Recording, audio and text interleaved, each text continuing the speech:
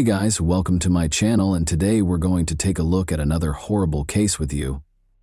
Rosemary Silva, 32, and her fiancé, Uderli Damasceno, 30, were getting ready for their wedding ceremony on Sunday, December 4, 2016, which was scheduled to take place in a charming rural setting close to Sao Paulo. To impress the guests and her future husband, Rosemary had orchestrated a spectacular helicopter arrival. But a sudden tragedy made everything into a nightmare just before the ceremony was scheduled to start. Rosemary, a 32-year-old nurse assistant, grew up in a big family in Sao Paulo. Her parents taught her the importance of kindness and compassion at a young age, which led her to pursue a career in helping people. Her co-workers always felt they had her undivided attention and frequently complimented her on her diligence, patience, and kind disposition. When she wasn't working, Rosemary was a happy, energetic person who loved hanging out with friends, volunteering at her church, and making sure her loved ones were safe and content. Since she was a young girl, Rosemary had dreamed of her wedding day. She imagined herself wearing a gorgeous white gown, walking down a flower-adorned aisle, and being surrounded by the smiles of loved ones. She had been inspired by these fantasies to diligently save money for the ideal celebration. Her spectacular helicopter arrival was one of the unique touches she had in mind, a surprise that would enthrall everyone present. Uderli, who was 30 at the time, was a mechanic from Sao Paulo who was raised in a hard-working household that valued simplicity and honesty. He had a strong interest in mechanics from an early age and progressively developed into a proficient professional. Uderli had a reputation for always carrying out his duties with honesty and for being steady, collected, and trustworthy. Despite his previous marriage ending in divorce, he remained close to his daughter from that marriage and spent as much time as he could with her. Although they didn't click right away, the two quickly became closer after meeting at an evangelical church. At first, they approached their discussions warily, as if they were two strangers who were not sure what they had in common. But as their relationship deepened, it became clear that they were destined to be together. In 2015, the pair started dating, and a year later, Uderli proposed, which Rosemary happily accepted. Rosemary and Uderli immediately started organizing their wedding after announcing their engagement. From the selection of flowers and music to the seating configurations and venue decor, Rosemary was adamant that everything be flawless. This was supposed to be a fairy tale day, and Rosemary imagined every visitor looking back on it with delight. But one element of the wedding was particularly noteworthy. Rosemary orchestrated a memorable surprise by arriving in a helicopter. Her dream had been to descend from the sky like a vision, to make an entrance that would be remembered. She worked with pilot Peterson Pinheiro to arrange for a Robinson R-44, a light commercial helicopter, while keeping this information confidential. Just 6 people were aware of the plan, including her brother Silvano Silva and photographer Nayla Cristina Neves, who was supposed to document the event. Rosemary couldn't sleep on the morning of her wedding because she was so excited. As the stylists meticulously worked on her hair and makeup, she was greeted with smiles and congrats at the beauty salon. She continued to visualize her spectacular arrival, descending from above and witnessing the wonder on her guests' faces. She had been thinking about this vision for months. She was aware that the day's high point would be this surprise. Rosemary arrived at a nearby town by 2 p.m., wearing her white wedding gown, to catch the helicopter's departure. She was accompanied by her 40-year-old brother Silvano, who had always been her rock. He couldn't refuse his sister's wish, even though he, like many members of their family, was nervous about the flight. They were joined by photographer Nayla, who was expecting a child and was prepared to capture every happy moment. The helicopter took off at 3:30 p.m. The flight went smoothly at first. In anticipation of seeing her fiancé and their guests, Rosemary sat next to her brother, smiling and holding his hand. Nayla made sure that every look and smile would be preserved in their wedding album by filming it all. However, things soon changed. The weather started to get worse. The air inside the helicopter became tense as clouds began to gather, then fog and rain. The pilot had to use instruments to guide him through the thick fog as visibility was fading. Already nervous about flying, Silvano displayed obvious signs of anxiety as he tightly grasped Rosemary's hand while she attempted to reassure him. The photographer Nayla continued to record, but her camera trembled every now and then, revealing the tension that had gripped everyone on board. The pilot approached the venue and tried to find a safe landing spot by descending, But the maneuver became dangerous due to the poor visibility. An uncontrollable descent was caused when the helicopter's tail abruptly clipped a tree. The helicopter crashed and caught fire just over a mile from the wedding location.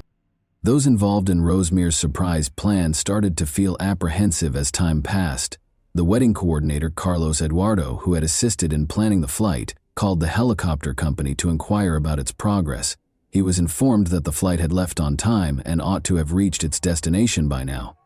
His concern was heightened by this response, which led him to attempt speaking with the pilot directly. Not a single call was answered.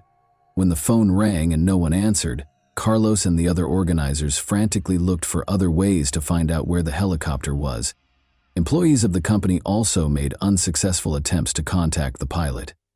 Meanwhile, as the guests became aware of Carlos's nervous manner, whispers and concerned looks began to circulate among them. The air became heavy with uneasiness, but nobody wanted to cause alarm. Anxious waiting gave way to growing panic after another 15 minutes. In an attempt to learn whether there had been any reports of an incident in the area, the organizers made the decision to contact the local authorities. At that point, they learned of a helicopter crash near the wedding site, which confirmed their worst suspicions. The fact that it was the same flight that was carrying Rosemere was not confirmed, but the information was enough to chill everyone. Carlos Eduardo confided in the pastor because he wasn't sure how to tell the groom. They went together to Uderly and told him what they knew. A few miles away, there had been a report of a potential helicopter crash. Uderly initially found it difficult to understand. He was unaware that Rosemere would be arriving by helicopter. The pastor kindly clarified that Rosemere had planned a surprise for both him and the guests. However, the words didn't seem to make sense. As the realization dawned, Uderly stood in stunned silence, staring at Carlos Eduardo and the pastor. His surroundings appeared to dim, the noises of the assembly fading into a quiet emptiness. When the gravity of the situation became apparent, everyone's eyes were on him. That helicopter might have contained Rosemere. The ensuing silence seemed to go on forever, and nobody knew how to respond. Reports verified that emergency personnel arrived at the scene of the collision within minutes. At first, there were few specifics as they tried to evaluate the situation. To keep spectators out, police surrounded the area and started their investigation. As news of the crash spread to the wedding location, the guests' anxiety grew more intense by the second, though everyone could feel that the possibility of a positive outcome was dwindling. One of the event organizers suggested waiting for official confirmation before drawing any conclusions. Behind him, the groom could hear whispers among the guests, and he knew that until the specifics were known, no one would tell the truth. Whispers were spreading like wildfire, and the day that was supposed to be a celebration was gradually devolving into chaos. First responders were already working diligently at the crash site, while the guests anxiously waited at the venue. The helicopter had crashed near a highway in a forested area. The fuselage had caught fire upon impact, and the remaining portion of the aircraft was rapidly consumed by the flames. After battling to keep the fire contained, firefighters eventually made it to the wreckage. Those attempting to piece together what had happened were struck with a sense of dread and grief when it became evident that none of the passengers had survived. In order to determine the cause of the collision, police officers started gathering evidence and searching the scene for hints. One officer found a camera that had continued to record even after the impact, and debris was strewn all over a small space. The video might offer important new information about the last few seconds of the flight. However, the cause of the tragedy was still unknown. The hope for a miracle was dashed when the wedding venue received official confirmation of the crash. With a heavy heart, the pastor went to Uderly and delivered the heartbreaking news. The groom's face was marked with pain as he tried to make sense of what he was hearing. Those who were by his side were left in stunned silence, unsure of how to react to such overwhelming grief, as the world seemed to crumble around him in that moment. Unsure of what to say or do, the guests who had come to celebrate love and happiness now stood in stunned silence. The ceremony, which had been eagerly awaited, had instead turned into a scene of shock and grief. What had been supposed to be a lovely day had turned into a sobering reminder of how easily one mistake or unanticipated circumstance could ruin lives and plans in an instant. Brazilian National Civil Aviation Agency investigators started collecting witness statements and analyzing the flight data.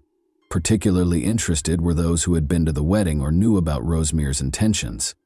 In addition to determining the technical causes of the crash, the investigation sought to understand why she chose to arrive at such a high risk. Police and aviation safety specialists carefully inspected the wreckage. Retrieving the flight data and going over recordings that might offer important insights was one of their first tasks. It was crucial to figure out why the helicopter lost control and veered off course.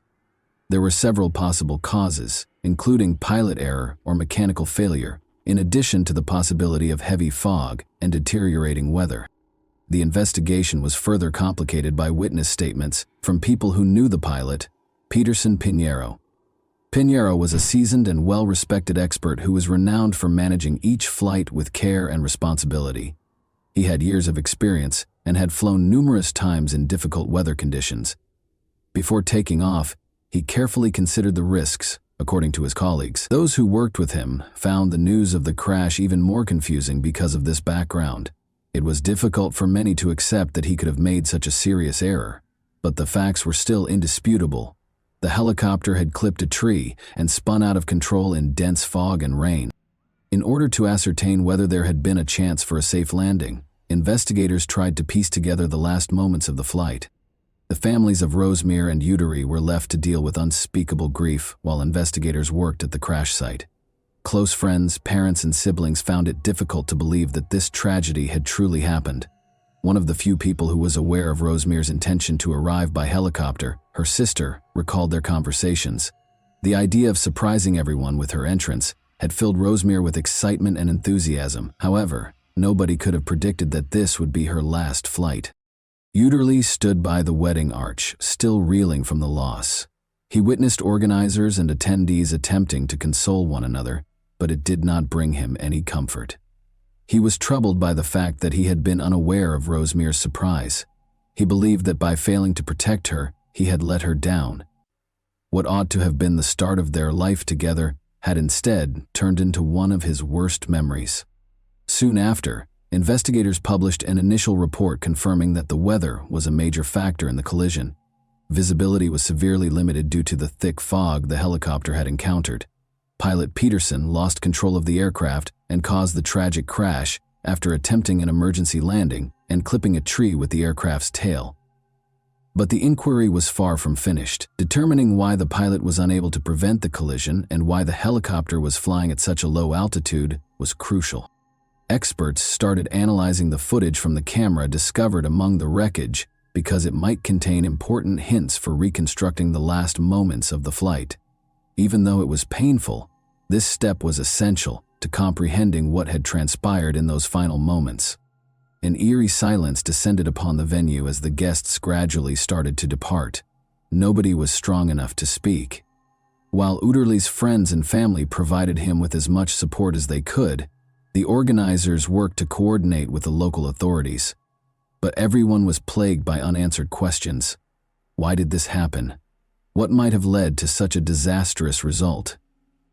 Rosemere's family was also in shock and finding it difficult to accept what had happened. Her mother, who had always been her staunchest ally, was unable to believe that their morning chat would be their final one.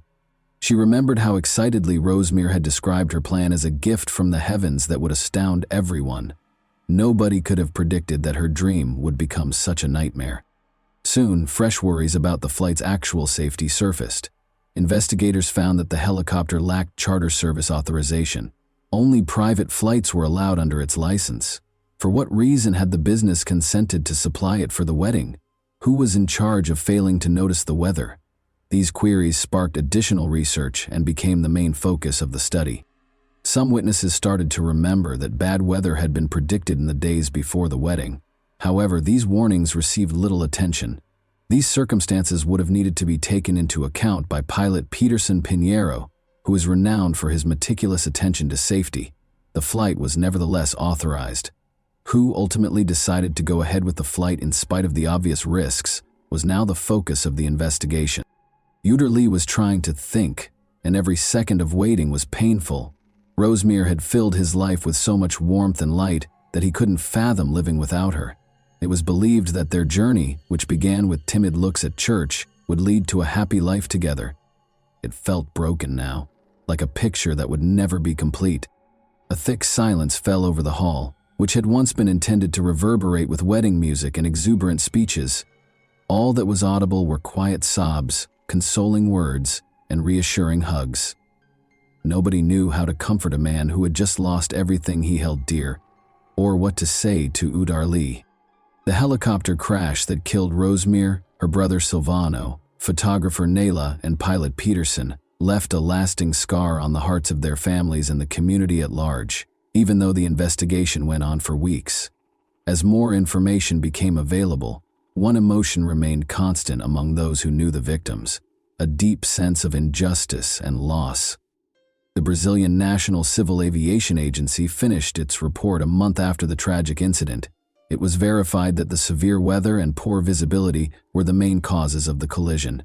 When the helicopter lost control at a low altitude, pilot Peterson Pinheiro was in a dire situation after trying to navigate through heavy fog and rain. The collision with a tree, which resulted in the fatal crash, was the crucial moment. Additionally, the report disclosed that Rosemare's helicopter lacked authorization for charter flights. Its registration only allowed for private use, and it was against safety rules to let it be used for a wedding. In addition to drawing attention to the company that rented out the helicopter, this revelation infuriated the relatives of the victims. Subsequent analysis revealed that the helicopter's leasing company had neglected to adequately evaluate the weather and permitted the flight to continue in spite of warnings of poor visibility. After the investigation was finished, the company and its owners were the target of multiple lawsuits because this was considered a serious breach. The relatives of the victims wanted to know why the flight had been authorized in these circumstances and who was responsible for the cancellation. The pilot independently assessed that the flight could be conducted safely, according to the helicopter company. More investigation was necessary, though, after it was discovered that the business lacked permission to use the aircraft for commercial purposes. Their licenses were temporarily suspended as a result, and a thorough audit of their business practices was conducted. The families of Rosemere and the other victims got ready for the funerals while the investigation continued. None of them wanted to confront that moment. Seeing dreams dashed is one thing, but accepting the loss of loved ones is quite another. Hundreds of people came to pay their respects at the solemn funeral. Tears and silence conveyed more than words could ever convey. Unable to express his sorrow, Uderli stood by Rosemare's coffin. His spirit appeared hardened by the weight of his grief, and his eyes were hollow. He had dreamed of being with Rosemere all his life, but in a flash everything was different. He thought his heart might burst as he stood in front of her coffin. He was unable to accept that this was really the end, and couldn't say goodbye. Following the funeral, Rosemare's friends and family started a campaign to call for more safety regulations in private aviation.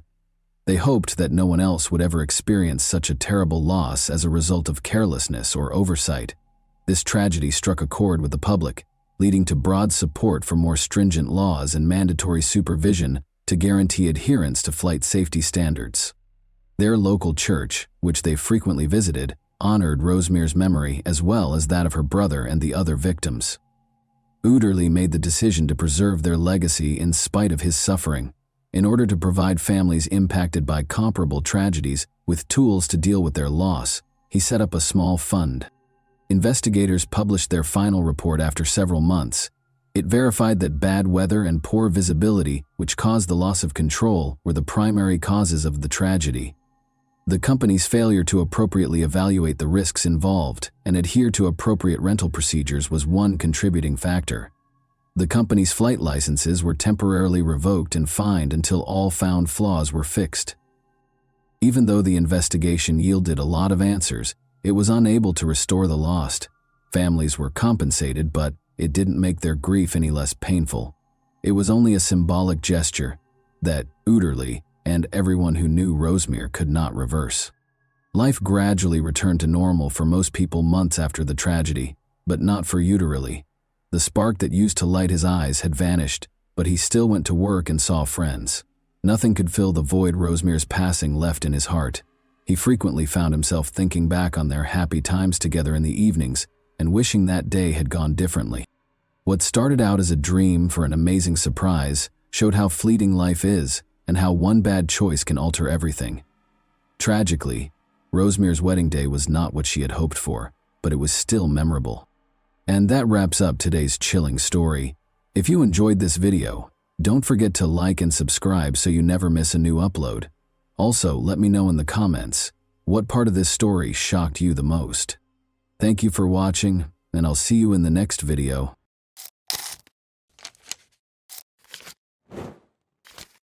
Hey guys, welcome to my channel, and today we're going to take a look at another horrible case with you.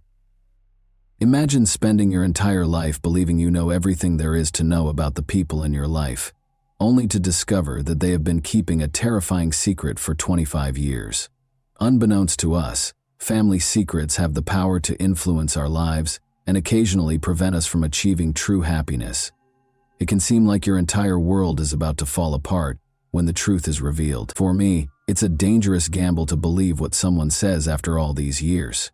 It's difficult to picture coexisting with someone, being aware of their sinister secrets and remaining silent. But were there private interests involved? Together, let's dive in and discover the truth.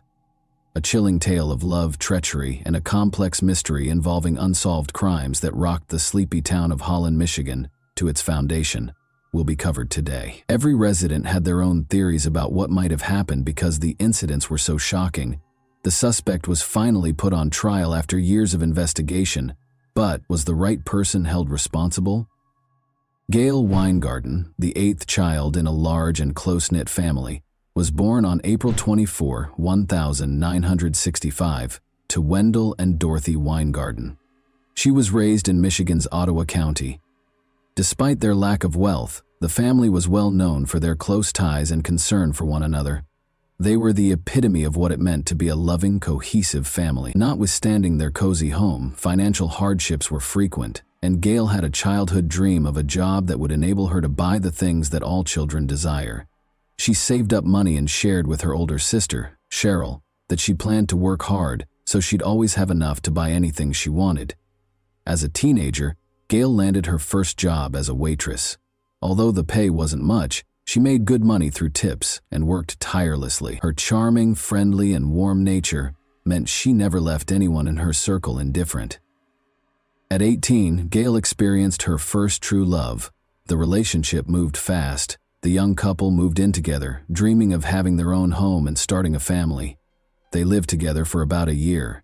In 1984, when Gail was 19, she started a new job where she met a 25-year-old contractor named Rick Brink. At first sight, it was love. Gail ended her previous relationship and threw herself completely into her new romance. Rick was so captivated by her that on the very first day they met, he told his mom he had found the woman he wanted to marry. He was head over heels, and their relationship blossomed with beautiful dates and romantic outings.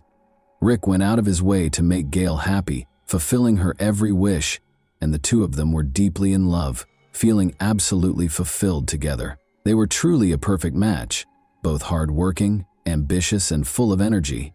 They shared the same dreams for the future, wanting to work hard and eventually raise a family in the home they hoped to buy. One summer, they visited Rick's family lake house at Lake Michigan, where he had a boat. Gail tried water skiing, and everyone who knew them said they looked like the perfect couple. On April 25, 1986, just one day before Gail's birthday, they got married in a small church ceremony, surrounded by family and friends. They had a long and happy life ahead of them. Garrett Brink, Rick's father, assisted them in locating the ideal house they had been envisioning. It was an old house on Ransom Street, on the outskirts of their hometown of Holland, Michigan, on roughly 20 acres of land. The newlyweds were excited to begin remodeling so they could move in, and Garrett got a great deal. Rick was prepared to take on the renovation of their house because he was a trained carpenter, a skilled handyman, and a former employee of a furniture company. They recorded their progress on video as they moved into their partially renovated home by October 1987. As they cleaned, painted, demolished walls, and fixed floors, the once ancient house was being given a new lease on life. They had been married for roughly 18 months when they moved in. They were prepared to move forward with their lives and start a family, so Gail told her sister that the next room to be remodeled would be a nursery. Rick and Gail had a terrific time at one of Rick's high school friends' weddings on November 21, 1987, but neither of them showed up for work the next day. Rick was employed at the time by Trendway, a large furniture company. It was totally out of character for him to not show up for work without telling anyone, as he was known for being dependable and hardworking. When Rick's boss tried to call his house, no one picked up. Then, worried, he contacted Rick's parents to find out why he hadn't shown up for work. The manager truly cared about his staff members' welfare. Rick's folks were just as concerned. They knew their son well enough to know that he would never go silent about anything. When they made the decision to call Gail's place of employment to see how she was doing, they discovered that she had also failed to arrive that morning. Rick's parents were worried and anxious, so they hurried to check on their son and daughter-in-law. They saw Rick's car parked in the driveway as soon as they got to Rick and Gail's house. They were relieved and hoped the couple was at home, possibly sleeping in or simply feeling ill. However, they noticed Rick inside the car in an odd position as they got closer. His head was resting against the passenger side door, his body hunched over, and he was seated on the driver's side with his knees on the floor beneath the steering wheel. Garrett, Rick's father, approached and yelled his son's name, but no one answered. Rick was unconscious when Garrett reached in and tapped his shoulder, and he could see blood dripping from Rick's head. Rick's parents were horrified, and they refrained from going inside out of concern for what else they might discover. They got in touch with the Ottawa County Sheriff's Department right away. Upon their arrival, the deputies entered the house. They checked the bedroom and discovered Gail. Initially, it appeared that Gail was just sleeping with a pillow over her face, but when the officers lifted the pillow, they found that it was bloody and that Gail had passed away. 3 close-range shots had been fired at her. After backup arrived in a matter of minutes, detectives started going through the house in an effort to find any hints or proof that might point to the culprit. They meticulously examined the area, attempting to piece together what had transpired. The officers' first hypothesis was that this might have been a premeditated act against Gail, and that Rick hurt himself because he was upset.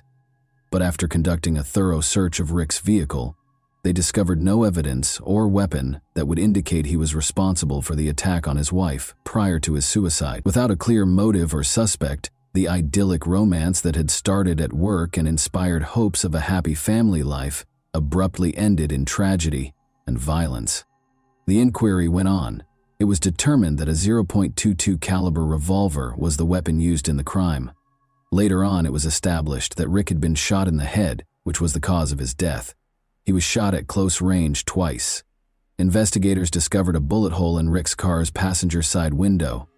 Authorities thought the perpetrator was someone the victims knew because the window was broken and the driver's side window was partially rolled down. This led them to speculate that Rick probably knew the individual and did not perceive any imminent danger because he had rolled down the window to talk to them. Furthermore, it was evident from examining the house that this was not a robbery. There were no indications of a struggle or forced entry. Everything was in its proper place, the door had not been broken into, and nothing had been looted. Cash and credit cards were still in Rick and Gail's wallets, which were discovered on the kitchen table. There were pieces of jewelry all over the house. No weapon, shell casings, or other important evidence was found in the house, and both victims were still wearing their wedding rings. The fact that the recovered bullets were still inside the victims suggests that the suspect came with the sole intent of killing them. Physical evidence that could be used for analysis was either non-existent or insufficient. In the house, 6 fingerprints were discovered. 2 of them did not match any records in law enforcement databases, and the other 4 were victims. According to the results of the forensic analysis, Rick and Gail were murdered early on November 22. The case was the subject of rumors and conjecture, but not all suspects were prepared to come forward or alert the authorities. The investigators were unable to identify any possible suspects or make any arrests due to the lack of evidence, but it was determined that Rick and Gail were last seen at approximately 11 p.m. when they were departing their friend's wedding reception on November 21. Their deaths took place between then and the next day, almost a full day before they were discovered, the autopsy revealed. Investigators kept interviewing friends, family, co-workers, and anyone else who knew Gail and Rick in the hopes of learning more about the couple's last known contacts. They started by talking to Ryan Weingarten, Gail's brother. He brought up Gail's former boyfriend who had once confronted her in public and declared his love and jealousy for her. Gail was already married and content, but he had tried to get her to return to him. Gail's ex-boyfriend was located by the police and taken into custody for interrogation. He even consented to take a polygraph test, which he passed, and denied any involvement. The authorities ruled him out as a possible suspect because he also had a strong alibi. The police got another lead about 3 or 4 days into the investigation. According to the former owner of Rick and Gail's home, who came forward to the police station, the criminal may have been searching for him and was unaware that he had moved out. Former owner Shotgun was a motorcycle rider who had been a member of a motorcycle club. He had previously engaged in the trafficking of weapons and prohibited substances. Shotgun, however, eventually turned informant because he opposed the sale of illegal drugs to minors. He primarily provided information about people involved in this type of illegal activity while working with federal agents. The investigators followed up on this lead. They spoke with members of different Detroit motorcycle clubs and conducted interviews with other informants. They searched for evidence, but were unable to connect these groups to any criminal activity or the double crime that involved Gail and Rick. A month or so later, this theory was also rejected. When another crime happened close to the Brinks house on Christmas Eve, a new lead surfaced. Deborah Wilson was discovered dead from a fatal assault in her own backyard. She had been attacked and suffered a serious neck injury. Gail and Deborah had attended the same high school and were in the same class, it was found during the investigation. Because of their similar ages and overlapping social networks, there was instant conjecture that the crimes might be related. The people of the little town were afraid. Fear spread that a possible suspect was still out there, and the community was on high alert. Because of the crime's irrationality, people began to fear for their personal safety and wonder if there would be additional victims. But as time passed, investigators failed to discover any link between the two incidents. Eventually, the young married couple's double crime case was put on hold. For the next 20 years, all of the documents and supporting documentation were kept in storage. Family members and friends gradually lost faith that justice would ever be done. It taught the families to accept the fact that they may never find out the truth about what truly happened to their loved ones. However, after 20 long years of waiting, the truth was finally revealed, exposing dark family secrets in addition to an unexpected suspect. No one was taken into custody after Rick and Gail Brink died. To look into unsolved crimes, the Ottawa County Sheriff's Office established a cold case team in 2009. By 2011, the 24-year-old Brink couple's case had been reopened by detectives Venus Repper and David Blakely. To make progress on these cold cases, they began going through old documents and interviewed more than 200 people. For roughly 7 or 8 years, the detectives collaborated and came up with their own plan. They used time as an advantage in their strategy. They worked from a different angle, in the hopes of capturing information that might have been missed in the initial inquiry. Detective Repper explained, "Loyalties change, friendships change, and people who might have kept a secret back then may no longer feel the need to do so, or they may have held on to it for so long that they just want to let it go." The detectives returned their attention to Rick and Gail's case after closing the Deborah Wilson case, in which the suspect had already died. They started interviewing some family members almost a year later. They came across some perplexing information when they talked to one of Gail's aunts and her sister, Cheryl Murphy. Over the years, both women said strange comments made by Ryan Weingarten, Gail and Cheryl's brother, had upset them. The aunt claims that these remarks started at the couple's funeral. She remembered Ryan asking her, "Do you think I could have done it?" She was shocked and wondered if it weren't for a family quarrel the night before the tragedy, and that Gail and Rick might still be alive. On the 20th of November, Gail called her aunt. Gail began by complaining to her aunt about her brother Ryan, claiming that he owed her money and was not in a rush to repay it. Ryan also called their aunt shortly after, expressing his annoyance over Gail. He was upset, saying that Gail refused to let their parents park their camper on her driveway, acting superior to the rest of the family. Gail's aunt was aware that the Weingardens had a history of having trouble parking the family camper. The aunt later clarified that the elder Weingardens were temporarily residing in their camper on Ryan's driveway after selling their house for an unknown reason. They were unable to remain there for very long, though, because this arrangement was against county codes. Gail refused to let their parents park close to her house, despite Ryan's efforts to find a solution in their conversation. Ryan was furious about this. "Sometimes I wonder if I did it because of that argument," Ryan said, obviously alluding to the crime, according to the aunt and Cheryl. The detectives were intrigued but perplexed after talking to Cheryl and the aunt. They discovered that Ryan and his girlfriend Pam had been questioned at the scene of the crime after going through the case files again. They said they had laundered at a laundromat and then at a friend's house during the evening, but the detectives saw that no one had ever gotten in touch with this friend to confirm their alibi. Later, it was found that Ryan and Pam were still together when the investigation was reopened, after getting married a few years after the crime. The mystery was further compounded when they were both summoned for further interrogation in October 2012. Pam acknowledged the falsity of their 1987 alibi during the initial interrogation. In reality, they hadn't visited the friend's home. She maintained, however, that she was positive Ryan was innocent. On January 15, 2013, she was brought in for another interview.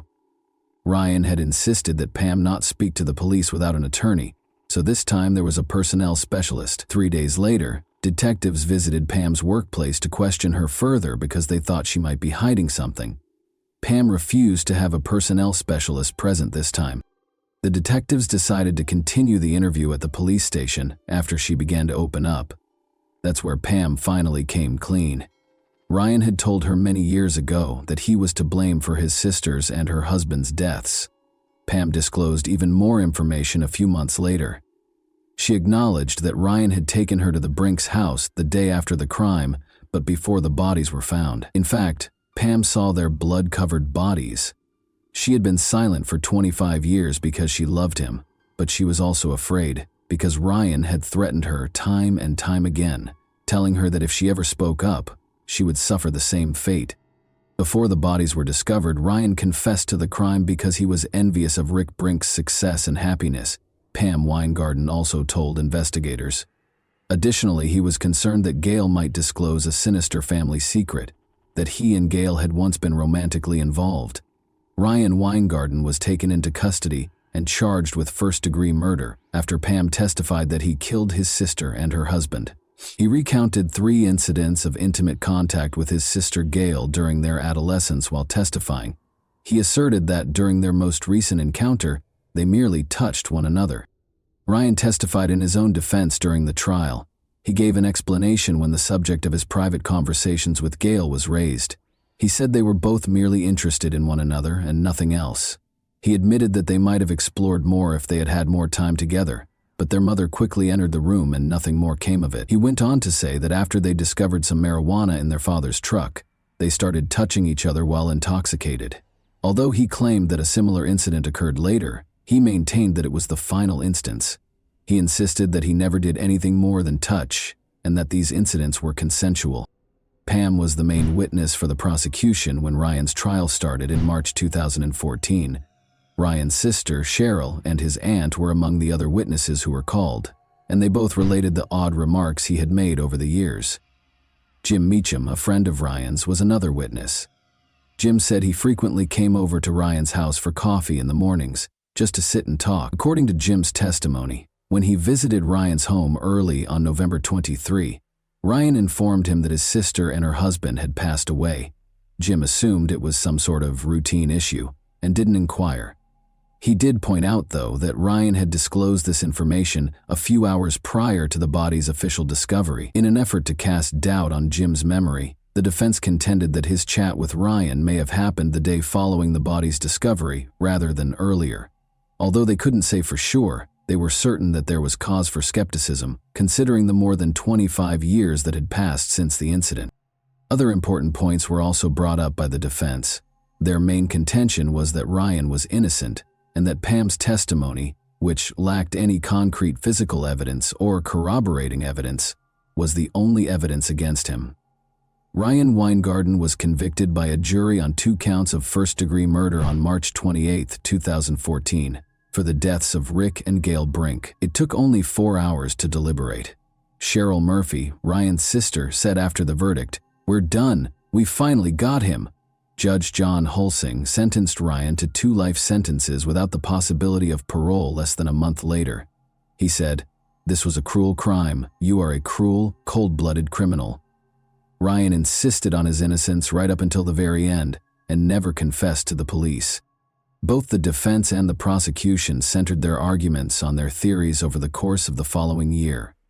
The defense argued that rather than Ryan killing his sister and her husband out of jealousy, or because of an alleged relationship he wanted to conceal, the crime was more likely to be a case of mistaken identity directed at the home's former owner. They emphasized that Ryan had no problems with Gail's past partners, and that Rick was neither her first serious boyfriend nor her first roommate.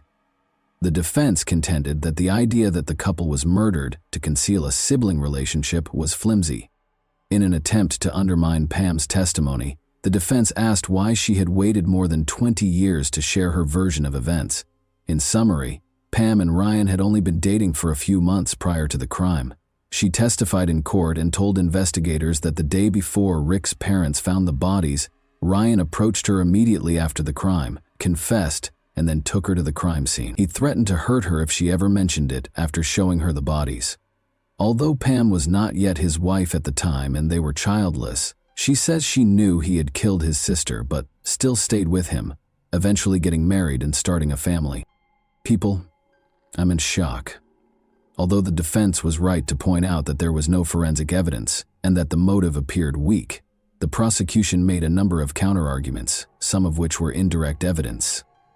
Initially, they emphasized that each victim had been shot in the face and head, which is frequently a sign of a private motive for the crime. In the end, Ryan Weingarten received a life sentence without the possibility of release. The court considered Ryan's appeal in August 2015. The defense requested a new trial or the overturning of the conviction. They argued that Pam's testimony was the only evidence against Ryan, and that the jury ought to have seen her police interviews to show how investigators had allegedly coerced her. However, the court disapproved and maintained the conviction. The length of time that had passed since the crime, which went unsolved for an excessive amount of time, was one of the case's difficulties. No weapon was found, no forensic evidence was found, and the prosecution's motive appeared to be conjectural. Jurors frequently base their verdicts on motive, even though it isn't a legal prerequisite for a conviction. Presenting a believable motive, such as a conflict between Ryan and Gail over their parents or the camper situation, might have been more persuasive. However, before this crime, Ryan had no criminal record. Naturally, we are aware that innocence is not always implied by a spotless record. Some people simply escape detection. Furthermore, other people's testimony, mainly that of his wife, was the only solid evidence against him. Although his aunt and sister's claims regarding Ryan's odd remarks over the years may seem dubious, they are not concrete evidence. Was Pam truly manipulated by investigators, as the defense alleged? She may have been a woman contemplating divorce and managed to permanently separate herself from Ryan, even though she was able to divulge important information during her interrogations. Although this isn't confirmed, it does seem dangerous to sentence someone to life in prison based only on the statements of someone who says she has feared her husband for 25 years, even though she has never displayed any signs of that fear to others. Why didn't Pam call the police when she could have easily ended the relationship and wasn't yet married to him? And why didn't anyone else come forward if she had confided in someone else? People's allegiances can change over time, according to one of the detectives. Years later, people who once kept sinister secrets might change their minds. They may no longer have the same attachment to the person they once protected, or they may wish to allay their conscience. This case, in my opinion, is too complicated to reach a definitive conclusion. Without enough proof, relying only on Pam's testimony casts doubt on the conviction's fairness. Was the jury's verdict correct? Or was the prosecution's case based on unsubstantiated claims? And that wraps up today's chilling story. If you enjoyed this video, don't forget to like and subscribe so you never miss a new upload. Also, let me know in the comments what part of this story shocked you the most. Thank you for watching, and I'll see you in the next video.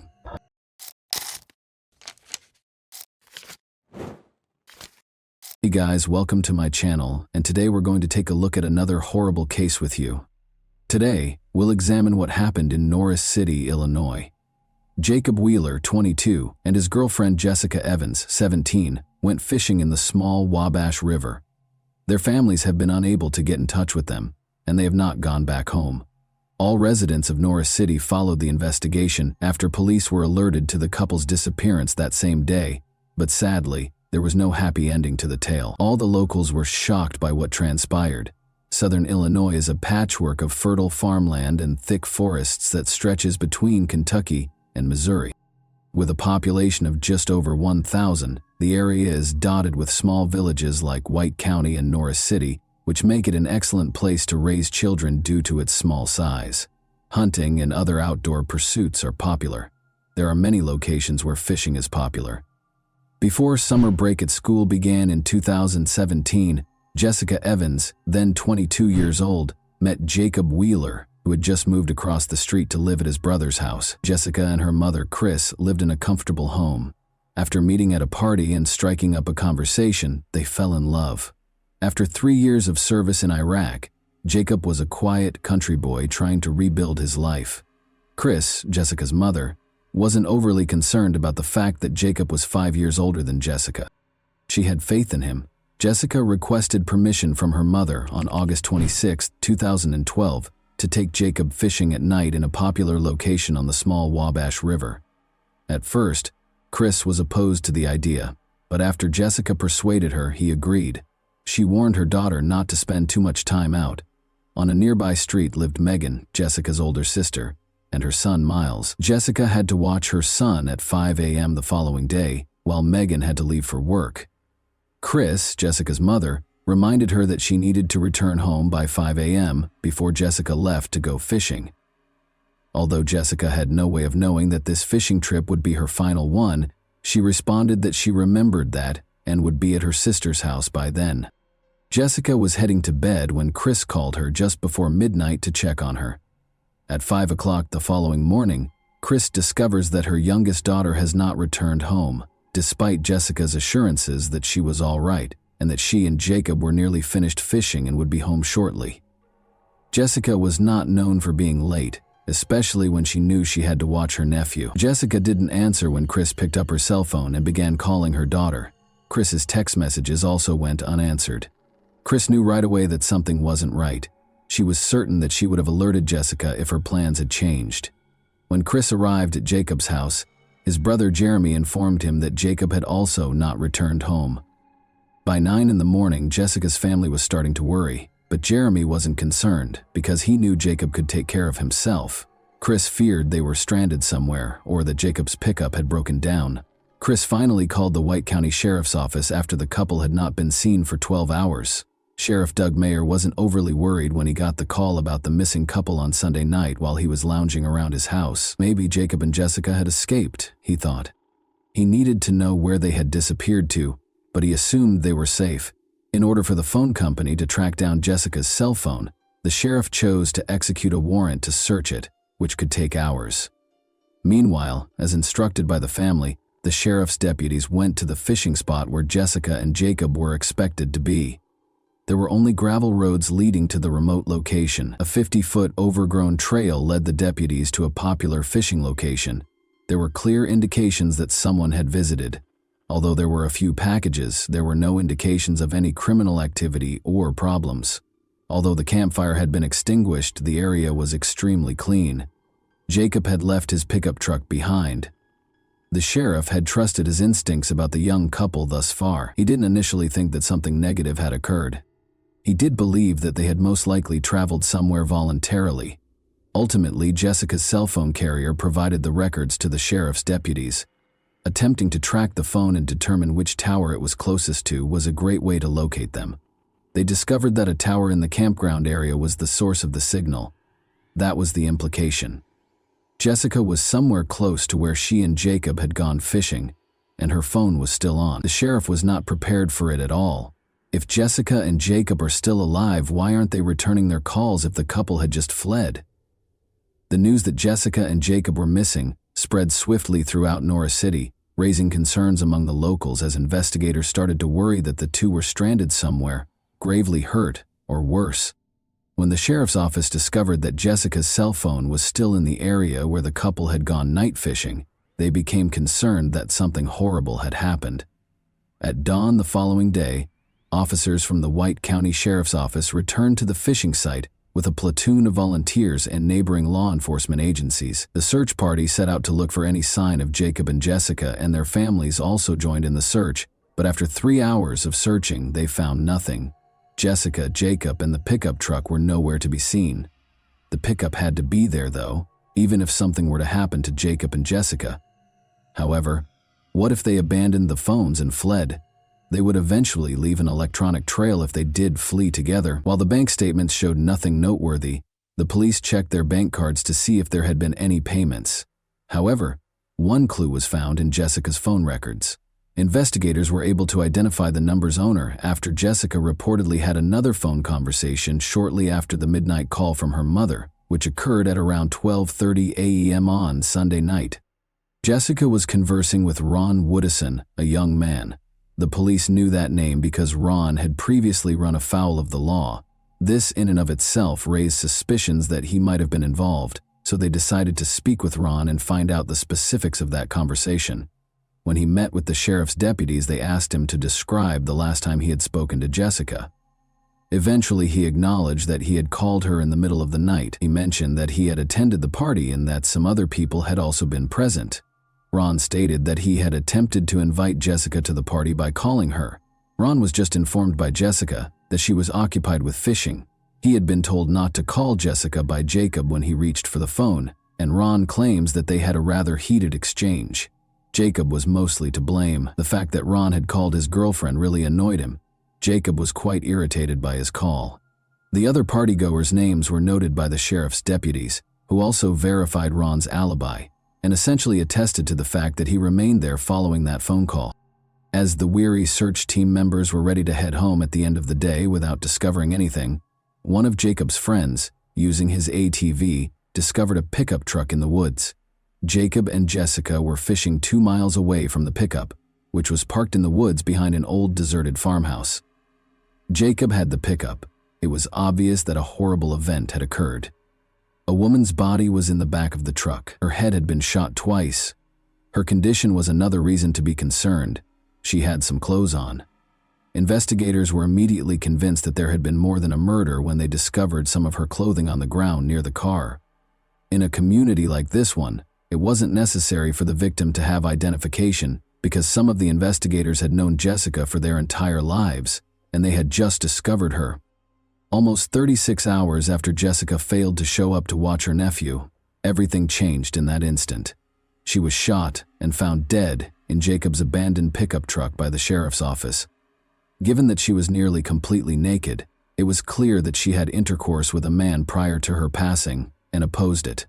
Authorities hoped the coroner would be able to apprehend the offenders if that was the case. While police searched the area surrounding the pickup truck for evidence, they were fortunate to find DNA. It is clear that Jessica's 2 head wounds were consistent with the .222 caliber shell casings. It was clear that Jessica had been shot where the pickup truck was parked, because the 2 shell casings were discovered on the right side of the vehicle, next to a sizable blood stain. Investigators started looking into Jacob's pickup. The oddest thing was that Jacob wasn't there, even though it was packed with personal belongings and fishing equipment. When the police searched, they found a clue. They discovered blood inside the pickup truck's driver's side cab. Samples of blood were sent for DNA analysis. They had to find Jacob, and they had to determine who owned it.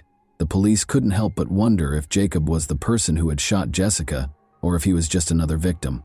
In an attempt to locate Jacob, police kept searching the area. They had to think of him more as a suspect at the time. Doubts weren't limited to the investigators. There were some members of the community who thought Jacob was involved in Jessica's situation.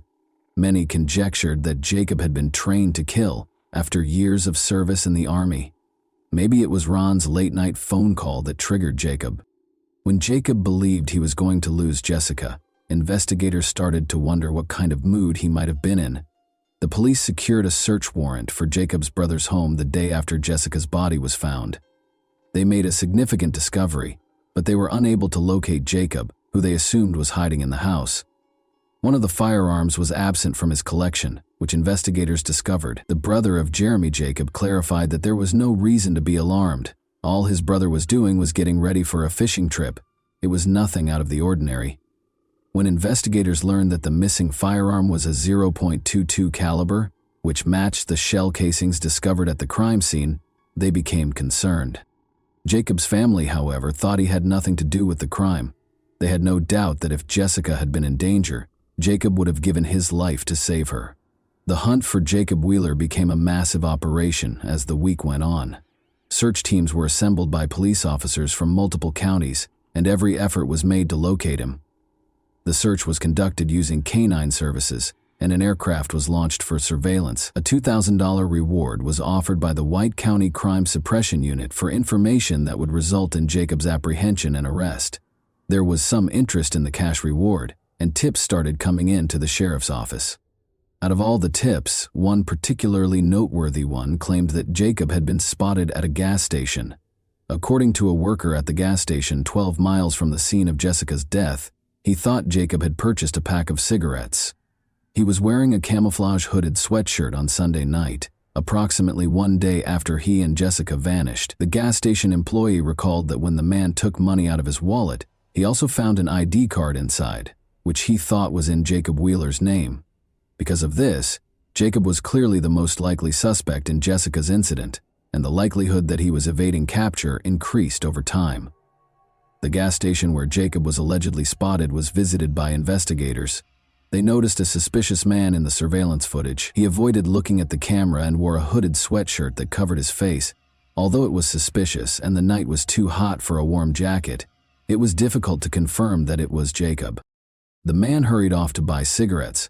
The man's face was not visible in the gas station's surveillance footage, but a second camera outside captured him boarding a female driver's vehicle. One of the sheriff's deputies recognized the woman, and they drove right to her home. While speaking with investigators, they noticed that the vehicle seen on the gas station's CCTV footage was parked close to the residence. Although the woman acknowledged that she had driven the man to the gas station, she denied that it was Jacob Wheeler. It was her boyfriend, she claimed. They were extremely disappointed when they first saw her boyfriend. It was someone who resembled Jacob Wheeler, but it wasn't him. In the video, the unidentified man is a dead end. Jacob was still the center of the police's attention. The detectives suspected that his brother Jeremy was hiding him and were certain he was still alive. His brother and father were certain that Jacob couldn't have killed Jessica, so they searched his house at night in an attempt to catch him off guard. But even after a second search, they couldn't find any evidence that he was home. Wheeler wanted his son's name cleared. It was difficult because he was certain that he was searching for Jacob's body rather than his own.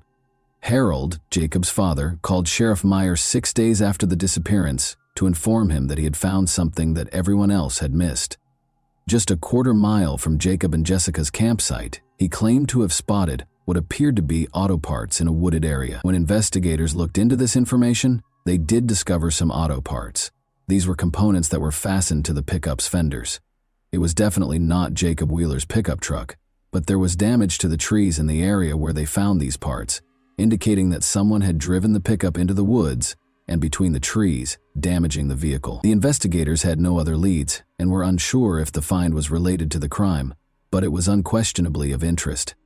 There was a serial number on one of the parts. The police were able to identify the exact type of pickup truck by looking it up online. Once more, locating this truck in a small city cannot be difficult. A man who drives a car like this was known to one of the sheriff's deputies. It was White County native Danny Costin, a 36-year-old electrician. Could he have been a part of such a violent crime, though? Danny was never one to cause trouble. His criminal history was clean. He lived in White County and was easily located.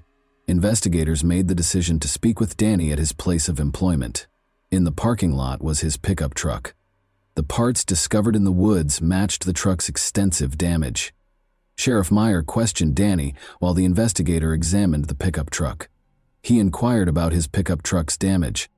Danny clarified that he had attempted to fish on the small Wabash River but struggled to get the boat started due to his extreme drunkenness. He remembered the date, but not much else about the evening. It was around 1 in the morning on the night that Jacob and Jessica went fishing, and he reported that during his entire stay in that section of the river, he never saw anyone else. In the meantime, researchers made a significant finding. In the rear of Danny's pickup truck, they discovered a significant amount of blood. When they told him about it, he appeared taken aback. The sheriff advised Danny that this would be a good time to tell him anything he wanted to. Analysis revealed that the blood in the back of Danny's pickup truck was human blood, despite Danny's claim that he witnessed Jacob shoot Jessica twice while he was in the woods that evening. Danny was taken to the police station and subjected to additional interrogation by investigators. He claimed to be intoxicated. He saw Jacob and Jessica when he descended to the small Wabash River. He was alone with Jessica because Jacob had gone into the woods. According to Danny, Jessica allegedly began approaching him on her own. He claimed that he and Jessica drove off in his truck and parked behind an old deserted farmhouse 2 miles away. They allegedly made intimate consenting contact. Then, as Danny said, Jacob discovered them in the dark. After he and Jessica got into a fight, Jacob shot Jessica. Danny claims that he was afraid when he saw Jacob approaching and managed to grab him, which led to a struggle between them. The gun went off somehow, wounding Jacob. According to Danny, the shot was unintentional. Panic set in. He loaded Jacob into his pickup truck. He concealed the body where no one could find it because he was worried that no one would believe him when he claimed it was self-defense. Danny gave a detailed account of where he had left Jacob's body. Danny's story was disbelieved by the police. Jessica didn't seem likely to do that. Although Danny's account of Jessica accompanying him and Jacob unexpectedly appearing didn't make much sense, they now knew that Danny had shot Jacob, proving that Jacob's family was correct all along. Danny Costin was taken to jail after being arrested. The investigators then proceeded to the location where Danny claimed to have left Jacob's body. They had to venture a bit farther into the woods because it was a dirt road. They searched for 6 days before locating Jacob, who had been shot in the head. The evidence they discovered did not support Danny Costin's account of what transpired that evening. The driver's seat and the door of Jacob's pickup were covered in blood, and it was Jacob's blood. Danny's story simply didn't fit it. He claimed that after Jacob killed Jessica, they got into a fight in the woods, and Jacob was accidentally shot and killed. According to what Danny had previously said, he loaded the body into the back of his own pickup truck and drove it to a faraway place. So where did Jacob's pickup truck's interior contain blood? After being reinterrogated, Danny Costin agreed to tell the truth after being made aware of discrepancies in his testimony. He claims that the woods were too dense when he attempted to drive his truck to the water that evening in order to launch the boat. He was also inebriated. He attempted to enlist the aid of Jacob and Jessica. When Jacob realized he was intoxicated, he advised against it. Then Danny requested assistance from the couple to get home. Jacob concurred. Danny climbed into the back of Jacob's pickup truck after he and Jessica got inside. For some reason, he chose to use his .22 caliber pistol. He got out of the truck's back and left. Through the downed window, the driver shot Jacob in the head. Everything took place in front of Jessica. She began to scream out of terror. Then he pulled Jacob out of the truck, Danny said. He swore under interrogation that he had no idea why he killed Jacob or what he was doing. Danny was then informed by Jessica that she would stop at nothing to prevent him from killing her. Danny Costin was questioned by the sheriff about whether Jessica had promised to have sex with him in return for his allowing her to live. Costin answered, "She promised to follow my instructions." He went to a remote location. He basically took Jessica's attempt to protect herself as an invitation to have a personal relationship with him. He did it in Jacob's pickup truck's back. Then he pulled out a gun and shot Jessica, even though she begged for her life. "I don't know why I did it," Costin said. He threw both his and Jacob's guns out the window after loading Jessica's body into the back of Jacob's pickup truck and driving his own vehicle to Wayne County to conceal Jacob's body. Neither gun was ever found by the police. Danny Costin entered a not guilty plea when he appeared in court on September 4, 2012. An appeals court dismissed his attempt to retract his testimony, arguing that he was not informed of his rights prior to being questioned. Police had ample evidence to support Danny Costin's confession, and video recordings of the interrogation verified that Danny was informed of his rights. His DNA was found on Jessica's body, and his truck contained Jacob's blood. In January 2014, a jury convicted Danny Costin's girlfriend, Candace Brown, age 31, of lying to the police during the preliminary investigation. She gave Costin a fictitious alibi.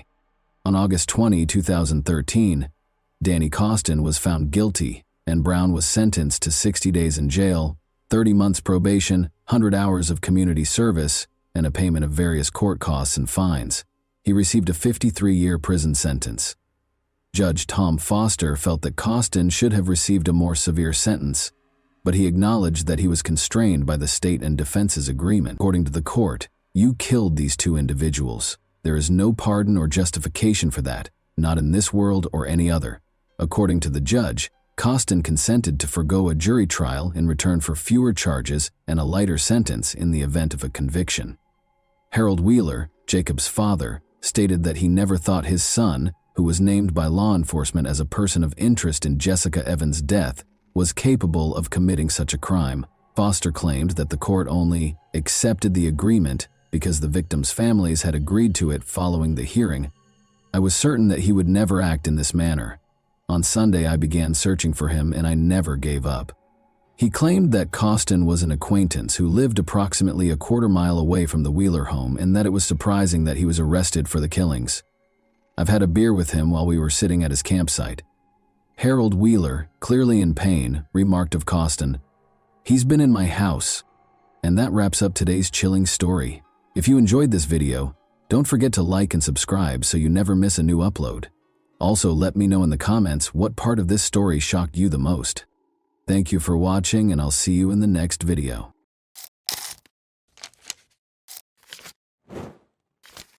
Hey guys, welcome to my channel, and today we're going to take a look at another horrible case with you.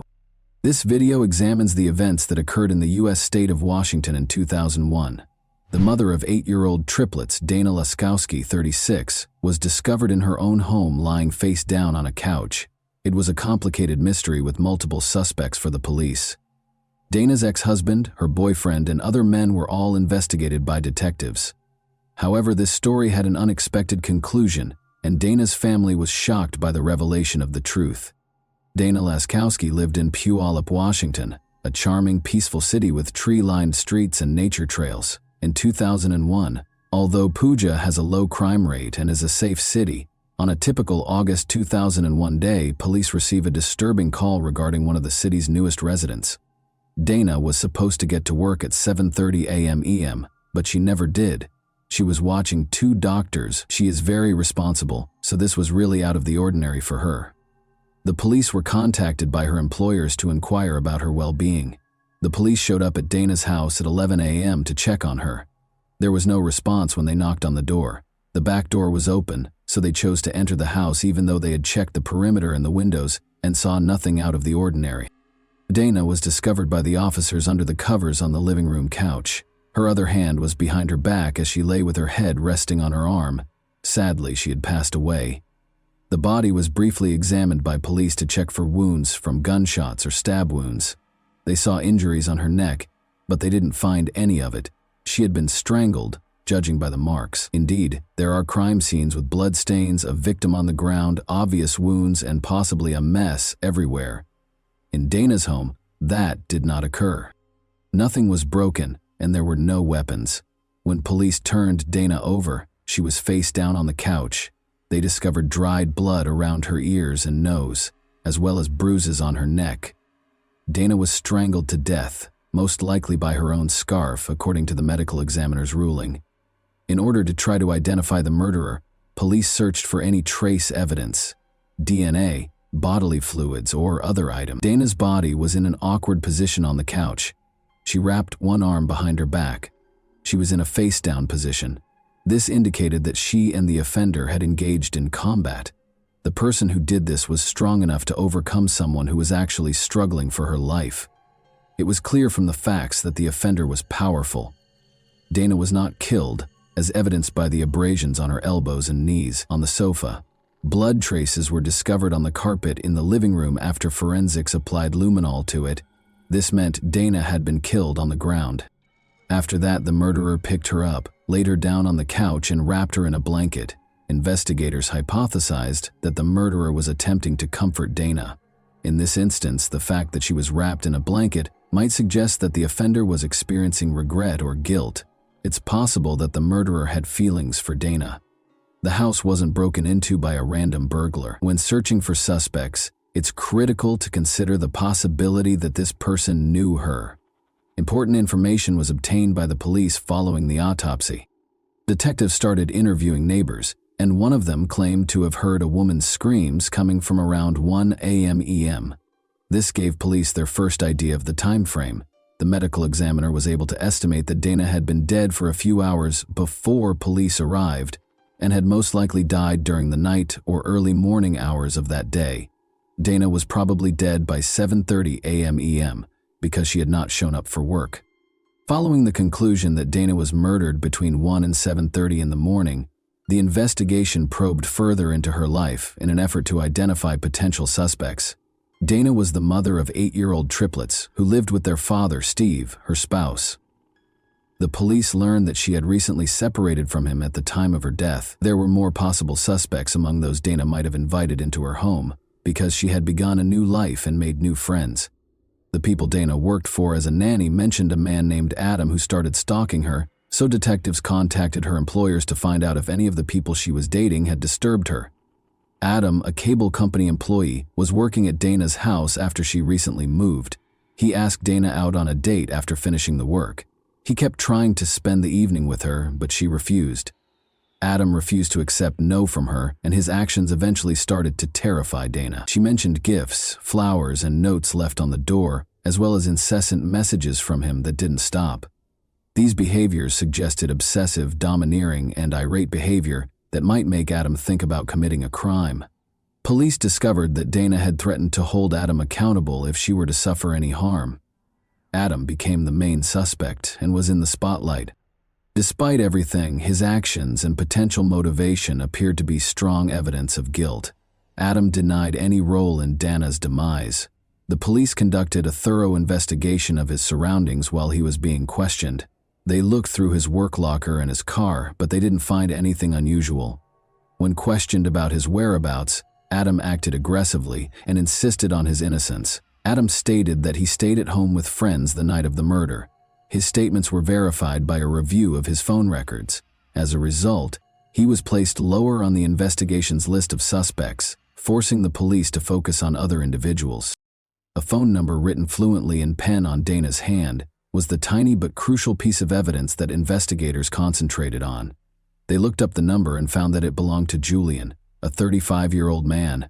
The importance of the phone number to Dana was evident from the fact that it was written in pen on her hand. To learn why Julian's number was inscribed on Dana's hand, detectives located him and asked him to come in for interrogation. Their suspicions were aroused by his unwillingness to provide a cogent response, which led them to investigate his relationship with Dana further. Julian acknowledged under duress that he was close to Dana, despite the fact that she was seeing his best friend Matt. Detectives started to question whether Julian could have been the murderer after this discovery, but when his alibi was examined, it was discovered that witnesses and establishment employees had verified that he was at the bar from 10:30 p.m. to 1 a.m. on the night of the murder. Julian was thus disqualified as the murderer by his alibi. The detectives began to question whether Matt could have committed the crime after discovering that Dana was having an affair with his friend. Romantic relationships have the power to arouse our emotions, and although it may not be immediately apparent to everyone, out-of-control feelings are frequently the root cause of such crimes. Personal intimacy is frequently the cause of crimes of this kind. Matt, Dana's romantic partner, was immediately elevated to the level of suspicion as a result. Investigators examined Dana and Matt's relationship more thoroughly after receiving Julian's information. The asymmetry of feelings was clear. Dana believed she had allowed Matt into her life, but Matt was blazing with passion for her. Lacked such intense emotion. According to phone records, Dana and Matt were in constant contact the night of the murder, with calls taking place between 11:30 p.m. and midnight. As a biker who abused illegal substances and was able to confront multiple men at once, Matt was described by Dana's friends as being abrasive and rude, all of which made him an obvious suspect. Investigators found that Matt lived close to Vancouver, Canada. While looking into Dana Laskowski, however, this did not absolve him of suspicion. In a couple of hours, he could have driven from his house to Dana's. When asked, Matt claimed that he was not involved in the crime because he had intended to meet Dana but was stopped at the border due to issues with his documents. His alibi was confirmed. Investigators asked Matt for any information that could help solve Dana's murder after he was exonerated of any suspicion. According to Matt, he had called Dana the night of the murder and observed that she appeared uneasy during their chat, which may indicate that someone was present in the house with her. Matt surmised that the unidentified individual might have been Steve, Dana's ex-husband. Dana had spent a portion of her life with Steve, so it was obvious that she needed to talk to him. Her triplets were his children. Breaking up is a tough experience, and depending on the situation, it can cause anger that can turn into murder. Maybe Steve decided to commit a crime because he was so furious after Dana left him. He might have committed murder out of passion, jealousy, or rage, all of which needed to be taken into account. When investigators started looking into Steve's identity, they discovered that he had given Dana a life insurance policy, which expanded the pool of potential explanations for what transpired to include financial ones. When Steve was brought to the police station to be questioned about his relationship with Dana, he seemed unusually distant and withdrawn, seen in his feelings. His emotions seemed to have been smothered. Another suspicious detail was discovered by the detectives during the interview. Steve's knees were abrasive, just like Dana's elbows and knees. Investigators thought that on the night of the murder, there might have been a disagreement between the two. Steve explained that he had sustained the abrasions on his knees while playing baseball when detectives questioned him about them, but according to one of the detectives there, who was a real baseball expert, those kinds of injuries were not typical of the sport. Steve was even more anxious after that, but did he have a chance to murder Dana? Steve responded that he was at home, 5 hours away from Puyallup, when asked where he was on the night of the murder. The following morning, he said, he put the children to bed, filled up the gas tank, and drove to a nearby campground. His explanation was intriguing. The triplets' absence from Dana's home the night she passed away could have been a coincidence, but it could also indicate that Steve had prearranged the entire situation. It took 10 hours to travel back and forth between Steve's and Dana's homes. If Steve had gone to Dana's house, investigators realized, he would undoubtedly need to stop at a gas station, so they gave careful thought to the possibility that he could have put the kids to bed, driven to Puyallup, committed the crime, and driven back. They looked into locations where he might have refilled up with gas and went back his potential path. Investigators removed Steve as a suspect after reviewing surveillance footage and examining areas of the road where his car might have been spotted. They were unable to find any concrete proof that Steve had made the trip. The investigation hit an impenetrable wall after all suspects were ruled out, which caused great frustration. The fact that Dana's body was covered in blankets seemed particularly strange, a behavior that amply demonstrated the unusual nature of the perpetrator. The investigators had reached a point where they had no viable suspect or explanation for the nature of the crime. In light of this, the police made the decision to enlist the FBI in the inquiry. Because the local police lacked the requisite experience to identify such specific signs, the investigators sought the FBI specialist's assistance in creating a psychological profile of the potential offender. After carefully examining the case, the FBI concluded that the crime was likely committed impulsively and in a fit of rage, revealing a disordered personality. The person who was in Dana's home that fateful night, according to experts, had no intention of killing her. They probably knew one another, spoke, and then he attacked in a fit of rage. The search had to be expanded after the police had already looked at the ex-husband, the boyfriend, and even the stalker. This crime was committed by someone. It was unclear who made the decision to expand the search for suspects in the Dana Laskowski case in light of fresh FBI information. Police were now searching for someone who could have lost control if provoked. Detectives examined the video footage from Dana's funeral in an effort to find fresh evidence. Finding out who was there and how people acted on this day of mourning was essential. It was crucial to observe who attended Dana's funeral and who did not, both from a psychological perspective. Given that most murders are carried out by someone the victim knew, it is possible that the murderer was one of these individuals. It's possible that the murderer attended the funeral because it would have been suspicious to skip it. However, how did he respond to that circumstance? Did anything have the potential to reveal him? The police discovered an entry in the guest book that caught them off guard. His loved ones wrote that they missed Dana and were shocked by her passing, expressing their sorrow over the loss. However, Amanda, Dana's niece's entry was especially noteworthy. "I apologize for not being the best niece," she wrote. "It's been 34 days since I broke free from addiction. You are the reason for this." Amanda was characterized by some family members as a wild and erratic young lady. According to what was written, Amanda had overcome her addiction following Dana's passing. She also did it for Dana's benefit, which said two crucial things. Her love for her aunt was the primary factor, but it also revealed that she felt bad about her death for whatever reason, which was important because it raised the possibility that she was involved in Dana's demise. Dana was a compassionate, kind individual. Dana loved her family, and in an effort to keep her niece, Amanda 17, out of trouble, she would often let her stay with her. Amanda was a frequent runaway from home. Because Amanda was a reliable adult who was always there to support them through any problems at home, Amanda and her friends would frequently visit Dana's house. The detectives looked at Amanda to talk about the circumstances surrounding her aunt's death. They had scheduled a meeting with her. Amanda disclosed that she and Dana had been like mother and daughter. She and her friends had always had the support of their aunt. They were teenagers with unstable home lives who spent time in the park and associated illegal substances and alcohol with their future. All of them had just finished high school, but they had no clear plans for the future. Dana was attempting to establish a secure location that Amanda and her friends could visit day or night. As a result, when investigators questioned Amanda about Dana's murder, the back door of her home was always left open at night. She gave a list of those who had visited the house, naming Zane in particular. "He was a strong man with a violent temper," she said. Then Amanda revealed something even more unsettling. She described how she had once been beaten by Zane. He threw her on the couch and started acting aggressively. He would try to hit on her hard and she would push him away and ask him why. Zane merely chuckled at this, displaying his strength and beauty, as though he was taking pleasure in the situation. The detectives made the decision to examine Zane more closely and search the databases. Zane was a suspect due to his criminal history of fighting and dealing illegal substances.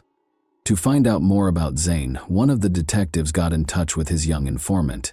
In their meeting, he talked about Dana's murder and recommended Zane as a potential suspect. But according to the informant, Zane was not the one who killed Dana. Emily, a young woman from Amanda's group, was the murderer. Emily Lauenborg, a 17-year-old drug user, lived close to Dana's home. Emily and Amanda had a close relationship. They might have even been best friends. After hearing the story, the detective started to question its authenticity. He couldn't believe that Emily, a 5'2" girl who was frail, could strangle a 36-year-old mother of 3. The informant responded that she was no longer the frail girl she had been. She had matured and gained muscle. Because she enjoyed wrestling men, she was known as the mutant. Emily wasn't your usual suspect, but as the investigation progressed, it became clear that she was the strongest of the problematic teenagers, impressing everyone, including the guys, with her physical prowess and wanting arm wrestling and even regular wrestling. Emily was taken to the station by the detectives to be questioned about her potential role in Dana's murder. After placing her hands on the table, Emily threw back her head and frantically looked from side to side before leaning forward and angrily telling her that she had been slandered. Emily was asked by the police where she was when Dana was killed. Emily and Amanda both stated that they were present at the party when the crime was committed. But around midnight, Amanda and Emily left the party, and the police were able to track them down. Consequently, they could have arrived at Dana's residence by 1 in the morning. Everything suggested that they were concealing something and were most likely involved in the crime. However, what had actually occurred? Was Emily responsible for the murder? The police were able to secure a search warrant for Emily's rented room because of mounting circumstantial evidence against her. Her private journal was one of the things confiscated. It had the usual entries of a 17-year-old girl, but it quickly disclosed surprising information. A wish list that included the desire to murder someone and escape punishment was one of the entries.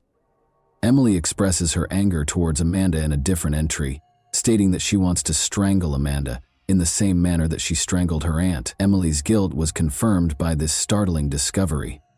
The murder, Dana's strangling, and the intention to potentially strangle Amanda in a similar way were all described in the diaries.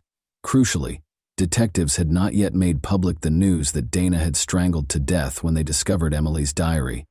This further suggested that Emily was to blame for Dana's ordeal. Amanda was questioned by detectives once more and was accused of lying about the night her aunt was killed. They questioned why she had deceived everyone. After all, Emily stated that she wanted money and that she wasn't there under duress. Amanda couldn't stand it any longer and told the detectives everything she knew before they even got to Dana's house. Dana woke up as they walked into the living room and heard a noise. The sight of them startled her. Dana responded that she didn't have any money when they told her they needed it. Emily, however, was not happy with that response and asked Dana for money once more. Emily was gently nudged in the direction of the exit when Dana asked them to leave. Emily didn't like it though, and she wasn't going to put up with it. In front of Amanda, she launched an attack on Dana and strangled her. Emily refused to listen to Amanda's cries for her to stop. The fact that Amanda did nothing but watch Emily kill her aunt suggests that she either feared Emily or that it happened so fast that she was likely unaware of what she was seeing. Amanda's scream, not Dana's, was heard by a neighbor at 1 a.m. when Dana was killed. Emily covered Dana's body with a blanket and placed it on the couch. Before they left, they took what little money Dana had. Emily took a brief break to get a black shirt out of Dana's closet. Emily wore that exact shirt when she attended Dana's funeral. It was her display of power and authority. Motive was the question that the investigators were struggling with. Emily had expressed her anger to her friends about Amanda's constant abandonment of her for her aunt. Given their close relationship, Emily might have killed Dana in order to fully control Amanda. However, Amanda was given a plea deal and would not be imprisoned for her involvement in Dana's murder. After much deliberation, investigators decided that Amanda was needed as a witness because she had witnessed the murder and would have the right to remain silent if she were charged with a crime. As a result, Amanda became a witness and gave information about what transpired that fateful night. It was the vital data that the authorities required. However, because of Emily's unremarkable size, prosecutors were unsure they could convince a jury of her guilt and allowed her to enter a guilty plea to the lesser charge of manslaughter. After being convicted and serving 5.5 years in prison, Emily Lollenborg was released in 2008. She later moved back to Puyallup, changed her name, got married, and had kids. Locals will undoubtedly be concerned about Emily's freedom to roam the streets. Like serial killers who wear mementos of their crimes, she was dressed in the victim's clothing, having already killed once and never regretting it at the funeral. And that wraps up today's chilling story. If you enjoyed this video, don't forget to like and subscribe so you never miss a new upload. Also, let me know in the comments what part of this story shocked you the most. Thank you for watching, and I'll see you in the next video.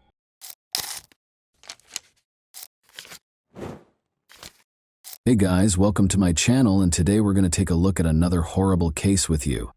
This video examines what happened in Tennessee, USA on September 2, 2022, when 34-year-old Eliza Fletcher, a mother of 2 children and kindergarten teacher, left her Memphis home to go for a morning jog.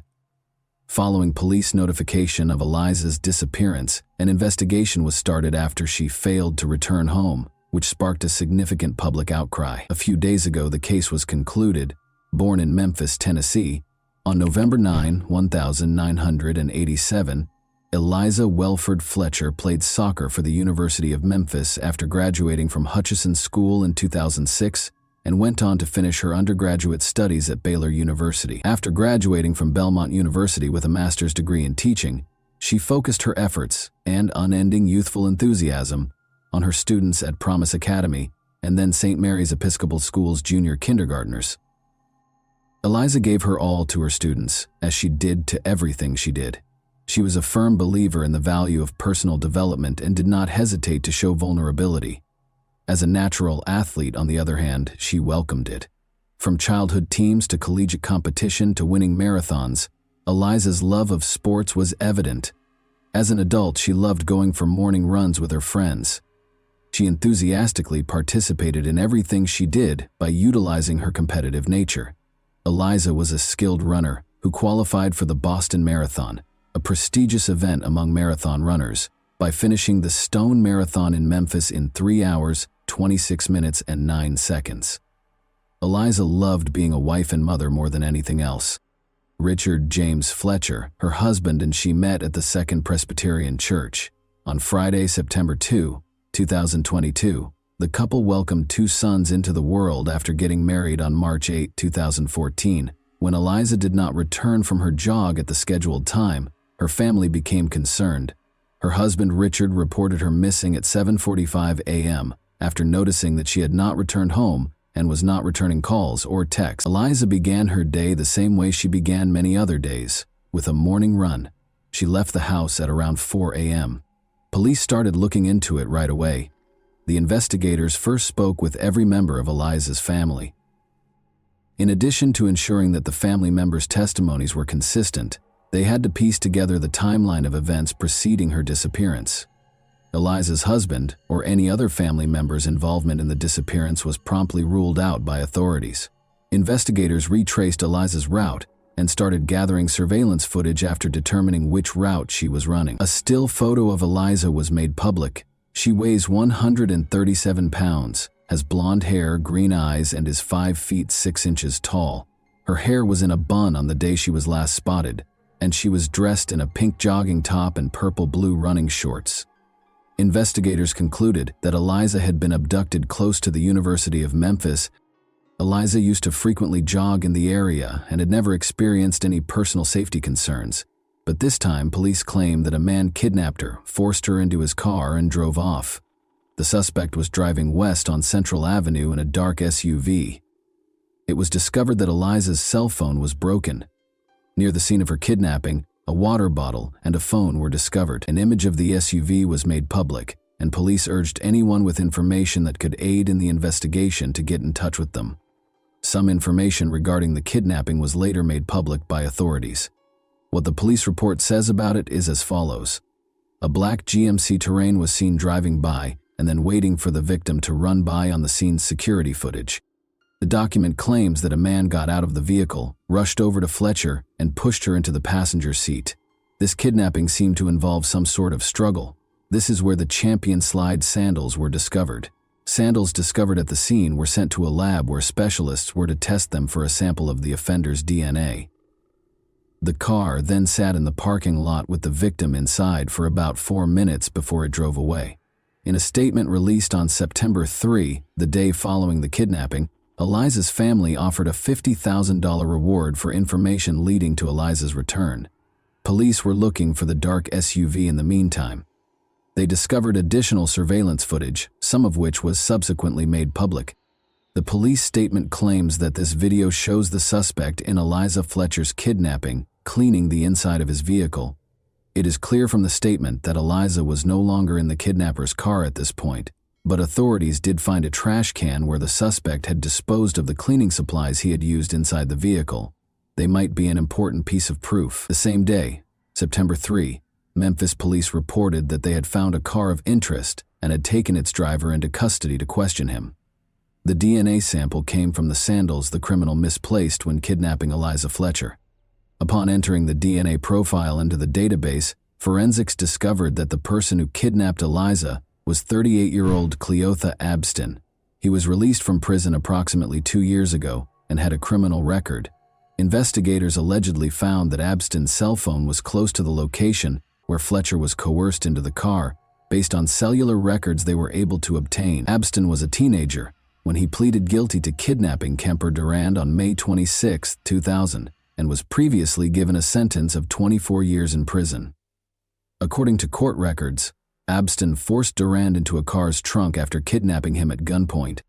In a victim impact statement, Durand stated that he felt incredibly fortunate that I was able to escape from the custody of Cletty Abston.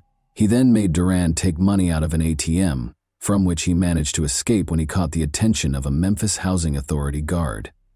He and his co-defendant had taken me from the trunk of my car, where they had kept me for several hours, and forced me to drive to the MAPCO station. I was supposed to get cash for Cleotha Abstain using my ATM card. We were extremely lucky that a Memphis Housing Authority guard in an armed uniform just so happened to enter the MAPCO station. It is very likely that I would have been killed if I hadn't escaped, he wrote in the statement. Durand, a criminal defense attorney who passed away in 2013, stated that he thought Abston had no remorse at all. Additionally, according to court records, Abston had a long criminal history beginning in 1995. The charges included rape, theft, aggravated assault, and evading arrest. Although the kidnapper was apprehended, Eliza Fletcher's whereabouts were unknown due to Abstin's silence after his release from the Tennessee Department of Correction in November 2020. Regretfully, evidence discovered in his vehicle showed that Eliza had passed away. Forensics discovered traces of Eliza's blood in his SUV, despite the fact that Abstat had cleaned the interior thoroughly. Abstin was accused of both evidence tampering and kidnapping. In addition, he was accused of unrelated crimes like credit card fraud, property theft, and identity theft. According to police, the judge set bail at $500,000 at the time of arraignment. A public defender was assigned after Abstin informed the judge that he could not afford an attorney. Police were searching for Eliza in the meantime. On the morning of Friday, September 2, she was kidnapped. Authorities confirmed the worst fears of those concerned about Eliza Fletcher's fate at a press conference on Monday, September 5, 2022. The body of Eliza was discovered in the grass close to this deserted Victor Street home. The driveway contained tire tracks that matched those on Abstin's vehicle. This is how this location appears on news reports, however, indicate that this abandoned house was encircled by tall grass at the time of the crime. The grass was as tall as a man in some places, making it an excellent place to conceal the crime's evidence.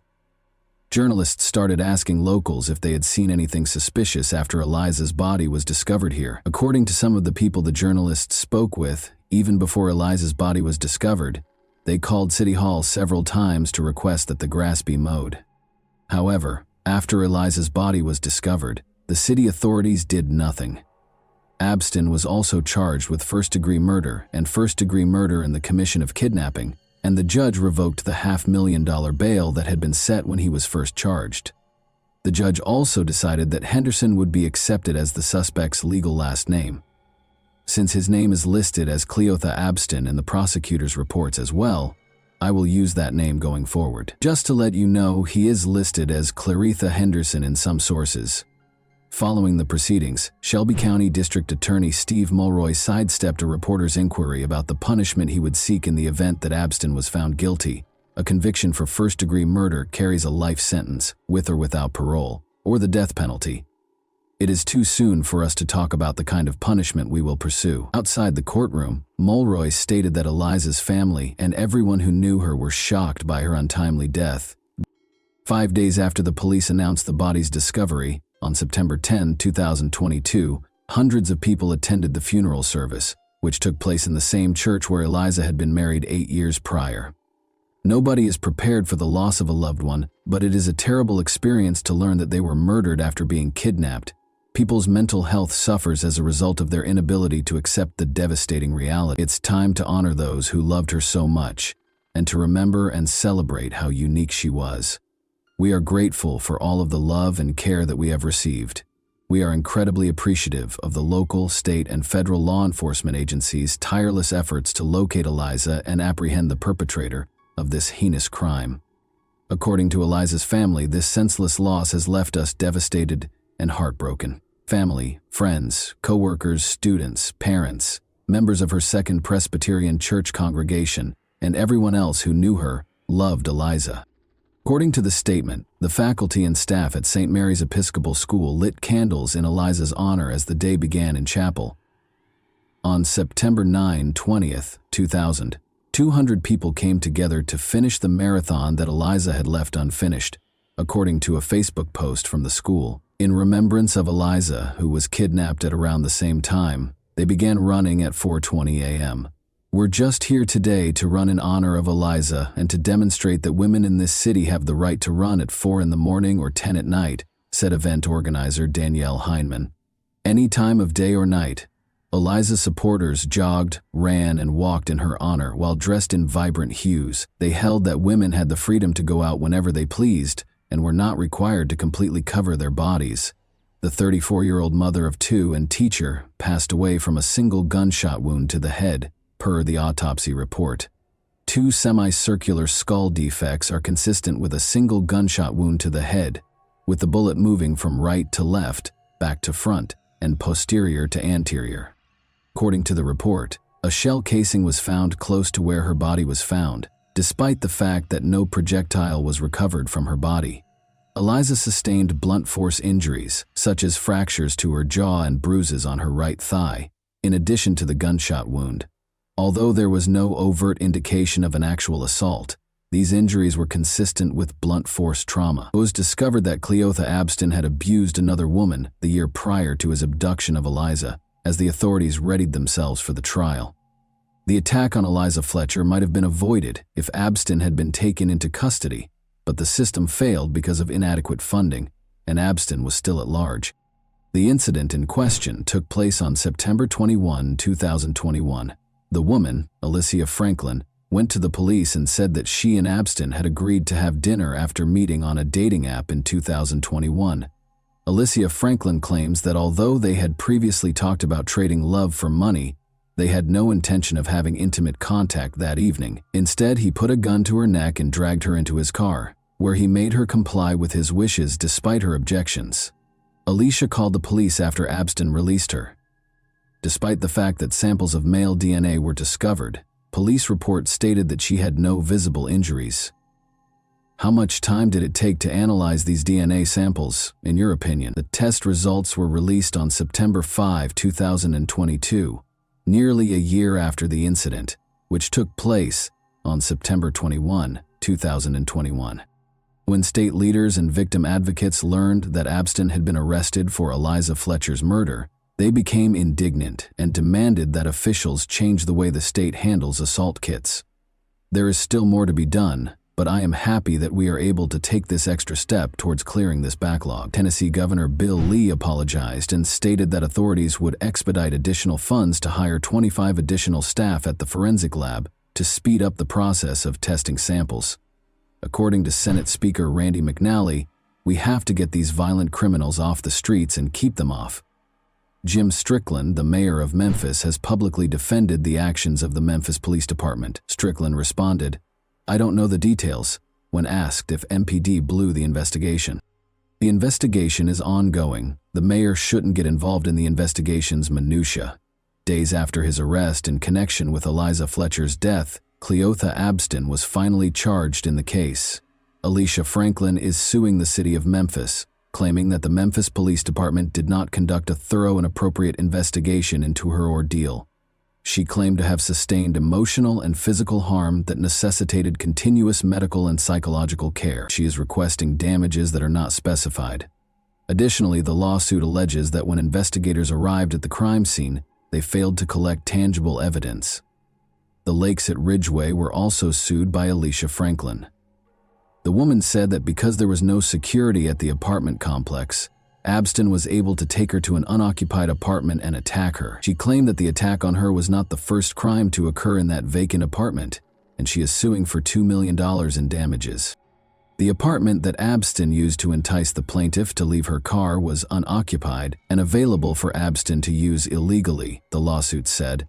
In the court filing, the woman also claimed that Henderson had made inappropriate and obscene remarks to other women at the complex, but the property managers had done nothing to request that Abston leave. In the Alicia Franklin case, Cleotha Abston was found guilty on April 12, 2024. He consented to a maximum sentence of 8 decades in prison on all counts on May 17, 2024, waiving his right to a sentencing hearing.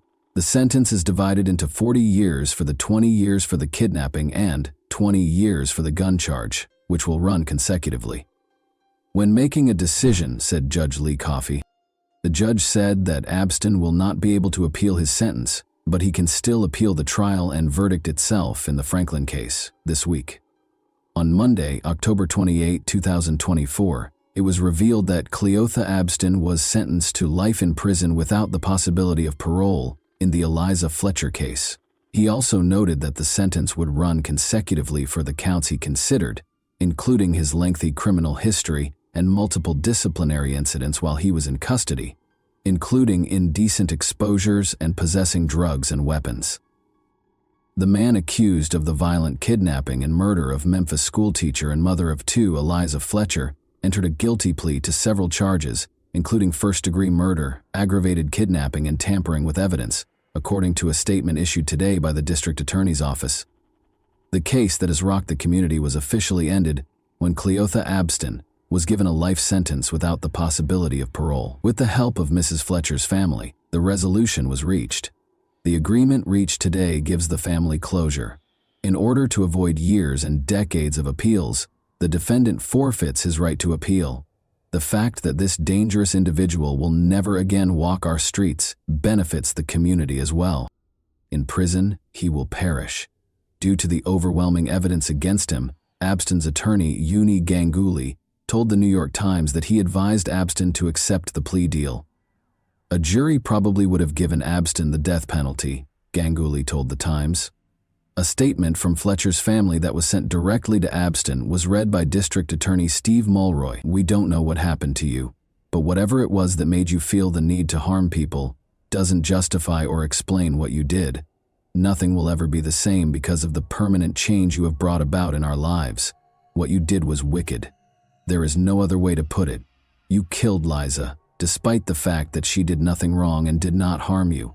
If you had needed assistance, she would have been the first to offer it." And that wraps up today's chilling story. If you enjoyed this video, don't forget to like and subscribe so you never miss a new upload. Also, let me know in the comments what part of this story shocked you the most. Thank you for watching, and I'll see you in the next video.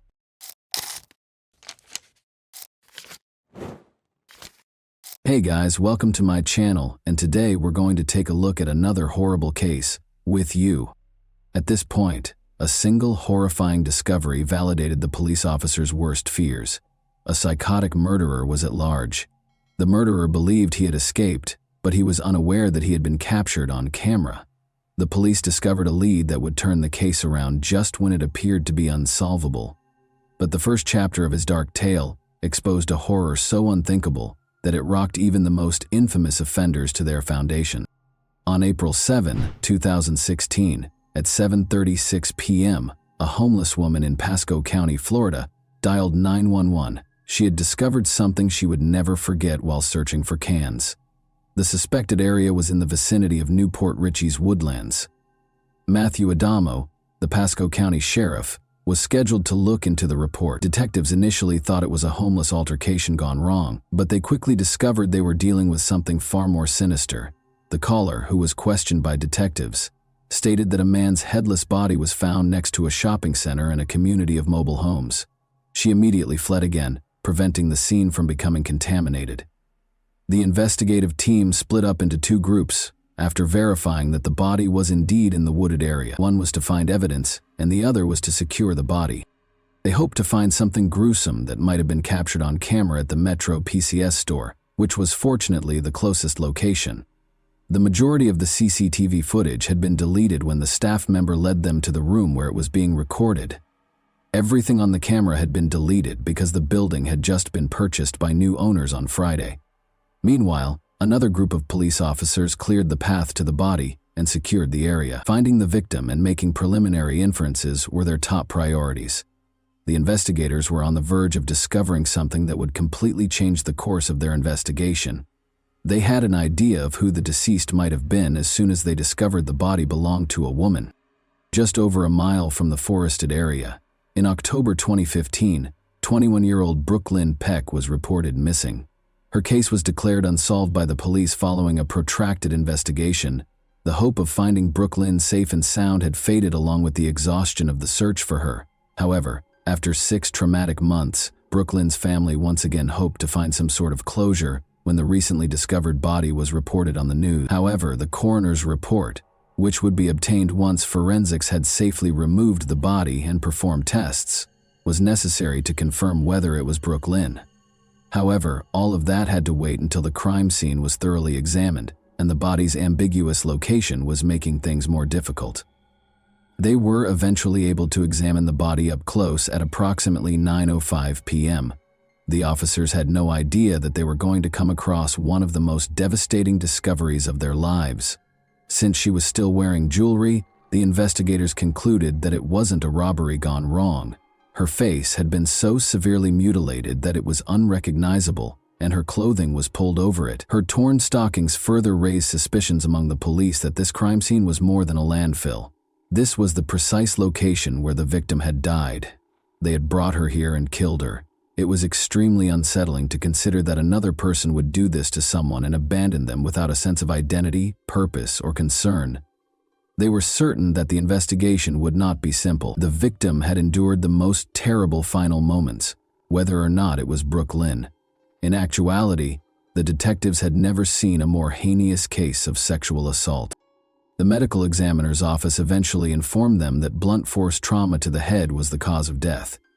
The investigators were aware that they had seen the aftermath of a deranged, unsettling fantasy. The real, unsettling tale would begin to take shape here. Their best guess for the Jane Doe's identity was Brooke Lynn Peck. The detectives immersed themselves in Brooke Lynn's case file while the body was prepared for forensic examination. They discovered something grim there. They found a physical characteristic that made it impossible for the body to be Brooke Lynn, even before the forensic report disproved the link between the body and Brooke Lynn. This was just one of the many twists that made this case feel like a movie. The tip of the recovered body's left pointer finger was still present, but Brooke Lynn's was missing. They now understood that Brooke Lynn Peck was not the deceased. They felt a wide range of emotions upon learning that this was not Brooke Lynn. They had been hoping for some closure, so they went from being relieved and happy that it wasn't her to feeling sad that it wasn't her. The effort to positively identify Jane Doe was a complete failure. Searching through the month's missing persons reports until they discovered a good match was the next difficult task. In an effort to identify the woman, and if at all possible, provide closure to yet another family in need of answers, they launched a thorough search through recent missing persons reports. After searching through the documents, they eventually discovered a match, a woman who had been reported missing just a few weeks earlier and who looked remarkably similar to the body they had found. The detectives realized they were starting a completely new investigation after making this identification. Judith Terrianos, age 52, was the owner of the body. The family of this grandmother, who had been missing for more than a month, was in the same state of desperation as Brooke Lynn's. They were aware that it would take a careful balancing act between forensic accuracy and unwavering resolve, and maybe a little bit of luck, to find out what had happened to this woman. Their attention now turned to discovering the truth about Judith's terrible fate, even though Brooke Lynn's case was still pending. Newport Richey was not Judith's home. She was only a guest. She had gone there to visit a friend who was fighting cancer with another friend. Unfortunately, she never came home. Born in September 1963, Judith Terrianos was originally from Maine. When she was younger, she frequently took family vacations to Greece because she loved to travel. The 52-year-old who had volunteered at a bookstore and worked at a nursing home in the past was said to be a kind and compassionate individual. In February 2016, the mother of three had gone to Florida to take care of a sick friend. By obtaining a fingerprint from the deceased, the medical examiner's office was able to identify the person as Judith Terrianos. The CCTV footage collected from the area gave detectives a vital lead when they eventually identified Judith, which gave the case new life. The detectives divided into groups. A couple of detectives went to a convenience store to get video, and a few others went to find her last known location. They focused on a convenience store and a number of nearby companies. She was seen buying alcohol at a nearby convenience store which she was known to frequent in the first surveillance footage they found. In the surveillance footage, they saw Judith and another individual buying her items at the time. She was seen in the video purchasing alcohol at a nearby convenience store with an unnamed man. That left the police with a suspect to pursue, one who might have the answers to this puzzling riddle. They were unsure whether the man was the cause of Judith's death or if he was just another acquaintance when they found the surveillance footage of her in the convenience store with him. He might be able to help them with the investigation. Since he was the last person seen with Judith, identifying him became the top priority. He wasn't registered, regrettably, because the DNA evidence taken from the crime scene didn't match anything in the database. With only a description and a picture of the man, the detectives had no choice but to search the neighborhood. In the hopes that someone would recognize their main suspect, they went back to the trailer park and knocked on as many doors as they could. All of them provided hazy descriptions, suggesting that they were either unaware of what had occurred or that they were unwilling to speak with the police. They came closest to a man named Grizzly, who possessed both evidence and information. He provided them with concrete proof and information that went beyond mere rumors. He told the police that although he didn't know the man well, he had provided him with a place to stay for a few days. Additionally, he told the detectives that the man had forgotten his bag. Because it directly connected the suspect's clothing to the scene, Grizzly's disclosure was a significant turning point in the case. But that was where Grizzly's knowledge abruptly stopped. He said that aside from the fact that the suspect appeared nervous, bordering on paranoid, and eager to get out of town, he didn't know much about him. Grizzly claims that although the man had discussed purchasing a one-way ticket to Chicago, he had not provided any personal information, not even his name. An unexpected lead was about to be given to detectives, and it developed in a way that added to the mystery's unnerving aspects. The police suspected that there might be a lead so significant that it would completely blow the case apart. They promptly gave him the assurance that anything he revealed would be treated with the highest confidentiality and protection, because they were at a pivotal point in their investigation. Stefan was the first to speak. Stefan knew the mystery man as well as Judith. His name, Stefan said, was Timothy. Timothy had mentioned his interest in Judy while they were together at a convenience store. The investigators had never been closer to the truth, thanks to Grizzly's evidence linking the mystery man to the scene, and Stefan's now implied willingness to divulge something significant. Something Stefan was about to reveal would finally solve the mystery once and for all. Even though the mystery man had finally been identified, Stefan had more in store for us. Police had found a bottle of rubbing alcohol at the scene. They were unaware of its significance at the time. They now knew that in an effort to hide his identity by destroying the DNA, he had poured rubbing alcohol on her body. The man was recognized by Stefan as Timothy Johnson. After expressing interest in Judith, Timothy's feelings would take a deadly turn in a matter of hours. The detectives were on the verge of making a discovery that would completely change the course of events. For them, it marked a significant turning point. After investigating Timothy Johnson's background, detectives discovered that he had been arrested 4 times in Florida for domestic abuse, aggravated battery, and twice for not showing up for court. Curiously, 3 weeks prior to the discovery of Judith's body, one of those arrests for aggravated assault occurred. He broke into a woman's house late at night after drinking too much. More significantly, though, this indicated that he was already under police arrest. Timothy Johnson lacked any genuine regret for his crimes and was incredibly heartless. With CCTV footage, witness statements, and evidence that placed him close to the crime scene, the detectives were now prepared to address the most pressing issue. Just the video evidence was important. Witnesses also recalled Timothy's unpredictable behavior and interactions with Judith in the days preceding her death, and had caught him close to the crime scene around the time of Judith's murder. As the pieces came together, the detectives were ready to construct a strong case because they knew that Timothy's violent past gave the current charges context and substance. When the detectives went to the prison to question the cold-blooded killer, the police thought they had finally located him, but they had no idea that this was only the beginning. Detectives discovered as they dug deeper that they were looking into a pattern of increasing violence rather than just one murder. Johnson's history of arrests suggested that he was used to getting away with grave consequences for his behavior. In June 2015, Timothy entered a no-contest plea for misdemeanor battery, adding to his criminal history. In December 2015, he was also accused of resisting a police officer and violating his probation. Timothy was arrested in January 2016 for using a knife to break into the home of his former roommate. The ex-roommate reportedly claimed that he had previously threatened to break up with her. Timothy, however, was set free in February 2016.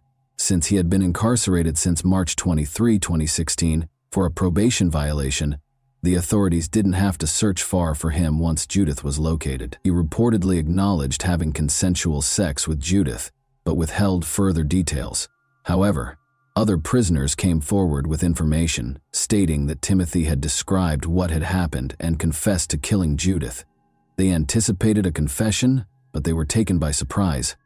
He didn't confess to his crimes until he was officially booked, charged with first-degree murder, and put inside the prison walls.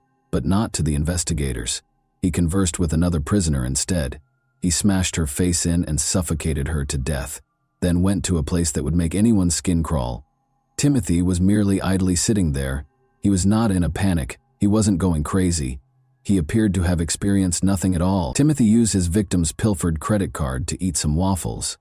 Those who dared to imagine what he would do next would never be able to forget it.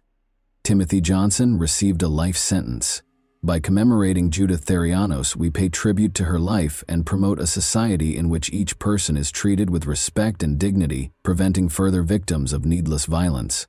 Nothing really surprises the police, who always see the worst in people. The police were affected by this, even though it was sickening and unsettling. Some people experienced nightmares, not so much because of him, as because of how awful her final moments were. Investigators and the general public were left wondering, was he struggling with guilt, or was there a darker side to his selective silence? This confession's timing and nature sparked numerous debates. Timothy was ultimately convicted of first-degree murder and given a life sentence in October 2017. For the January 2016 incident, he was also found guilty on 2 counts of aggravated assault and sentenced to 5 years in prison each. According to prison records, Timothy is still a prisoner at the Union Correctional Institution in Rayford, Florida. And that wraps up today's chilling story. If you enjoyed this video, don't forget to like and subscribe so you never miss a new upload. Also, let me know in the comments, what part of this story shocked you the most? Thank you for watching, and I'll see you in the next video.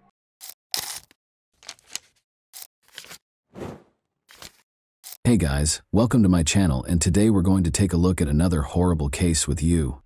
The funeral of 15-year-old Holly Newton, who was described as a popular girl who was loved by many, took place in Hexham, England on February 17, 2023.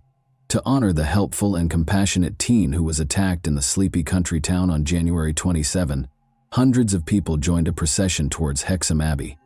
Some people are just too good for this world, and Holly was one of them. Michaela Trussler, Holly's mother, said to mourners at her service about her shy daughter who loved to perform for others.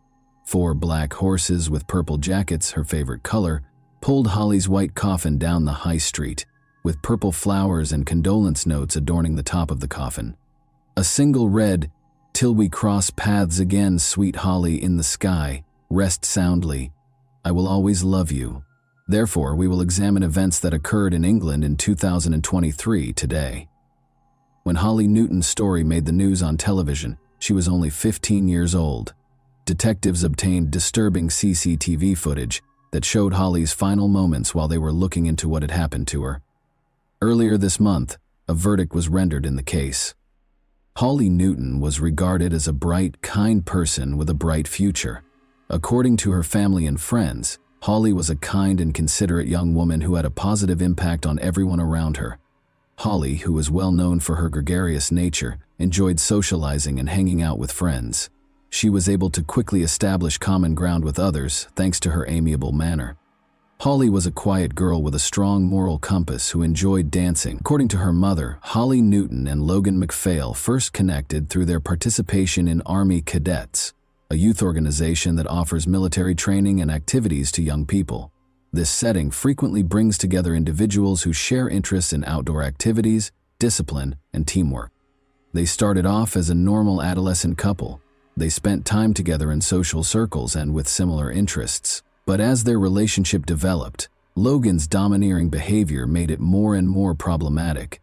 His insistence on always knowing Holly's location and his meddling with her social media accounts were just 2 examples of how this control showed up. According to reports, he altered her passwords to restrict her social interactions, which is a classic indication of controlling behavior in which one partner tries to control the other.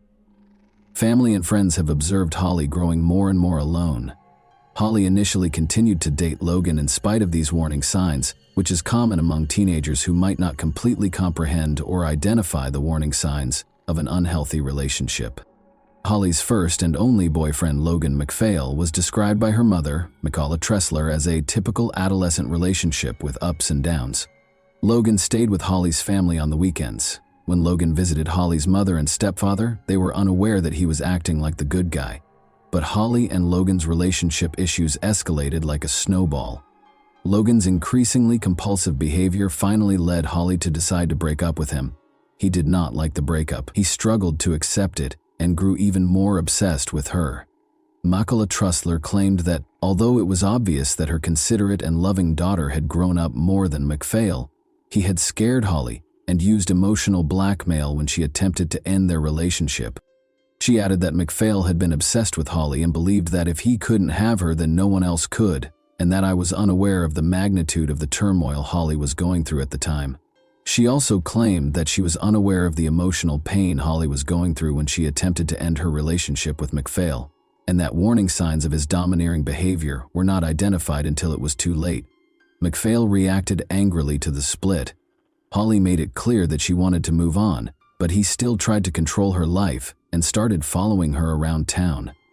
On the evening of January 26, MacPhail showed up without permission outside her Halt Whistle home, and the police had to escort him back to his Bertley residence. In fact, Holly and her parents were scheduled to meet with the police to talk about their concerns regarding MacPhail. However, a tragic turn of events occurred when MacPhail showed up at their Halt Whistle home without permission and demanded to speak with Holly on the evening of January 26-noon-middle honor. Makala Trussler, Holly's mother, called Northumbria Police Amir. Holly pleaded for the meeting to be rescheduled so she could go out with her friends after school on January 27, which was originally planned for around 4 p.m. The police meeting was rescheduled for the evening, but Holly suffered a terrible incident just hours before the scheduled time.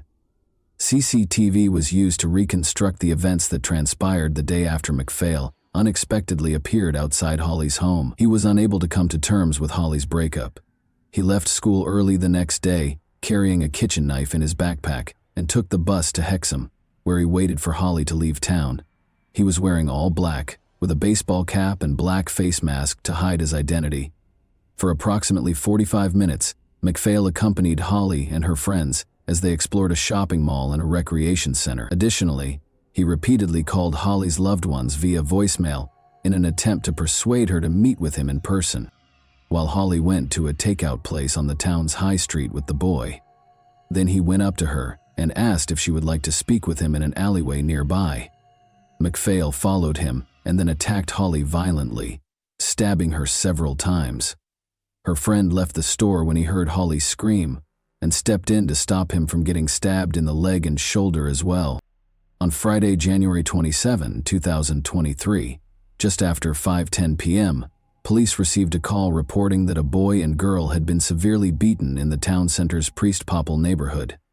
Despite the efforts of medical staff, they were both taken to the hospital after emergency services discovered them in a nearby alleyway with multiple stab wounds. Holly passed away after 36 injuries. 6 days prior to the attack, she ended her relationship with MacPhail. After receiving treatment, the boy, who cannot be identified for legal reasons, was released. After being held in a bus shelter by courageous bystanders, officers quickly took 16-year-old Logan MacPhail into custody at the scene. He identified himself and provided arresting officers with the victim's name, as evidenced by body cam footage. Then, talking to an officer in the back of a police van, he allegedly confessed, "She was being too horrible to me." Later, MacPhail said, "I can't read or write, I know nothing," and refused to provide officers with his birth date. Following the assault, MacPhail was accused of killing Holly Newton and wounding another 16-year-old. In police interviews, MacPhail revealed his intention to kill Holly, stating unequivocally that he did so because she was terrible to him. He did this with a chilling lack of emotion.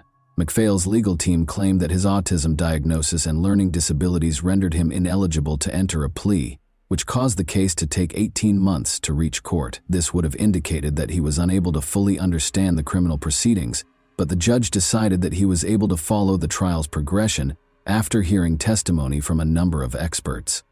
Jurors disagreed with the defense team's assertion that he was unaware of the repercussions of his actions because of his numerous problems. To give yourself the best chance of attacking Holly without anyone noticing, you told MacPhail that you wanted to get her into the alleyway, which was out of sight. I'm glad you chose to attack Holly because you could tell by her responses at the bus stop that she was not amenable to the idea of getting back together. Despite your feelings of jealousy and resentment, you were still able to figure out where you could attack her most effectively. So you waited for the right moment. After convincing her to move a bit further into the alleyway, You waited until one of the onlookers had left before pulling the knife from your pocket and attacking her in a vicious and brutal manner. According to the judge, Holly suffered severe knife wounds to her jaw, skull, backbone, and shoulder during the murder. It was a horrible thing to do to stab her head in that manner, Justice Hilliard continued. Holly was in such terrible shape that her mother was prevented from seeing her in the ambulance and alley. You applied so much force that the knife broke and the blade became distorted. It was extremely uncommon to see a knife so damaged, according to the pathologist. You knew how final death was, so I'm sure you planned to kill her. According to the judge, MacPhail probably carried the knife that day in order to intimidate Holly by hurting himself, and made plans to attack her once it became apparent that their relationship would not be continued. Justice Hilliard added shortly before the murder that she had the right to end the relationship if she so desired, and spend time with anyone else she wanted. As he concludes his sentencing remarks, Mr. Justice Hilliard states that he considers how significant MacPhail's relationship with Holly was to him, given the circumstances of his chaotic home life. Your speech impairment hindered your ability to form friendships and relationships with other people, so you placed a high value on your relationship with her. This made its ending all the more difficult for you to process and work through, the judge adds. He claims that although MacPhail has also apologized, he has attempted to place some sort of blame on Holly. The judge tells MacPhail that it was evident from your testimony to the jury that you had convinced yourself that Holly had mistreated you. She also notes that your initial response at the scene was to accuse her of being terrible to you. I believe that this belief lessens or moderates the amount of regret you felt prior to the verdict being announced. In a devastating statement, Holly's mother described the day she found out what had happened to her daughter. Despite having admitted manslaughter, MacPhail was found guilty of both murder and intentionally wounding the teenage boy. He claimed during his trial that he wanted to return some of Holly's belongings, including clothes, teddy bears, and slippers, but he had none of it with him when he was taken into custody. For willfully injuring a fellow young man who attempted to halt the assault, MacPhail received a life sentence with a minimum of 17 years and an additional 5 years. MacPhail was informed that he would only be released when it was safe to do so, even after serving the minimum sentence. Detective Darren Davies of Northumbria Police said following the sentencing that the case was truly devastating, and that MacPhail had cruelly taken away Holly's future. Naturally, nothing can undo the terrible things that happened that night. But I hope the outcome today will give her loved ones a sense of closure so they can try to move forward. Detective Davies added, the choices he made that evening have permanently altered the lives of countless people, and he will now have plenty of time in his cell to reflect on that. Given the suffering this incident has caused so many people, we would implore everyone to reconsider carrying a weapon of any kind. And that wraps up today's chilling story. If you enjoyed this video, don't forget to like and subscribe so you never miss a new upload. Also, let me know in the comments, what part of this story shocked you the most? Thank you for watching, and I'll see you in the next video.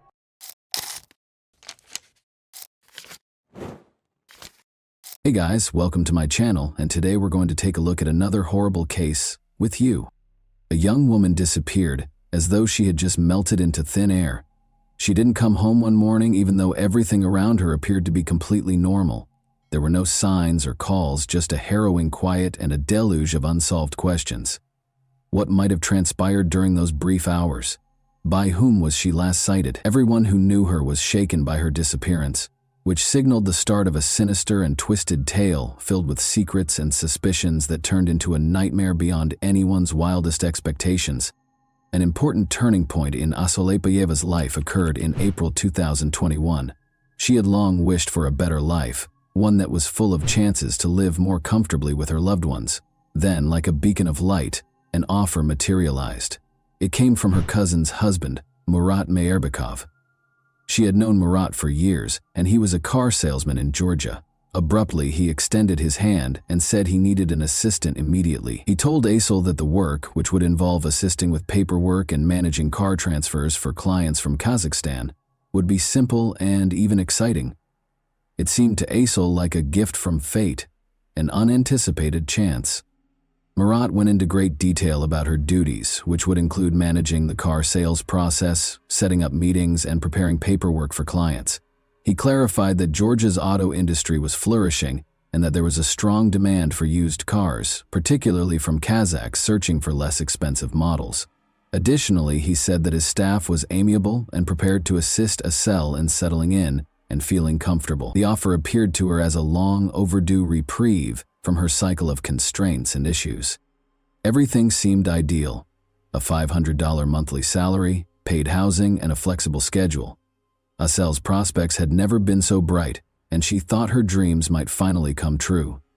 She felt hopeful for a better future and financial independence when she considered working overseas. She had plans to support her parents in their later years, save money for her own apartment, and put money aside for them. She felt strong and confident that she was making the right decision because of these hopes. Asel was raised in Kaban-by-Betir, a small village encircled by endless, vast steppes in the Akmola region of Kazakhstan. She lived here for the majority of her life, seeing many of her classmates go through the normal village routines of getting married young, working on nearby farms, or finding employment in agricultural businesses. There were few options in the village, and opportunities were frequently reduced to a daily struggle for survival. Asel, however, had higher hopes.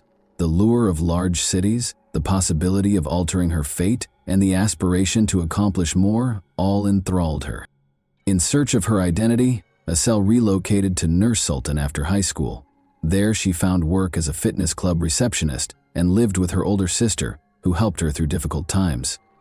Although working as a receptionist gave her a reliable source of income, the salary was low, and she was still unable to realize her dream of owning her own apartment. She cut back on little things and saved every extra tennet she could, all the while clinging to the hope that one day she would have her own place, where she could make a comfortable home and experience the independence she so desperately desired. Asel thought she could improve her family's situation in addition to changing her own destiny. Since her parents had put in so much effort to raise her and make sure she had everything she needed, she wanted to return the favor. However, reality showed her that her dreams were still a long way off, month after month. She was aware that it would be extremely difficult to achieve the degree of financial security required to support herself and her loved ones back home. Although it provided some stability, her job at the fitness club did not provide any of the opportunities she so desperately wanted. Then her cousin's husband, Murat Mirbekov, offered her a job in Georgia. For Asel, this appeared to be the opportunity she had been seeking. It was well known that Murat knew business, and he talked confidently about the opportunities he could present. He clarified that he handled car sales in Georgia, serving Kazakhstani buyers seeking more reasonably priced cars, and that he needed an assistant to assist with paperwork and client relations. The offer wasn't taken lightly by Asel. She discussed it extensively with her older sister, who was first apprehensive and gave it careful thought while assessing the dangers. Her sister was concerned about Asel traveling to a foreign nation, far from home, and being in the company of strangers. Nonetheless, Murat persuaded them that Georgia was secure, that he would personally protect her, and that the position might be a fantastic first step toward a better future. Asel was aware of the dangers, but her determination to make a difference in her life overcame her uncertainties and anxieties. She kept thinking that this might be her only chance to escape the constraints of her current circumstance. Although she was aware that it wouldn't be simple, she had faith in her ability to overcome any obstacles. Despite all of her uncertainties and fears, Asel decided to accept the offer because she was sure that it was her opportunity to change her future. This was her chance to escape her routine, and she was going to take advantage of it. Despite their limited financial resources, Asel was supported by her family. Despite leading modest lives themselves, her parents and sister supported her emotionally and shared her aspirations. Asel had no idea at the time that this chance would trigger a series of unanticipated circumstances that would fundamentally alter everything. Eager and hopeful, Asel took a plane to Georgia shortly after. She felt that this move marked the start of an exciting new chapter in her life. When she got there, she moved into Murat Mirbekov's apartment in Rustavi. Murat assured her that although the apartment was small and had some older furniture, it was only meant to be a temporary place for her to stay until she found a better place to live. Asel initially communicated with her family on a regular basis, sharing her experiences in her new life. She talked excitedly about the local food she was sampling and praised the city's historic streets and distinctive architecture. She enjoyed even the small things, such as strolling through Rustavi in the evening. Everything appeared so novel and fascinating. She sounded content and assured in her choice, and her voice exuded real excitement. Her mother could hear the joy in her voice whenever she called home. Asel talked positively about the local traditions and the friendly, hospitable people she encountered. But after a few weeks, things began to shift. Asel started making fewer calls, and her chats became more circumspect and brief. Her voice carried undertones of fatigue and occasionally a trace of concern. Something seemed to be hidden from her. Asel gave evasive responses when her mother inquired about her health, typically attributing her weariness to her job. Her words sounded less convincing than before, but she insisted that everything was okay. Her mother became more anxious and made more attempts to contact her daughter, but many calls were not returned. Her family's concerns increased as each conversation became more reticent and brief. Asel's mother was able to contact her via video call one day. She waited tensely for her daughter's face to appear on the screen. The screen showed a room she didn't recognize in place of the familiar scene. The room looked cluttered and uncomfortable. There were strewn about belongings and furniture that appeared to have been hurriedly moved, as though someone had left in a hurry or didn't care to keep things neat. Her mother was alarmed and inquired as to what was happening and why the room appeared that way. Asel dismissed it with excuses about being busy without providing a clear explanation. She said she had a lot of work to do and abruptly ended the call. With every unanswered question and every fleeting, evasive exchange, her mother's anxiety only grew more intense. A passerby in Tbilisi's Didi Digomi neighborhood discovered the lifeless body of a young woman beneath a high-rise building's windows on the morning of May 16. At first, nobody knew her name, and she was only dressed in a t-shirt. Investigators would soon identify her as Asel Aitbayeva, however. One of the most important pieces of evidence in the case would be her last words, which she recorded and sent to her best friend. Several attempts to reach Asel had been unsuccessful in the hours before that tragic event. When Asel left a voicemail for her friend late on May 5, the anxiety grew. A man's voice could be heard on the recording berating Asel and accusing her of taking advantage of him. He identified himself as Besso.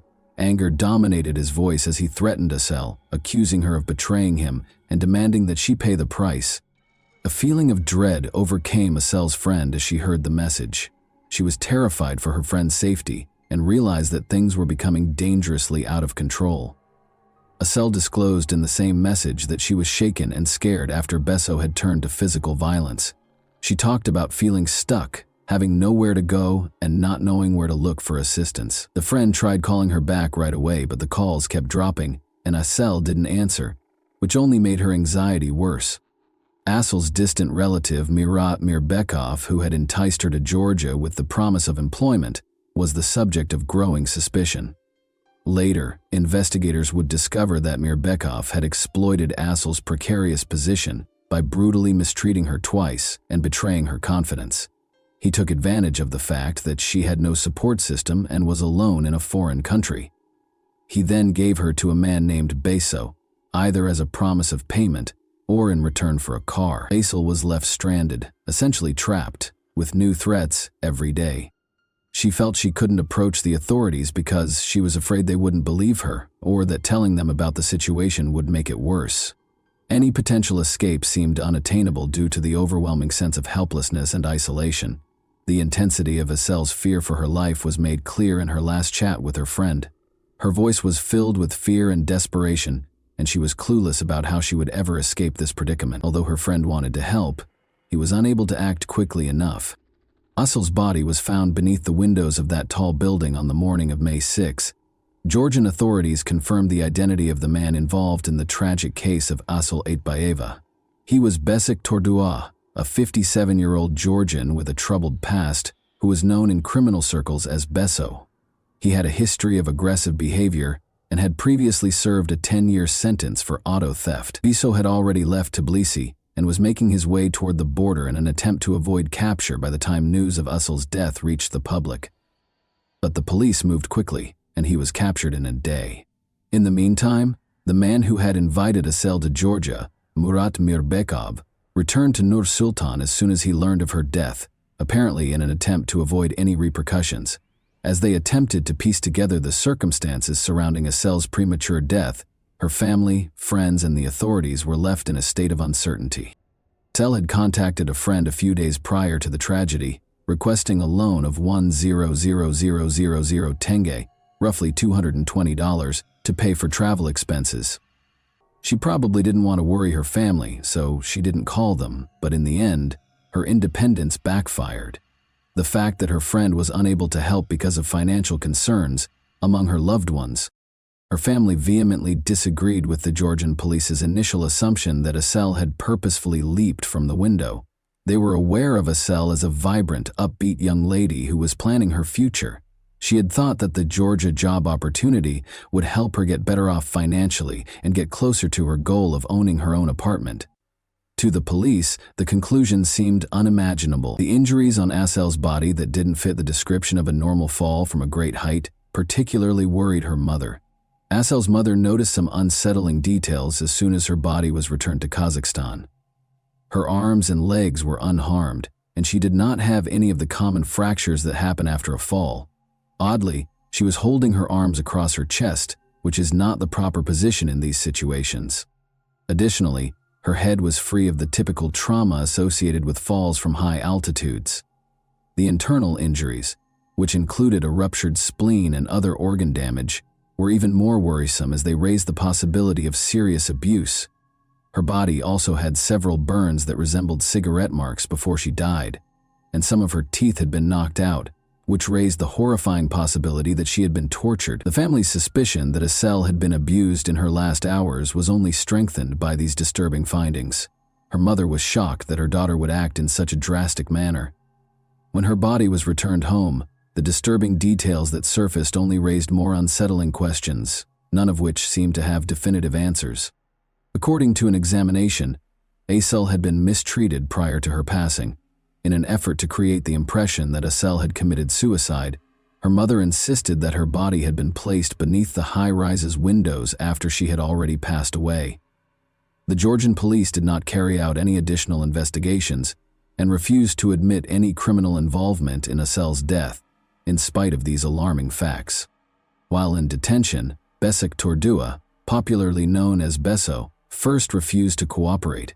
He acknowledged that there had been physical contact, but insisted it was consensual after investigators disclosed that evidence verified an intimate encounter with Sel prior to her passing. Besik Tordua claims that it all began on April 30, 2021, when he learned that Sel had been severely abused twice by her captor, Murat Mirbegov, who had brought her to Georgia. Beso said he was furious and made the decision to discipline Mirbekov. He claimed that after confronting and physically abusing Mirbekov, he threatened to make sure he left the nation and avoided Asıl. Beso Tordu allegedly offered Asıl a room at his house after this and pledged to keep her safe.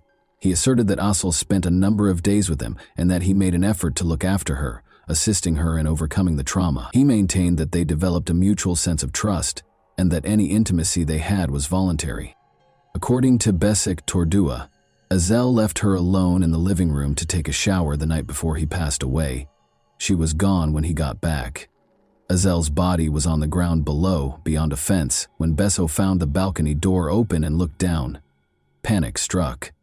Given his connection to Sel and his criminal history, he was afraid that he would be held accountable for what had transpired. According to Besik Tordua, he ran downstairs and got close to the fence but lacked the bravery to scale it. He claimed that after standing there for a short while in terror, he ran from the scene because he was afraid of being blamed for her death. He acknowledged that in order to avoid any possible consequences, he then made the decision to leave the city. Besik Tordua died in a prison hospital in July 2021. Although a heart attack was listed as the official cause of death, Sel's mother maintained that he had been beaten.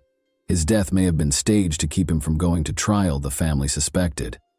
Besik Tordua had been facing a possible sentence of 8 to 12 years for his offenses when this occurred, and the legal proceedings were still in progress. After examining a voicemail Sel had left to her friend just before she passed away, investigators began to doubt his account before he passed away. Sel expressed fear of Beso and mentioned threats from him in the recording. Any assertions of a consensual relationship are called into question by references to aggressive behavior. One aspect of the case that attracted a lot of attention was the suspicion held by authorities that Besik Tordua may have coerced Azel. He was never officially accused of being the cause of her death, though. Although his actions might have pushed her to act in a desperate manner, the official position remained that there was insufficient evidence to pursue additional charges. The lawyer in Azel's family had a different opinion.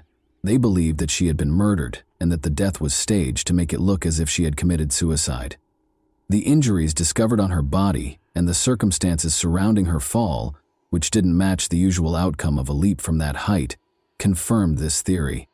When Murat Mirbekov returned to Kazakhstan, he was captured. He was accused of both human trafficking and aggravated assault.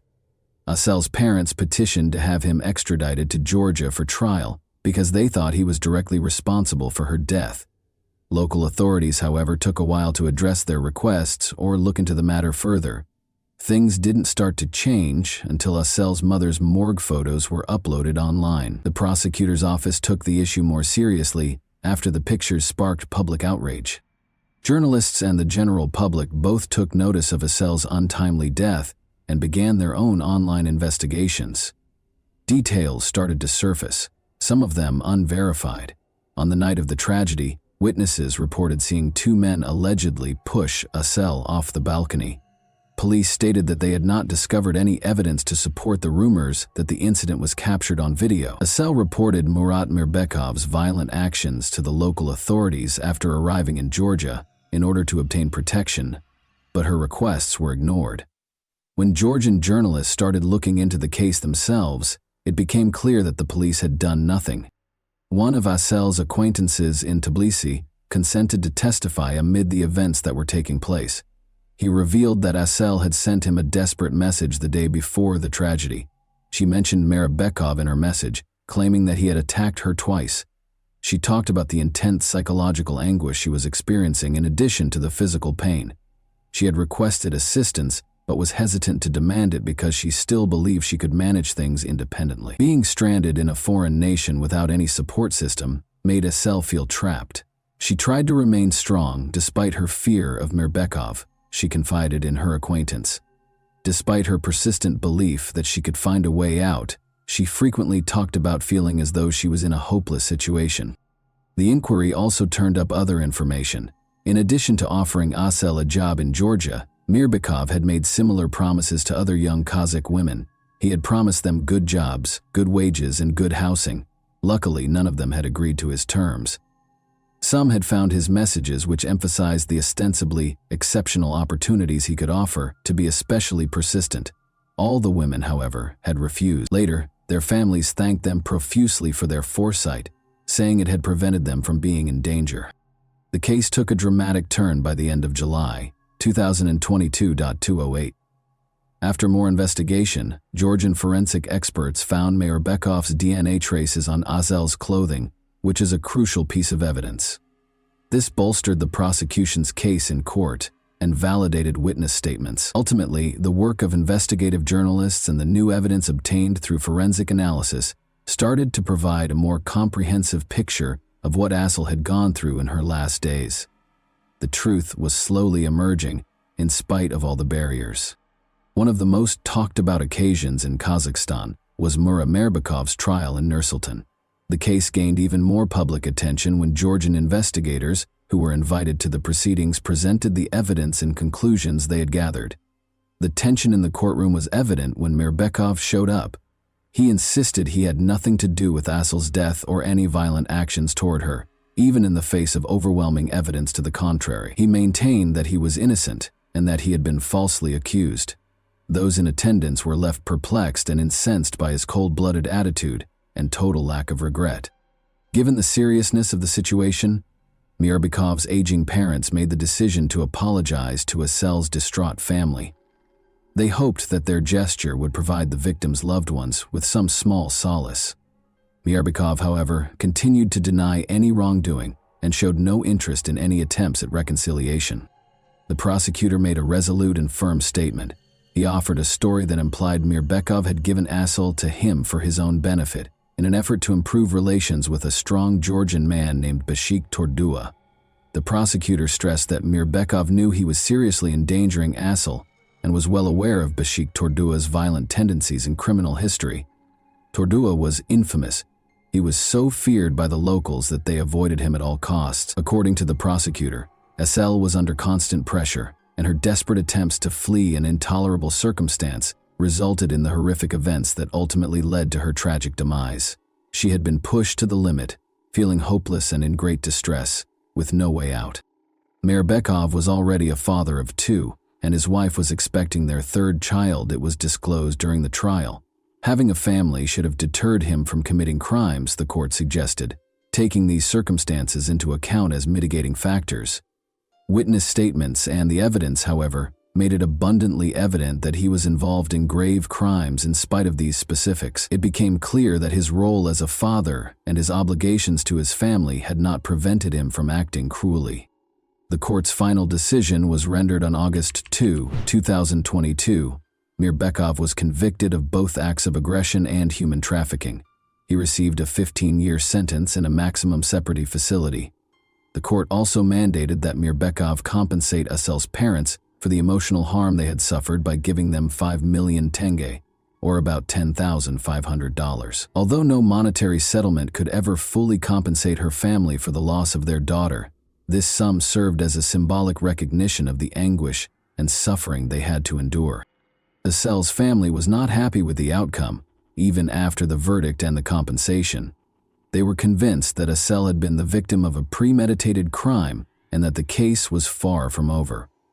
Her loved ones were certain that she had been killed on purpose, in addition to being severely abused and exploited. The court proceedings did not allay the family's concerns or offer genuine closure, even after the trial was over and a guilty verdict and compensation were given. They persisted in believing that Estelle's case merited more research and that the whole truth had not yet been revealed. And that wraps up today's chilling story. If you enjoyed this video, don't forget to like and subscribe so you never miss a new upload. Also, let me know in the comments what part of this story shocked you the most. Thank you for watching, and I'll see you in the next video.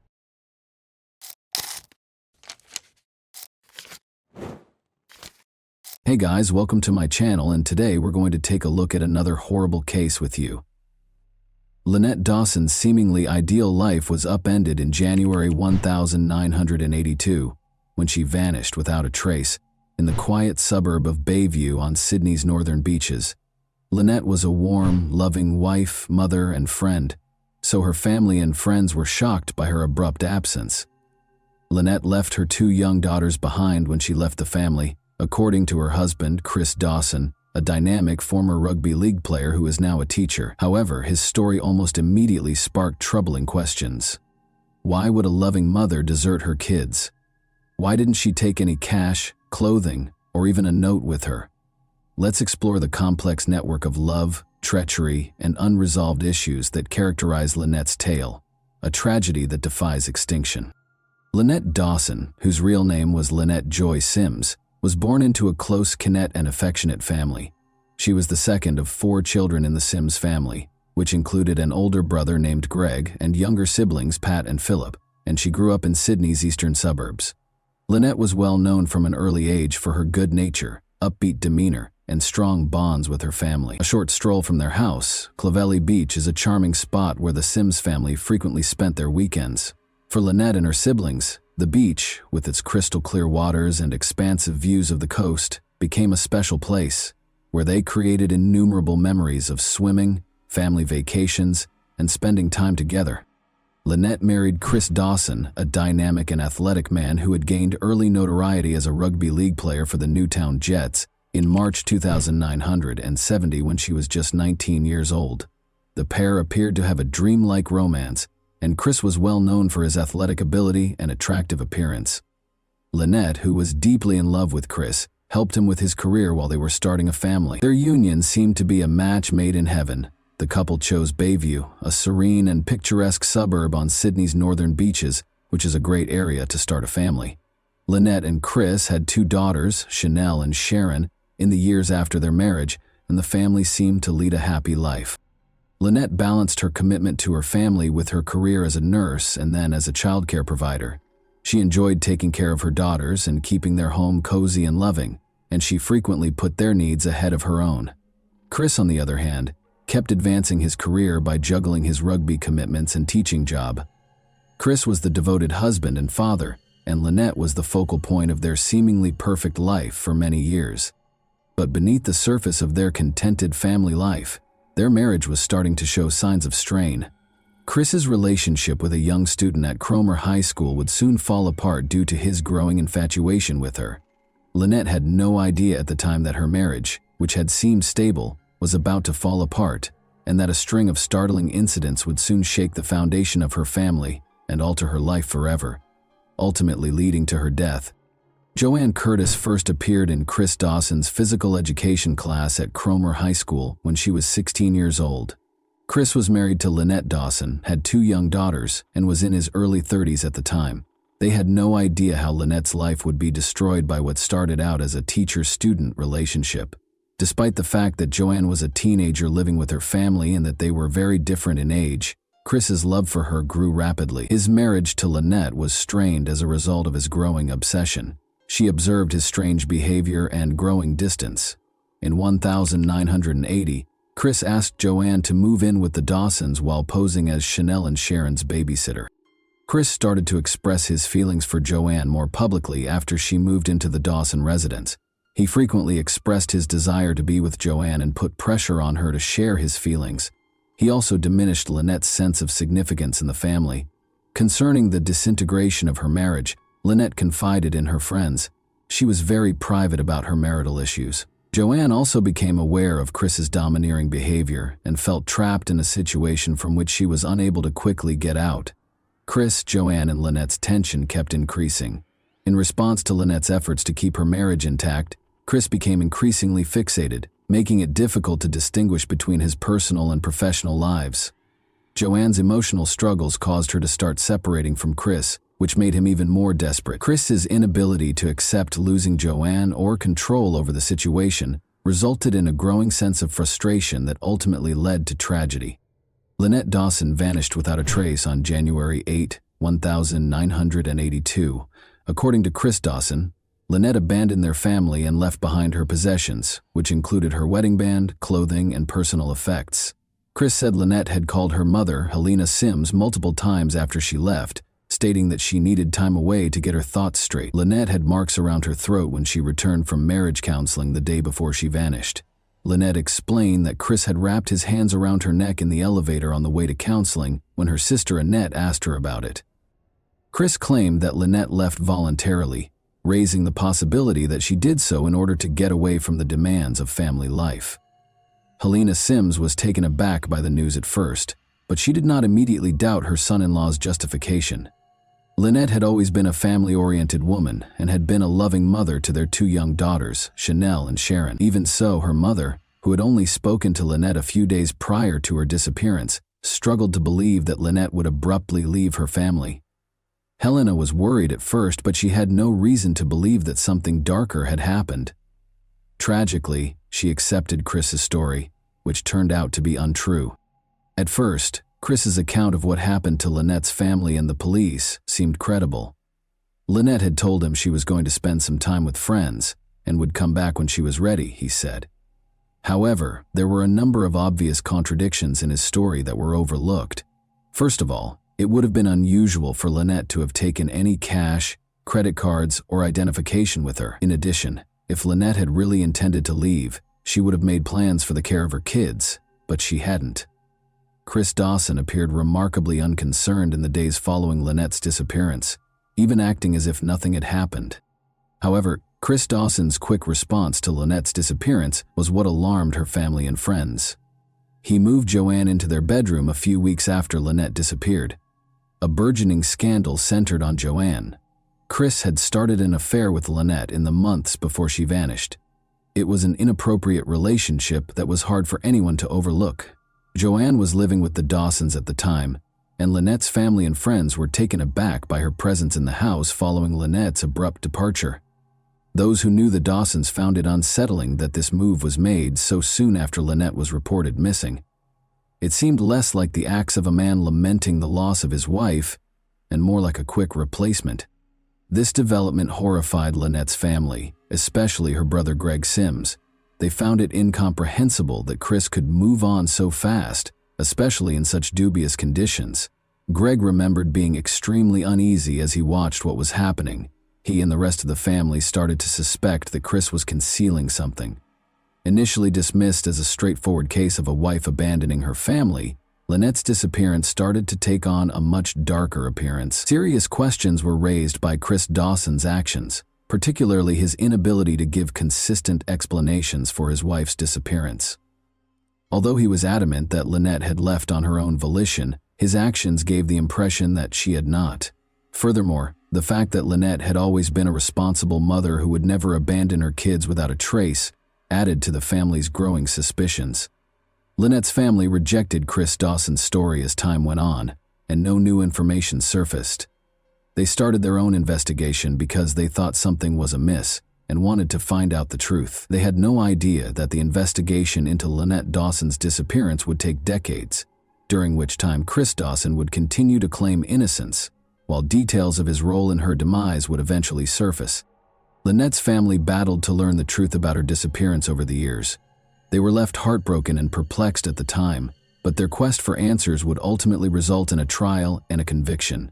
They clung to hope while pondering countless questions as they attempted to make sense of the bizarre and unsettling circumstances surrounding Lynette's abrupt disappearance. Lynette Dawson's disappearance was initially handled like any other missing persons case. When Lynette's friends and family started to voice their concerns, the police dismissed them, claiming that Lynette was an adult and could leave if she so desired. The investigation's initial dismissiveness and lack of urgency irritated Lynette's family, who knew her well and thought there might be more to the story. Chris Dawson's story went mostly uncontested, leaving them to deal with their mounting misgivings and anxieties. Chris's 1984 marriage to Joanne heightened suspicions that he was responsible for Lynette's disappearance. However, the toxic and domineering nature of their relationship was a major factor in their 1990 divorce. In subsequent interviews, Joanne talked about how she felt trapped and controlled by Dawson during their time together, particularly after Lynette vanished. Chris, however, insisted that Lynette had left willingly, and even said she had joined a religious commune. However, his actions seemed inconsistent with his story, as he quickly rebuilt his life with Joanne and filed for divorce a year after she vanished. This time was especially difficult for Chanel and Sharon, Lynette's daughters. In her memoir, My Mother's Eyes, Chanel, who was only 4 when her mother disappeared, later talked about feeling abandoned and unloved by Joanne. This complicated family dynamics and left long-lasting emotional scars. Time and a dearth of hard evidence caused Lynette's case to essentially stagnate between 1984 and 2001. Notwithstanding the disturbing allegations of Chris Dawson's domineering and violent conduct, the inquiry was unsuccessful. Concerns expressed by friends and family were ignored because authorities found it difficult to go beyond rumors and conjecture. Key leads that might have provided insight into Lynette's fate were either ignored or not sufficiently pursued, and the police made little headway. Throughout these years, Chris insisted that Lynette had left on her own volition, despite growing skepticism about his story. Lynette's family endured heartache and frustration during this time, but they persisted in their quest for information. To preserve her memory, they relentlessly pushed for the reopening of her case. The first judicial investigation into her case was carried out by the New South Wales Coroner's Court in 2001, marking a turning point despite the absence of official action. The fact that Lynette had no evidence of her own free will was one of the main issues brought up by the investigation. Additionally, it examined Chris Dawson's actions closely and raised the possibility that he was complicit in her disappearance. According to the coroner, Lynette was probably dead, and Chris Dawson ought to be held accountable for her alleged murder. However, since there was still no concrete evidence connecting Chris to her death or disappearance, the authorities did not immediately pursue the case further in spite of these findings. In 2003, a second court investigation was conducted, as a result of persistent pressure from public advocates and Lynette's family. The inconsistencies in Chris Dawson's testimony and the pervasive suspicion surrounding his relationship with Joanne were the main topics of this inquest once more. Once more, the coroner found that there was a high probability that Chris killed Lynette, but the evidence was insufficient to reach a firm conclusion. Consequently, Chris Dawson was not charged by the Director of Public Prosecutions, DPP. The DPP refused to file charges on both occasions, stating that there was insufficient evidence. The family of Lynette was devastated. Despite the coroner's conclusion that Chris Dawson most likely killed Lynette, no charges were brought, leaving them in deep frustration and sadness as years went by without justice for her disappearance. They wouldn't give up, though. By 2018, most people had forgotten about the Lynette Dawson case. The young mother's tragic disappearance appeared to have remained unsolved for more than 30 years, with little chance of justice for her family. But that year, Hedley Thomas, an investigative journalist, reignited interest in Lynette's case with his groundbreaking podcast, The Teacher's Pet. Hedley Thomas uncovered important new information that challenged Chris Dawson's assertions and clarified hitherto unconsidered facets of the case. Thomas studied the chronology of Lynette's disappearance, spoke with witnesses, and reviewed police reports. His research exposed serious inconsistencies in Chris Dawson's statements, casting doubt on his assertion that Lynette had left her family on her own volition. Friends and relatives' testimonies depicted a failing marriage in which Chris was enamored with Joanne. The problematic dynamics of Chris and Joanne's relationship were also revealed in the podcast. Thomas emphasized the rapid escalation of their affair. Important insights were revealed by Joanne during the podcast, including her admission of Chris's domineering actions and the chronology of their relationship. This testimony turned out to be crucial to comprehending what transpired before Lynette vanished. The Teacher's Pet examined the emotional toll that Lynette's disappearance had on her family, in addition to pointing out contradictions in Chris's account. Her loved ones' voices were heard, especially those of her brother Greg Sims, who had fought for justice for decades. Listeners were made aware of the heartache and frustration that Lynette's family went through when the initial investigation was unsuccessful. The podcast also examined the initial police investigation's flaws. Thomas disclosed how important evidence was missed and how authorities were unable to make the connection between Lynette's abrupt disappearance, Chris's infidelity, and his desire to be with Joanne. Chris Dawson was able to avoid suspicion for years because of this lack of thoroughness. The Teacher's Pet had a significant impact despite the dubious circumstances. It brought Lynette's case back into the spotlight in Australia, sparking protests and demands for justice. After listening to the podcast, a number of people who had been silent for years came forward with fresh testimonies that clarified the case. Legal action was sparked by the podcast, which greatly increased the pressure on authorities to re-examine Lynette's disappearance. Chris Dawson was detained and accused of Lynette's murder in 2018, partly as a result of the disclosures made in The Teacher's Pet. The case eventually went to trial, which was a major turning point. In addition to uncovering fresh evidence, the podcast inspired public support, demonstrating the ability of investigative journalism to advance justice. Chris Dawson was residing in Queensland when he was arrested. Following his arrest, Dawson's attorneys issued a statement asserting his innocence and vowing to fight the charges. Dawson insisted that Lynette's disappearance was voluntary and that she had deserted her family. He persisted in denying any role in her demise. In 2022, Chris Dawson's trial for his wife's murder got underway in the Supreme Court of New South Wales, which was chaired by Justice Ian Harrison. Because of the case's widespread pre-trial publicity, the trial was held without a jury. Due in large part to the disclosures made public by the Teacher's Pet podcast, Dawson had gained national attention. Without tangible proof, like Lynette's body, the prosecution had a difficult time establishing their case. Rather, they relied on key witness testimony, circumstantial evidence, and a thorough analysis of Chris Dawson's actions prior to and following Lynette's disappearance. Joanne was one of the most important witnesses. Since she had already cut ties with Dawson in 1990, she mustered the guts to tell the truth, which was a pivotal moment in assembling the evidence against him. According to Joanne's damning testimony, Dawson had once brought her to see a hitman to talk about killing Lynette, but he later changed his mind.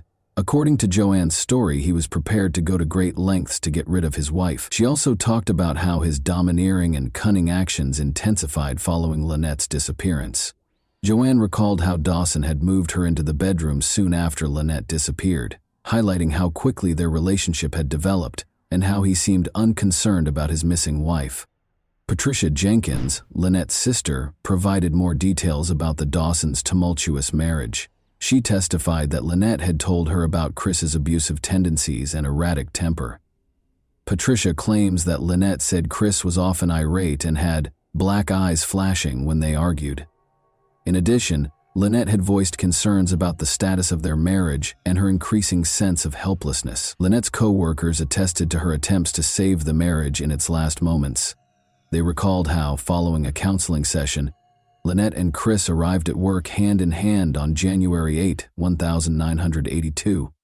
Lynette vanished a few days later in spite of these efforts, and Chris's subsequent behavior sparked suspicions. Witnesses detailed his repeated assertions that Lynette had left voluntarily, leaving her children unaccounted for, and his lack of urgency in reporting her missing.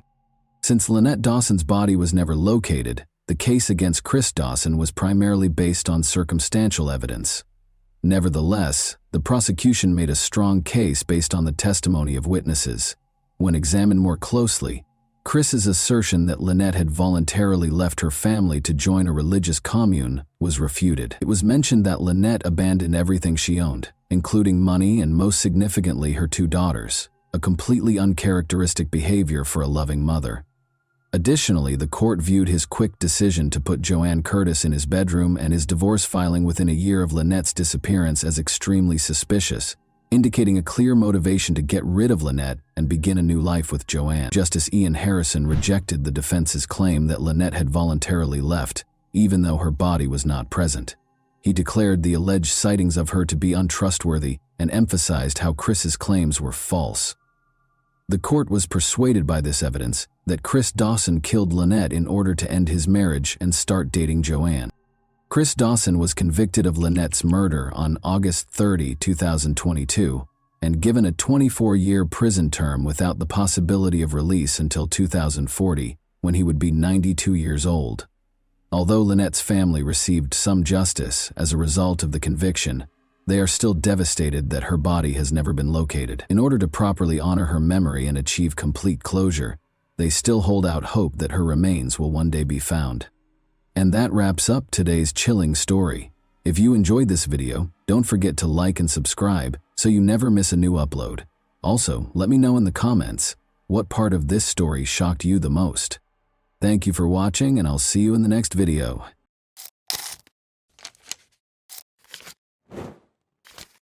Hey guys, today we're diving into another truly horrifying case. If you want to support my channel, make sure to subscribe and stay active. It really helps me out. I'd be super grateful for that. Let's get started. Any life may be wrapped in a lovely wrapping, even the most embarrassing ones. You will undoubtedly feel pity and sadness for the unfavorable character if you tell it calmly and portray him as a victim of his circumstances. The truth is that a lot of bad individuals are charming, strong, and crafty, and we honestly think that they weren't always nasty, since they frequently created these situations, and we unconsciously justify their egregious actions. However, we won't defend unlawful behavior today, and we won't cover for anyone. You will choose for yourself whether their actions are justified after reading about this case. A neighborhood person made a spooky call to emergency services on April 4, 2015.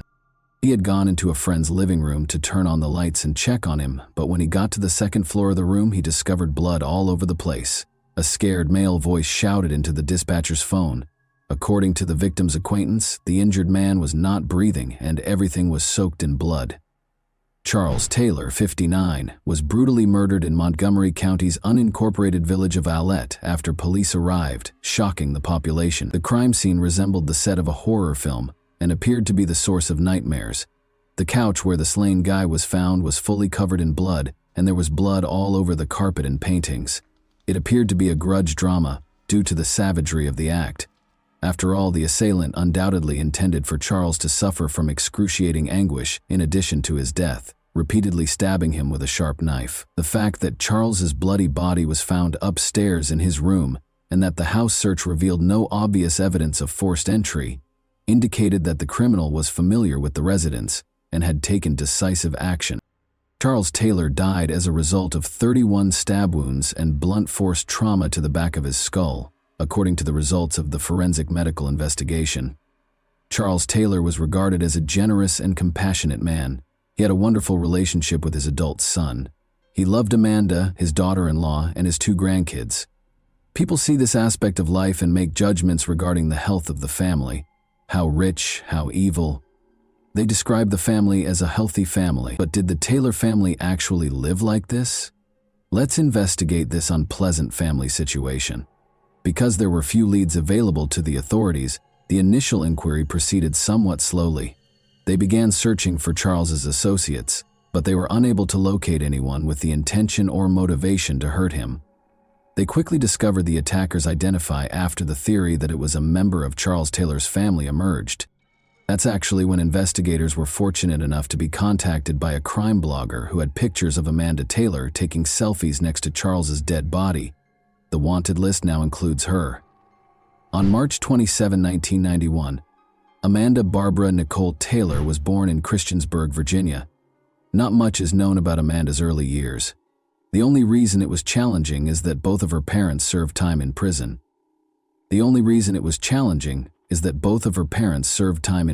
After meeting Mariah Robach, Amanda created a lot of troubles for herself, which led to the start of her youth. Amanda started living an illegal life together. According to Montgomery County Sheriff's records, on October 23, 2005, when the sisters were only 12 years old, they got into a lot of trouble. Amanda and Mariah were charged with unlawful use of a motor vehicle after they fled their home and got into a car. Amanda was accused of unruly conduct at her middle school in early April 2006. She screamed that she would kill everyone there since she detested the place and everyone in it. This is just a small part of Amanda's police station record, and this incident undoubtedly went beyond the bounds of typical teen drama. Amanda started dating Rex Taylor, who was 2 years her senior in 9th grade. On March 27th, Amanda and Rex were born on the same day. Both of them interpreted it as a divine sign. When Amanda learned she was expecting a child, she quit school altogether. She married Rex and they had a son shortly after. However, her criminal impulses persisted after becoming a mother. Additional run-ins with the law also punctuated the years of her married life. Amanda Taylor's police station reports increased rapidly. So had a criminal record for possession of a controlled substance, a conviction for alcohol possession, multiple domestic disputes, and another attempt to flee after stealing a car. Rex Taylor, her spouse, was not from a perfect home either, and Rex battled addictions and the depression they brought around despite their love for one another. The young man developed an addiction to illegal narcotics at the age of 15. The couple eventually had a baby, and at first it appeared that Amanda was still in control and had become a perfect wife and mother. However, she was a little different from other American women in their 20s who have tattoos, piercings, and undoubtedly post daily selfies on social media, as well as the family. Amanda and Rex's relationship was everything but typical. The pair addressed letters to well-known serial killers while they were inside and studied their biographies obsessively. Amanda started to fantasize of turning into a criminal herself, but tragedy befell the family before Amanda could fulfill her dreadful ambition. Amanda's fears about her husband's infidelity overshadowed the couple's complex relationship. The pair finally parted ways in April 2014 when their paths diverged. After moving back in with the family, Rex started using illegal drugs once more. He had hanged himself on his son's 7th birthday, and his lifeless body was found in a shed on the property 4 months after the transfer. Amanda briefly stayed with her mother and friend Mariah Robach after losing her cherished husband. She made friends with Sean Ball, another Robach family member, while she was staying with her friend Mariah. On their joint birthday, March 27, 2015, Amanda visited Rex's grave and made an attempt to commit herself. Since her behavior and mental processes were obviously abnormal and could endanger herself and others, she was rescued and taken by force to a mental health facility. Amanda was promptly sent home, however, in spite of her mother's demands and entreaties for extended care. Due to her unstable personality issues, things appeared to get worse when she was discharged from the mental health facility. Thus, Amanda was asked to leave by Mariah and her husband. Mr. Ball, who had fallen deeply in love with Amanda, was also expelled. Amanda's late husband, Rex Taylor, served as the basis for her intense urge to kill during this time. When it appeared like her only true friends had abandoned her, she wanted to honor Rex and make him proud of her, and in order to do that, someone had to be expertly killed while he was still alive. Additionally, Rex had a fascination with serial killers that had long transcended his hobby status. During his lifetime, he was proud of the close friendship he had with criminals. Imagine discovering an envelope addressed to you from a well-known serial criminal who was arrested in 1980 when you go to the mailbox one morning after leaving your home. You are relieved to discover a birthday card for your little child and a handwritten note inside the envelope rather than any eerie keepsakes. Some would contend that getting such a message would be just as terrible as getting a strand of hair or a severed finger. In any case, it would be unusual for most people to get anything in the mail from a serial offender, but Amanda and Rex Taylor's family did not. Some terrible disclosures of earlier social media posts under Amanda's account have proven Amanda's fixation with crime, as well as Rex's behavior in his desire to communicate and receive experiences from renowned serial criminals. Amanda praises a number of criminals in a number of blogs for their heinous acts, such as Timothy McVeigh, the mastermind of the biggest terrorist assault in American history, and Dylan Klebold and Eric Harris, two young men who planned a mass shooting at Columbine High School. She naturally chose to begin her career as a criminal with a vengeance, since she wanted to be one of those vicious criminals she so greatly admired. After a while, Amanda blamed her husband's death on Rex's father, Charlie Taylor, saying that he had not assisted Rex in kicking his pill addiction but had instead acclimated his son to illegal substances. The cold-bloodedness and cynicism with which Amanda exacted revenge on her father-in-law, Charlie Taylor, will chill you to your core. She required a helper who would support her acts without reservation. She needed a willing accomplice to support her if she felt threatened, and Amanda already had one. Of course, it was Sean Ball, the man she was in love with. She was worried that she wouldn't be able to do it alone the first time. It was only a matter of time until she would take over him. Amanda quickly found the eager accomplice she sought in Sean, but since he didn't know what he was getting himself into, Sean and Amanda came up with their evil plan with military accuracy and carried it out. At precisely 3:27 p.m., the time that Rex and Amanda were born, Amanda and Sean visited Charles Taylor's run-down house in the neighboring town of Ironton, Virginia, on a spring April afternoon in 2015. In order to fill an Easter basket for her cherished grandchildren, Charles had to pay her money. After a half hour of pleasant conversation, Amanda suddenly sat down on the couch beside Charles, as if a switch had been flipped in her brain. Amanda's actions took a significant turn. After she started viciously stabbing Charles with a knife, Sean struck him in the head with a tire iron. Then, after shocking Charles, Amanda drove the knife hard into his chest once more. She seemed so angry that she was unable to see anything around her, and Charles simply stared at her and said, "What are you doing?"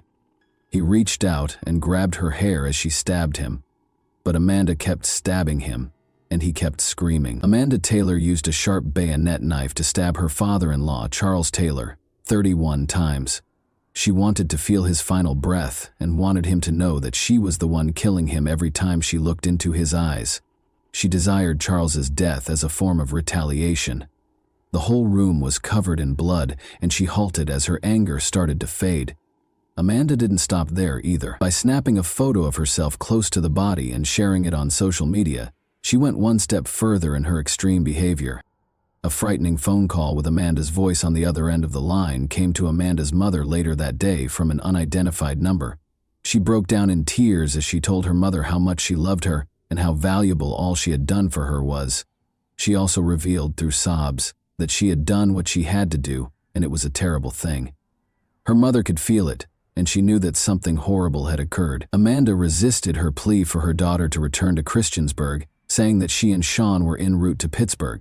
It was well known that Amanda was in a downhill spiral, and it all began nearly 8 months ago when her husband, Rex Taylor, who had battled depression and illegal substance misuse for years, committed suicide by hanging. When authorities looked at Amanda's social media profile, they were taken aback. It was obvious that she took great pride in the crime she had done. The police issued a warrant for her arrest in the hopes of a speedy settlement, but Amanda and Sean had already made their getaway by then. As though they were planning a fantastic vacation rather than being on the run, Amanda and Sean chose a really picturesque escape route. They traveled from Virginia to North Carolina along the Blue Ridge Parkway. According to the photographs taken at the crime site, which depict the heinousness of the crime, the authorities were quite concerned that the killers would carry on killing, and they were correct, because Amanda didn't stop there. Amanda's sins would not, however, go unpunished. She did not mean to conceal her act, nor did she intend to punish herself after doing her intended crime. She started posting on social media shortly after she and Sean Ball left on the road, accepting responsibility for the murder and claiming that she did it for her husband. However, Amanda and Sean were more than just fugitives. After committing her first crime, which Amanda believed was ideal, they were now following their next victim. She was unable to stop. She had to continue killing. They took out cash at a gas station, filled up the car, and drove on to Tennessee. After tasting blood, Amanda was determined to carry out her wish to commit another crime, and she would come very close to doing so despite Sean's best efforts to persuade her to stop and simply go on the run, hide, and lay low. After stopping at a Fleabag motel in Tennessee, they restocked on ammunition at a sporting goods store. The following day, they departed to grant Amanda's bleeding desire after spending the night in a motel by the side of the road. At a rest area on Blue Ridge Boulevard, Amanda spots two young girls who might become her next victims. "I'm going to bring these girls in so we can shoot them," she said to Sean. He agreed that they needed money. Amanda walked outside to guide them to the car, but Sean wouldn't shoot them when she brought them inside. Amanda was enraged. She returned to the vehicle and drove off. She was unable to control herself, so she halted the vehicle in the driveway and attacked her accomplice. She was now aiming for Sean. After taking a handgun from the glove box, Amanda exited the vehicle and went to the passenger side, where Sean was sitting with his eyes closed in fear. She had gone so far. She was so enraged that she pointed the gun at the random jogger in front of her and squeezed the trigger. Fortunately, Amanda missed, and Sean opened his eyes and regained consciousness when he heard the gunfire. He noticed that the revolver's muzzle was aimed at him. Amanda claimed that she wanted him to understand that she was simply using him for the car and the pistol before killing him. Then she fired, striking Sean square in the face. Amanda left Sean bleeding on the side of the road from the gunshot wound after taking a photo of his wounded face to share on social media. She was now running by herself. They possessed firearms. They had already purchased magazines and ammunition for the identical weapon and had taken them from a relative's home. The police captain was aware that they appeared to agree on the course of events, which would begin with Charles Taylor's murder. Amanda kept posting notes while the police pursued her. She disclosed that she killed Sean in a field during a traffic check in her subsequent social media post. Amanda shared a photo of a silver revolver in her lap along with a comment on Instagram. It resembled a suicide note more than anything else. "All right, that moment is coming up. I will finally find peace when I find my hubby in hell. I know you will give my lovely kids the life I could never offer them, and I love you, Mom. I'll be free at last." In an effort to find Amanda, the police were keeping a close eye on her account and recording surveillance footage from patrol stations along the white SUV's path. It also aided authorities in pursuing the criminals as they fled in it. Amanda was located by cell tower signals, and officers from the North Carolina State Highway Patrol saw the white SUV traveling east on I-40, close to Asheville. No matter how much she ran, she attempted to stop. She refused to give up easily. The police were ready. They were aware that she was dangerous and armed. Later that day, another grim social media post that read, "Okay, the time is about to come when I find my husband in hell and finally become one with him," further solidified this truth. Amanda appears arrogant in her photo, as like she is pleased with her accomplishments. Eventually, all the commotion and devastation stopped after a 2-mile stretch of spikes that had been placed deliberately in Amanda's route. Amanda was arrested. Amanda was handcuffed by police after they dragged her from the automobile at around 8 in the morning. Paramedics discovered Sean dead by the side of the road. Amanda feigned indifference to the proceedings in the interrogation room. Before Captain Robert realized it, she was messing with her hair and drinking a soft drink when another detective entered. Amanda gave up her right to silence and admitted to everything when questioned. She appeared to feel completely at home. Amanda found out that Sean wasn't dead after speaking with the investigators. There were no markings on him other than the fact that the bullet had passed right through his jaw and made him faint from the pain. Amanda then made the heartbreaking admission that she wished to be put to death. "Is there anything you can do? The death punishment alone is what I would want." In the interrogation audio, Amanda claims, "I kill people. I'm worthy of dying. I'd be better off just leaving. If I could just get the death penalty and go, it would be best for my kids." In a startling turn of events, Amanda later found herself apologizing and entering a not guilty plea in front of the court.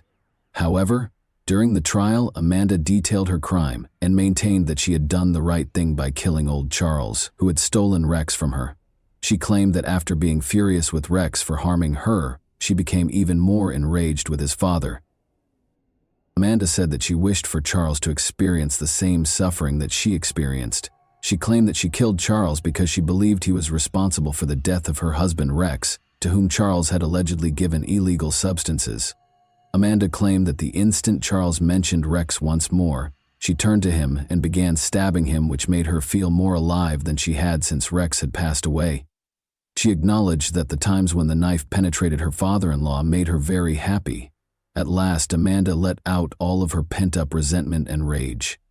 Captain Robert New stated, "She did it to get attention, and by not pleading guilty, she got the opportunity to talk about the case." Amanda gave an awful explanation. She does, after all, liken the sensation of the crime to a pleasant recollection. The jury heard testimony during the November 2015 trial about Amanda's 31 stabbings of Charles and her intended targets, chest and face. The jury found Amanda Taylor guilty of first-degree murder in under 30 minutes. She received a life sentence.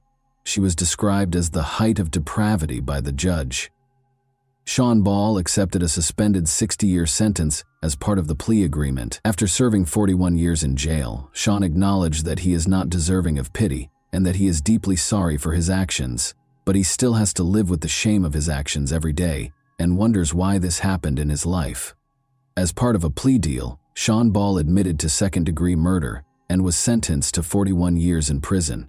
The 60-year term was suspended, but Ball was required to serve 41 years and 1 month. Amanda recently lost her appeal of her conviction. She stated that if necessary, she intends to appeal her conviction to the Supreme Court. Amanda became famous as a killer selfie taker, but she obviously did not turn into a serial criminal. In a phone interview from prison for a popular show, Amanda Taylor made a devastating admission. She responded, "I was just really excited and thought I wanted to take a picture so I could post it and show everyone it made me really happy," when asked why she shot body selfies. Lastly, she stated that she did precisely what she wanted to do and that she has no regrets whatsoever for what she did to Charles Taylor. In an incredible phone interview with a local reporter at this period, she likened the experience of getting stabbed to going on a roller coaster. She compared the nerves and the sense of freedom to my first roller coaster ride, and that's exactly how I felt.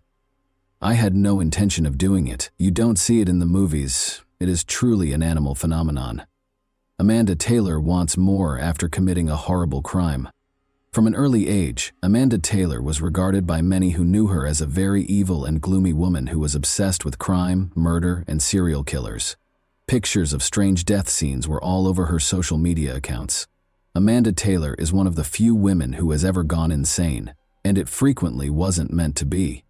Her loved ones made every effort to keep her from going insane, but those who she turned to for support chose to ignore her. Amanda is now being held accountable for all of the devastation that inspired her.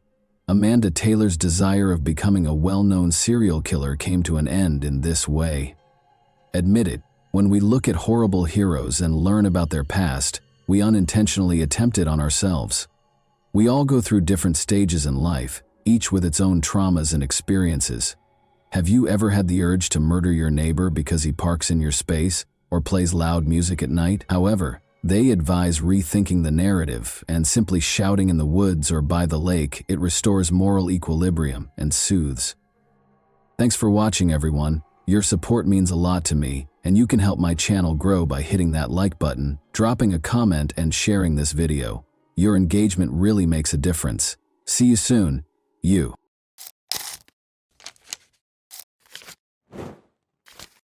Hey guys, welcome to my channel, and today we're going to take a look at another horrible case with you. Today, we'll examine what happened in the U.S. state of Pennsylvania in 2017. Alina Shaykhett, 20, a University of Pittsburgh student, stopped returning calls and texts on October 8, 2017. Her mother and father were unable to get in touch with her, and she was supposed to meet them that morning. The Shaykhett family's life was forever altered by what they discovered when they visited her house. When Alina was 3 years old, her family relocated to the United States from Ivanovo, Russia, where she was born. Alina had extraordinary talent. She had a passion for acting, dancing, and singing. Many people were moved by her beauty and passion on stage. At a very young age, Alina became passionate about the performing arts. At the age of 4, she began her journey at the European School of Rhythmic Gymnastics. She started singing solo in out-of-state competitions when she was 5 years old. She attended the Tammy Lee School of Dance in elementary school, where she was able to secure prominent roles while showcasing her acrobatic dance routines. Alina quickly picked up dance techniques and styles that most kids would take years to master. She had the honor of performing with a group of much older, more seasoned dancers because of her extraordinary talent. Alina started going to the Broadway dance studio with Karen Prunzik in the 5th grade. She mastered a variety of dance forms, such as ballet, tap, and hip-hop. She even performed as the studio's prima ballerina, staying true to her Russian roots. She participated in Access Broadway and Onstage New York, where she received numerous honors for her exceptional performances over the years. Additionally, Alina performed at a number of local Pittsburgh events, such as Light Up Night, Macy's Christmas parades, and other gatherings in Idlewild Park, Robinson Township, and Kennywood. Alina was also able to find her singing talent thanks to the confidence she gained from dancing. Both in front of an audience and at home with her family, she moved audiences to tears with her exquisite performances of numerous well-known songs. Alina had extensive surgery after suffering a serious knee injury in a ballet class when she was 14 years old. Alina was devastated to learn that she would never be able to dance competitively or recreationally again after months of physical therapy. She was determined to find a way to get back on stage, in spite of this significant setback. Alina was able to safely express her love of dancing while attending Montour High School by participating in the musical theater program. As a talented actress, dancer, singer, and comedian, Alina made a triumphant comeback to the stage, illuminating the audience with her love and light. She brought tears, smiles, and a lot of applause to her roles in a number of plays and musicals. Alina continued to shine her light and make everyone happy while performing at numerous events throughout the city as a member of the chorus at Montour. Despite the fact that Alina's injury kept her from pursuing her love of dancing and performing, her experience receiving treatment motivated her to seek a career in medicine. She wished to assist those who had sustained injuries that hindered them from following their aspirations. Alina made the decision to pursue a career as a physical therapist. Alina and her parents had a close relationship. In 2015, she wrote on Facebook, "Happy Father's Day to the greatest dad out there. Thank you for always being there for me and having my back no matter what. I couldn't get through one day without you. I love you so much, Dad." She also wrote, "Happy birthday to my gorgeous mother. I can't wait for another year of countless laughs and more memories. You are my best friend and I love you with all my heart." After graduating from Montour High School in 2015, Alina attended the University of Pittsburgh-Greensburg for her first 2 years of college. While attending Pitt-Greensburg, she resided in the Outdoor Adventure and Community Service Living community. She actually served as OACS's vice president for the spring 2017 semester. She enjoyed being a part of an organization that helped kids and animals. Once more, Alina shone her light, bringing her love and care to the lives of both humans and animals. After that, Alina moved to the Oakland campus of the University of Pittsburgh. She was ready to commit herself to becoming a doctor of physical therapy and shared an apartment with her friends. But on October 8, 2017, Alina, who was only 20 years old, was tragically and senselessly killed. Alina shared a home with other University of Pittsburgh students. Zach Brandner, her roommate, could never forget the night he last saw Alina alive. Zach and Alina took a Snapchat together at around midnight after returning home from a late shift at work to make fun of other students who were sharing night out selfies on Saturday night. A couple of minutes later, Alina texted me the picture we had just taken. That was the last I heard from her. The next morning she was gone, Zach said in an interview with reporters. We all said goodnight and said I love you, like we did every night. And she went up to bed. A little more than 8 hours later, Alina's father, Jan, and mother Ellie arrived to collect their daughter. They were scheduled to take a charity walk in the park to raise money for breast cancer. Zach described the specific events of that morning in the interview. He stated, "Her mom came to pick us up at 8:45 a.m. Her mom rings the doorbell and says, 'Is Alina not awake? She isn't answering my calls. Let's go wake her up.' I thought she slept through her alarm. Her dad was still in the car with their dog at this point. We went up and her mom started knocking on the door with no answer. This went on for 5 minutes, and it started getting really loud. She started shaking the door. You could tell she was starting to get a bit scared, like this wasn't normal. The dog was barking uncontrollably. That's when Ellie called for her husband Jan, who came inside and broke down the door, and then they saw what was inside. At this point, I was halfway up the stairs and all I heard was screaming. Her parents were screaming at the top of their lungs, saying, 'Alina is dead. Alina is dead.' It got hard to understand. They started speaking in Russian. It was horrible. They said it looked like her face had been cut off. Running up, Zach peered inside. Looking for more than a few seconds was too much for him. I went into the room and it was horrifying. There are no words to describe what I saw. She was just lying there with her arms spread out. The whole side of her face was unrecognizable. You could barely recognize it was a face, it was so bashed in. She was lying in a pool of her own blood. As though to remind us that someone's life was at stake somewhere nearby, a siren broke the stillness of the morning. The doctors hurried inside the house as soon as the ambulance arrived. At the door, Alina's terrified mother greeted them with shaking hands and tears in her eyes. Her daughter was lying on the floor, and she led the way to the room. Regretfully, the doctors were forced to announce Alina's death. The police had roped off the house. Police Chief Scott Schubert issued the following statement. "We do not believe at this time that this was a random act of violence.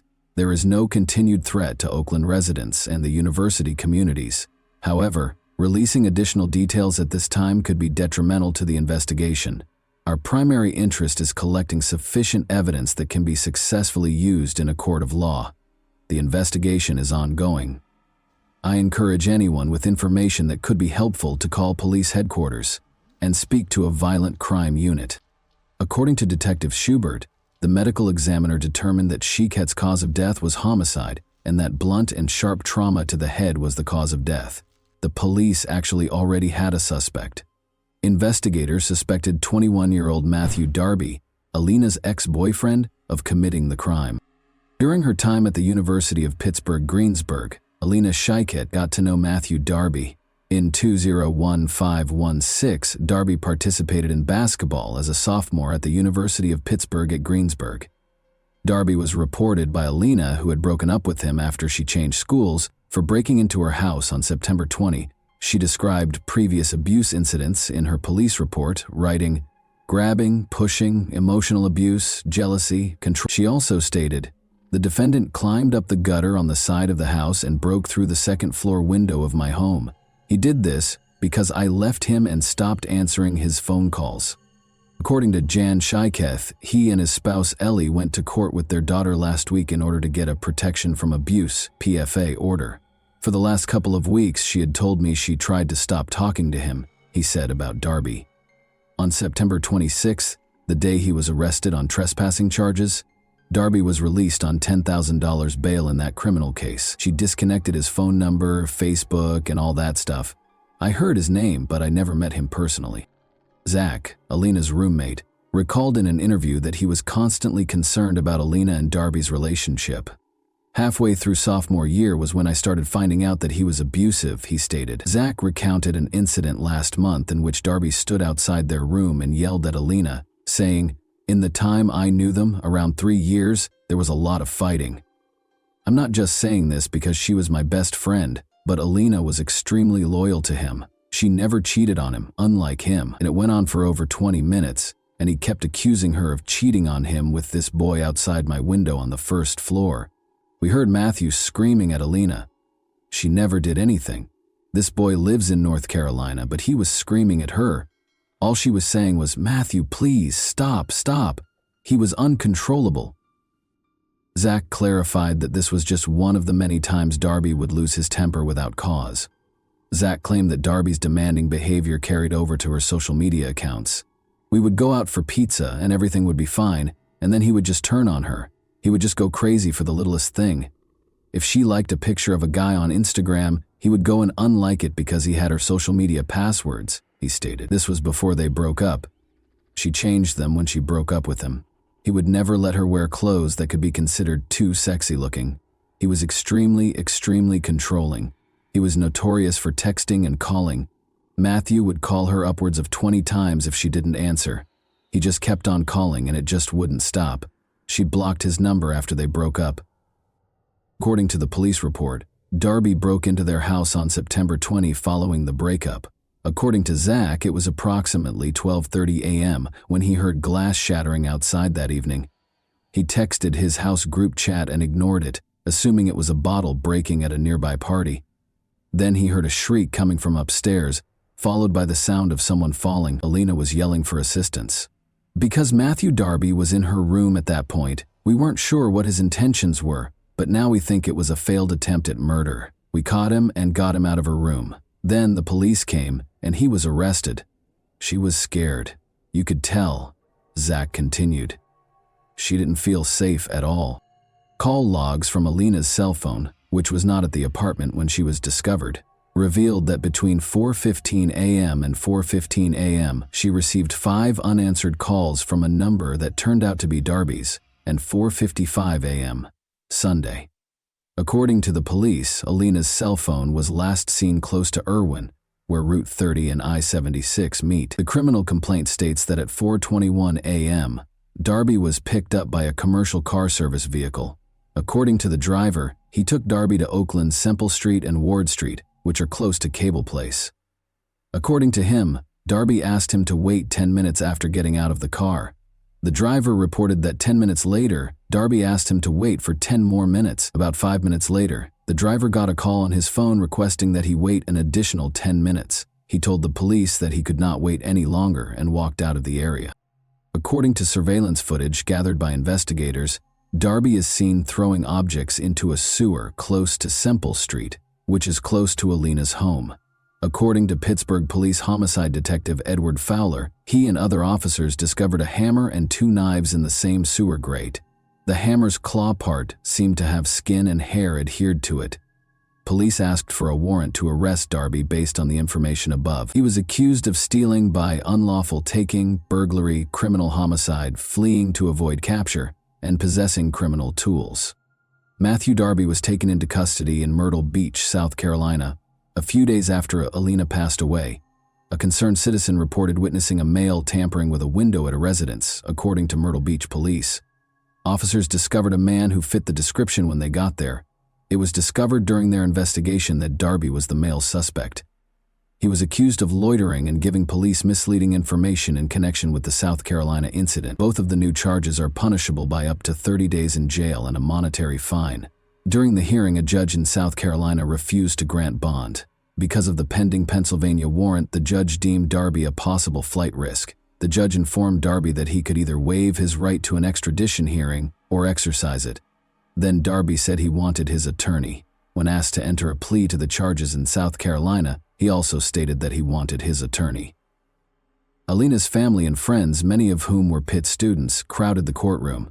Many carried signs raising awareness of domestic violence and Alina's Law, a bill that is currently pending in the state legislature and would give judges the authority to mandate electronic tracking of high-risk domestic abusers.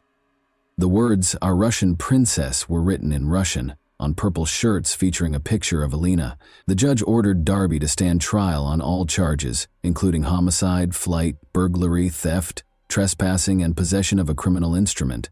The back read, "Love shouldn't hurt." According to evidence presented by the prosecution, Darby spent the night of October 7 and the early hours of October 8 on the campus of Duquesne University, where he spoke with Raymond Marr, a university police officer. Darby wanted to know how to get to Brodart Hall. According to Marr, security cameras caught Darby at several locations on campus, including the student union. which Darby was permitted to enter so he could charge his phone. He claimed that Darby appeared apprehensive and had a faint alcohol odor. Prosecutors have presented a picture of a man they claim is Darby standing in a campus elevator that evening while sporting a striped shirt with the Miller Beer logo embroidered on it. When Darby was arrested, he had that shirt among his belongings. Days later, authorities said that on Friday, January 19, 2018, prosecutors presented evidence that showed Matthew Darby on an elevator at Duquesne University, just hours before he is accused of killing his ex-girlfriend Alina Sheket in her Oakland home. David Schrager, Darby's lawyer, contests that the video depicts Darby hours later. Darby ordered an Uber just after 4 a.m., and it drove him from Brodart Hall to a street next to Alina's house. The driver gave a statement. According to Schrager, the passenger could have been anyone using Darby's Uber account. 3 days after Alina's death, Darby was arrested by police in Myrtle Beach, South Carolina, after he had left the Pittsburgh area.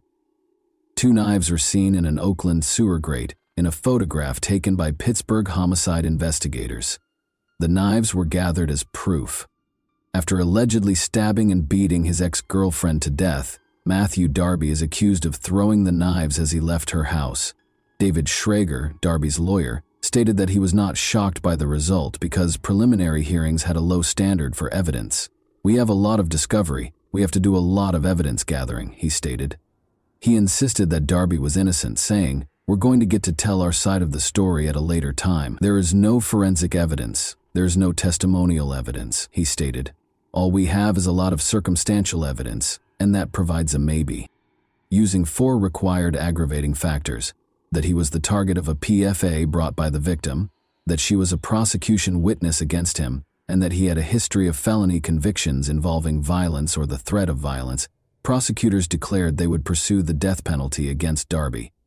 In order to avoid the death penalty, Darby consented to enter a guilty plea to first-degree murder, which carries a mandatory life sentence.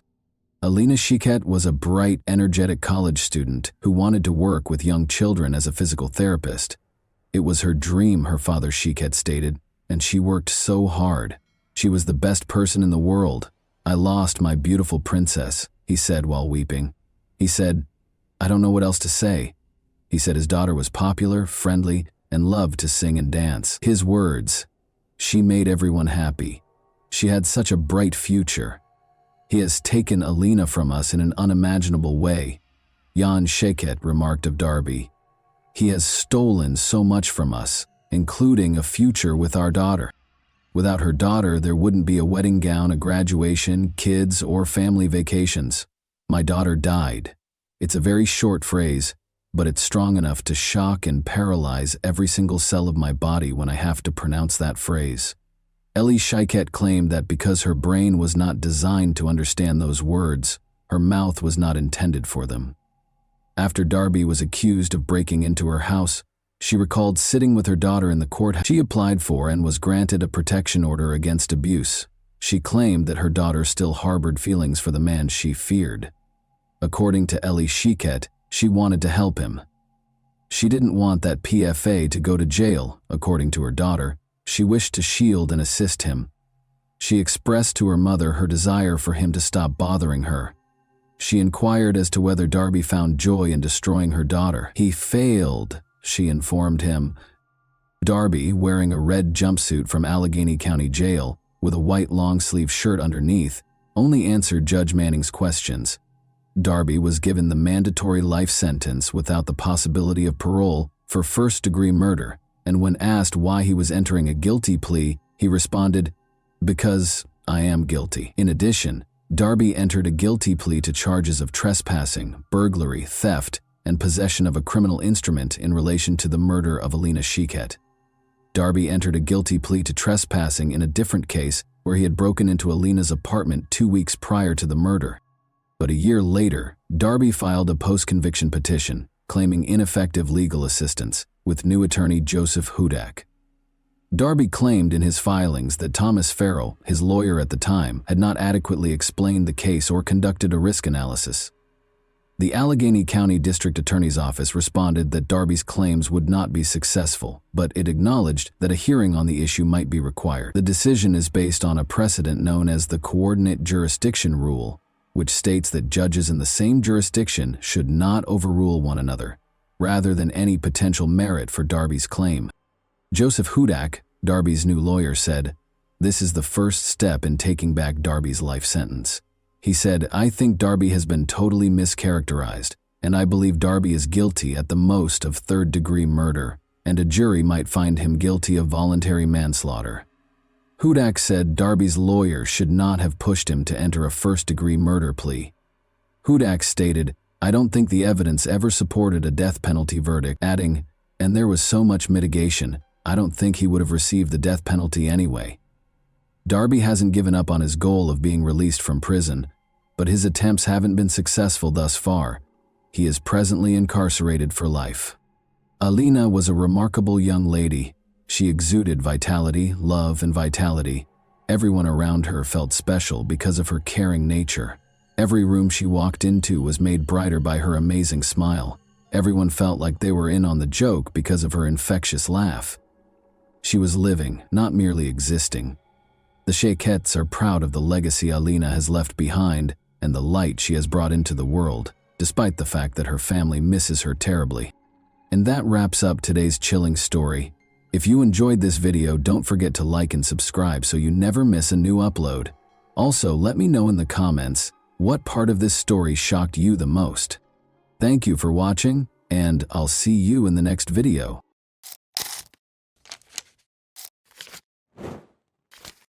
Hey guys, welcome to my channel, and today we're going to take a look at another horrible case with you.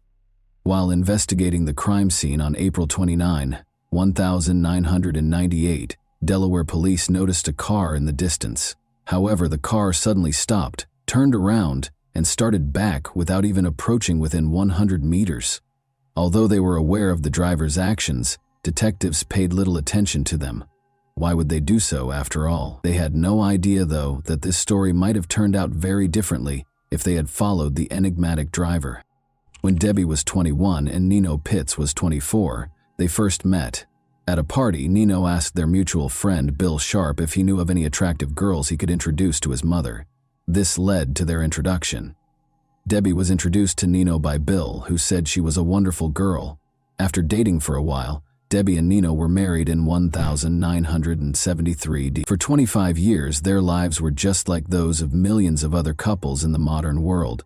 Both of their twins, Michael and Melissa, had grown up and were enrolled in college. The couple was getting ready to celebrate their 25th wedding anniversary in a low-key way when all of a sudden, things changed. On a lovely sunny day in Delaware on April 29, 1998, Debbie made the decision to plant rose bushes in front of their home.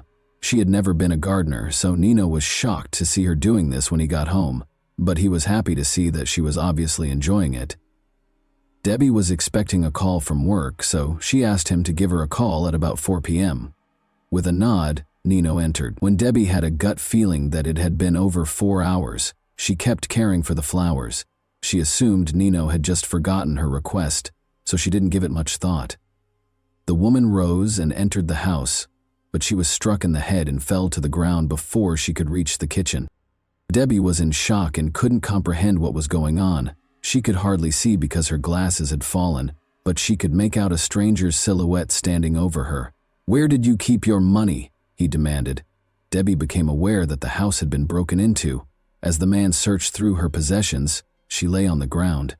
She still felt that Nino ought to have saved her already, but she was worried that he might suffer harm if he did. In the meantime, the intruder threw her face down on the concrete floor, tied her wrists and ankles, and dragged her downstairs to the basement. She was violated by the man. Debbie was shocked by what was happening and writhed in agony. She had been caring for her roses in her cherished garden only 20 minutes prior, and now she was facing this humiliation on her own house's floor. The attacker pulled up his sweatpants and walked away when it was all over.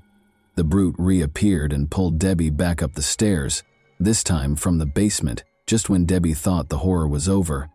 He kept a knife to her throat. covered her with a blanket, and carried her to a car parked near the front door, placing her in the trunk.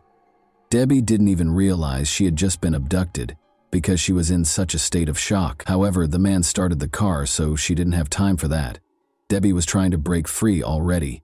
She wanted to break the bonds so she could begin kicking, biting, screaming, or doing anything else to get away or draw attention when the criminal opened the trunk again. But when he opened the trunk, her plan fell through. Debbie was horrified to see that no one was willing to assist her and that she was already in the garage. She was brought back inside the house by the kidnapper. It took him only one look to realize that Debbie had attempted to loosen the ropes after she was flung onto the room's bed. Furious, he violated her once more and punished her harshly. She sobbed and pleaded for forgiveness, but the more she pleaded, the more vicious he became.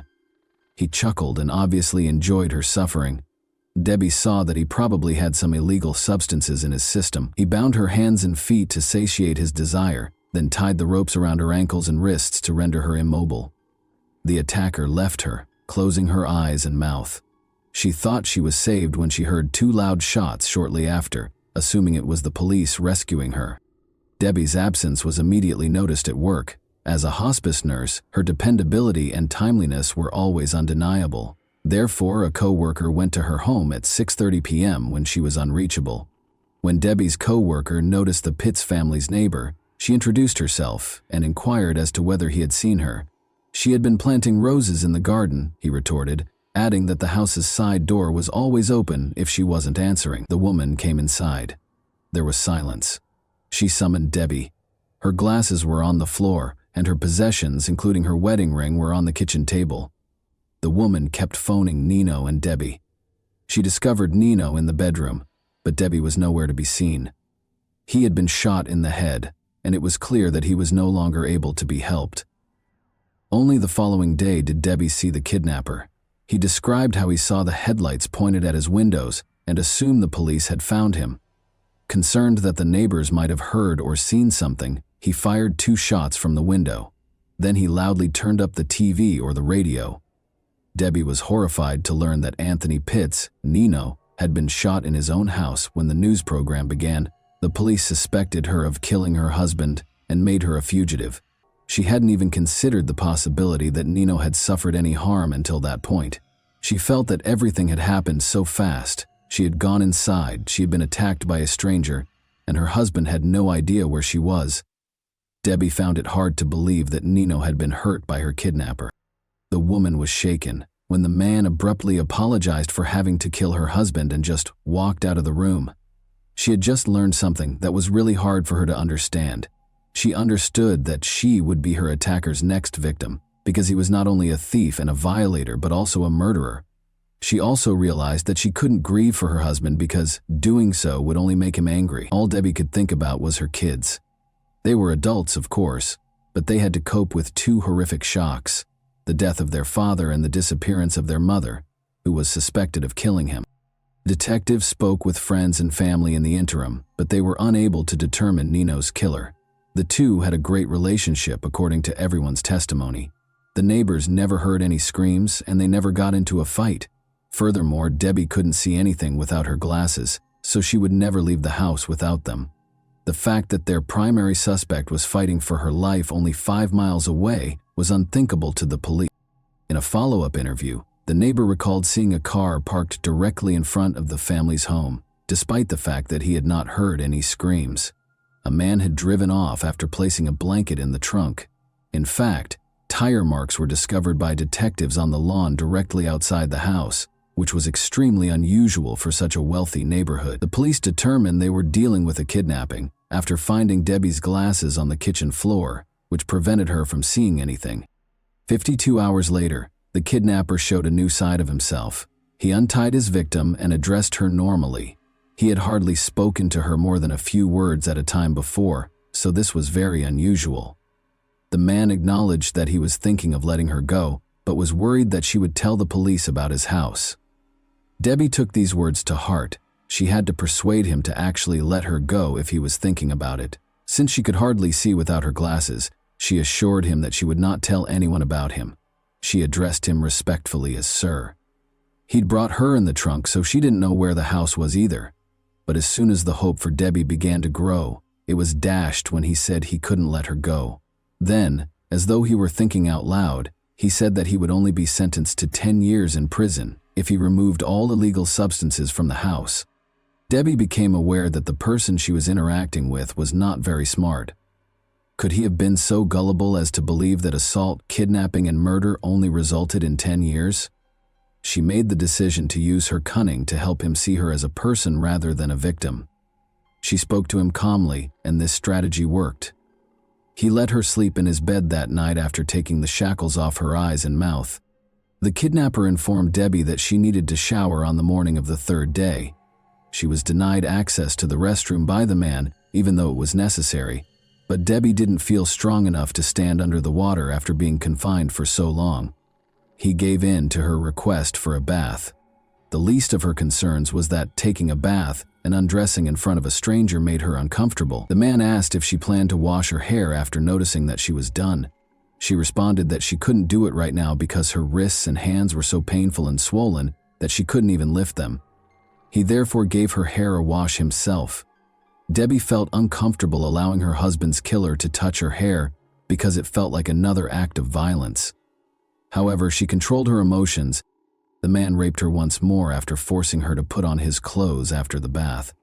The kidnapper didn't realize that Debbie needed to eat until the fourth day. She asked him to buy a newspaper when he went out to eat. Ironically, he did as he was told. They read the newspaper and ate together. Although she didn't express it, it stated that the police had no suspects and that Debbie had previously been brought up by her family, which deeply distressed her. The kidnapper, however, seemed extremely happy and even proud of himself. Since no one suspected him and no one knew where she was, he thought he had committed the ideal crime. The kidnapper told Debbie he was going to work on April 24, the fifth day she was held captive. Even though he came back within 20 minutes, presumably to see how she was doing, he had stated this several times previously. Still, Debbie made the decision that today was the day. She had to do something if she was going to get away. She complained of the terrible pain in her wrists and told him that he had to think of something else if he wanted to keep her alive. The man complained that Debbie was becoming too costly for him and consented to replace the ropes around her wrists and ankles with handcuffs. They cost $5 each, he said when asked what he meant. Stated differently, he only gave her one meal, spent $10 on handcuffs, and most likely wouldn't spend much more. She had to leave immediately. He fastened the handcuffs to her wrists and ankles with a rope, said aloud that he was going to work, and shut the door. She was unable to move her hands because of the rope, but she was able to move her wrists thanks to the handcuffs. Debbie, on the other hand, took her time and was correct. An hour or so later, she heard the front door softly open and close. Debbie became aware that the test was successful. She began to move her hands, releasing the rope that held the two handcuffs together. Then she walked warily to the door and froze in terror. What if he remained behind the door and became furious upon realizing that his victim had set herself free? When Debbie heard her husband say, "Hold on, dear," she tried to calm herself. Gathering her courage, she opened the door, ready to either die in that house or escape. Nobody was in the back of it. Debbie felt her way to the living room in the dark and saw the telephone. She managed to reach for it with her restrained hands and dialed 911. Sadly, the operator didn't recognize Debbie's name when she gave it to him. She went on to say that she had been abducted and that her husband had been killed. When the operator inquired about the perpetrator's current location, she said that he was at work, but could come back before the police showed up. Thankfully, the police arrived in less than 6 minutes after tracking down the call. She was reassured and told that the police were on their way by the operator, who stayed on the line the entire time. All of the feelings Debbie had been suppressing for nearly a week erupted when the police finally broke in. Her husband's death, the kidnapping, the violence, and the surprise rescue all blended into one. After being transported to the hospital, Debbie finally got to see her kids and other family members who had traveled from across the nation to show their support for Michael and Melissa. It was an odd mixture of emotions. Although Nino's murder consumed everyone's attention, they were also relieved to see Debbie still alive. The owner of the home where Debbie was being held was easily identified by the police. Donald Flagg was a factory worker who spent his free time robbing and attacking women. Donald gave in without protest and admitted to everything. Additionally, he provided clarification on a few points that the police were unaware of. He was just strolling past the Pitts family's home that day when he noticed Debbie caring for the Roses. He went inside and waited in the kitchen, his eyes fixed on her. Because of the nearby construction and the lawnmowers in operation, Debbie was unable to hear the shot. He became acutely aware that he had not taken anything from the house after the attacker abducted Debbie. He went back to the victim's home, missing a great chance to make money.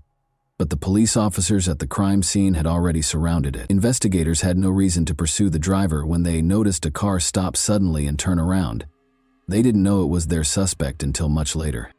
The man's attorney persuaded him to enter an insanity plea in spite of his confession. Debbie was forced to testify in court as a result. Luckily, she was well prepared by her psychologist. In order to get used to the attacker's face and avoid displaying too many emotions, he asked Debbie to call him by name and look at his picture more frequently. This performed flawlessly in court. Not only did she maintain her composure, but she even turned to face her tormentor, making him turn away. Donald Flagg was convicted in spite of the lawyer's best efforts. He was given 8 consecutive life sentences, plus an extra 166 years in prison by the judge. Additionally, he will spend 10 years in solitary confinement from April 20 to April 24, the same period that Debbie was held captive. Even Debbie is relieved that he won't hurt anyone else. She later expressed regret for not going to violence victim groups. She had to speak up, but her family didn't want to talk to her about what had happened because they found it too painful.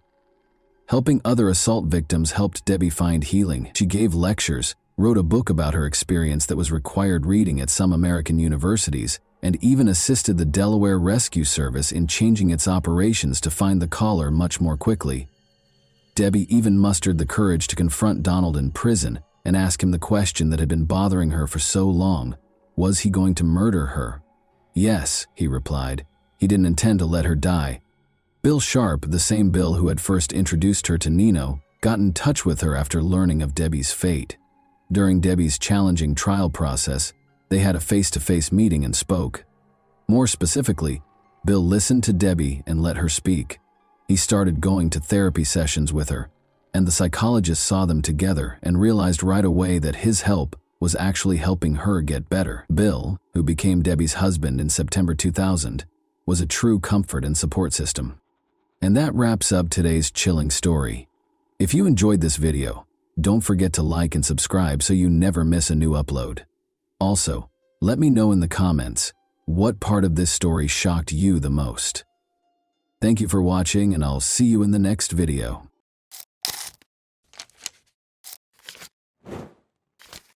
Hey guys, welcome to my channel, and today we're going to take a look at another horrible case with you. Sometime between 7 and 7:30 p.m. on the evening of May 30, 2012, 19-year-old Brittany Wood got ready and left her mother's home in Mobile, Alabama. Everyone thought Brittany was going to see a friend, but that wasn't the case at all. Brittany's real destination was her uncle Donnie Holland's house, but no one around her knew it. But what started out as a routine visit would turn into a terrifying experience for the family and the police. On June 1, 2012, 2 days later, the police discovered something horrifying. A terrifying crime scene was revealed when Donnie, Brittany's uncle, was discovered in his car with a gunshot wound to the back of his head. A layer of mystery was added by the startling and bloody scene, which grew more intense as Brittany Wood mysteriously disappeared. Did Brittany contribute to Donnie's demise, and, if so, what motivated her to act in that way? Or did someone else kidnap Brittany in addition to killing Donnie? Brittany's dream has always been to work as a hairdresser and eventually open her own salon. But the little girl, who was only a teenager, would meet a man named Andy Woods. As their relationship grew, their lovely daughter Peyton was joyfully born in 2009, when Brittany was only 18. At first, Brittany relished the independence of youth, but the arrival of Peyton marked a significant shift in her life. But when Andy and Brittany split up a few months after Peyton was born, her life took an even more dramatic turn. In spite of the split, the couple decided to share custody in order to keep their relationship cordial and beneficial for their daughter's welfare. Following this, Brittany started dating and had a number of short-lived relationships.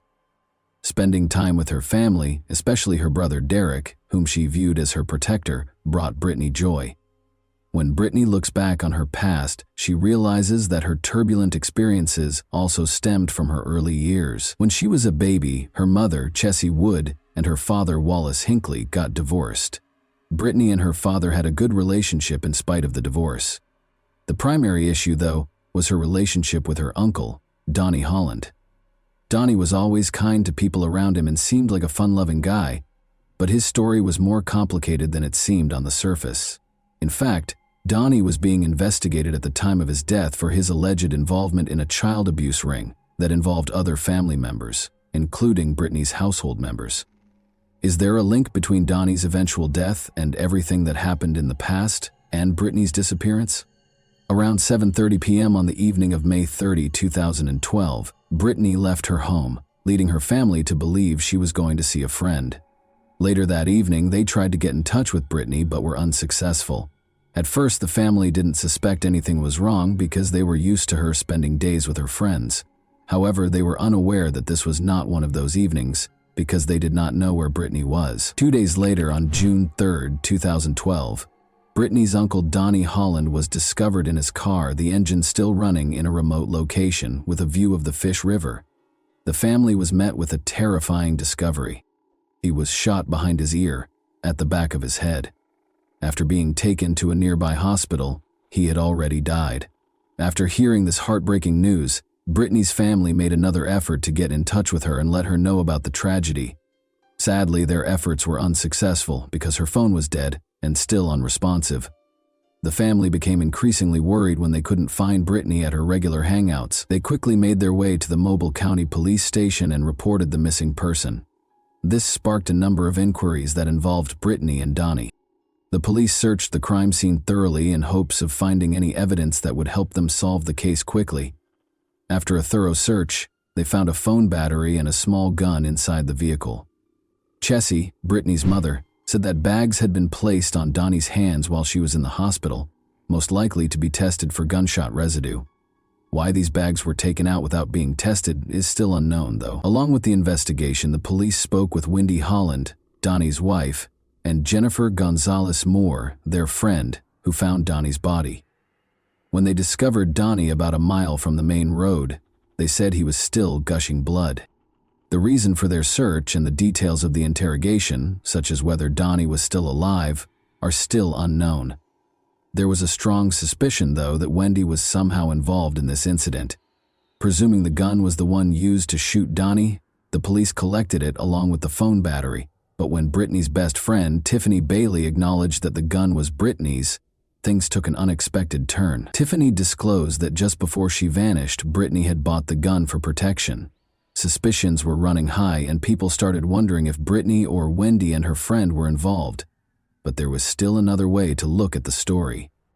Donnie was being investigated at the time of his death for allegedly being a part of a troubling child abuse ring that involved multiple members of his own family. He died from a gunshot wound while sitting in his car just half an hour before he was supposed to meet with the investigators to talk about these claims.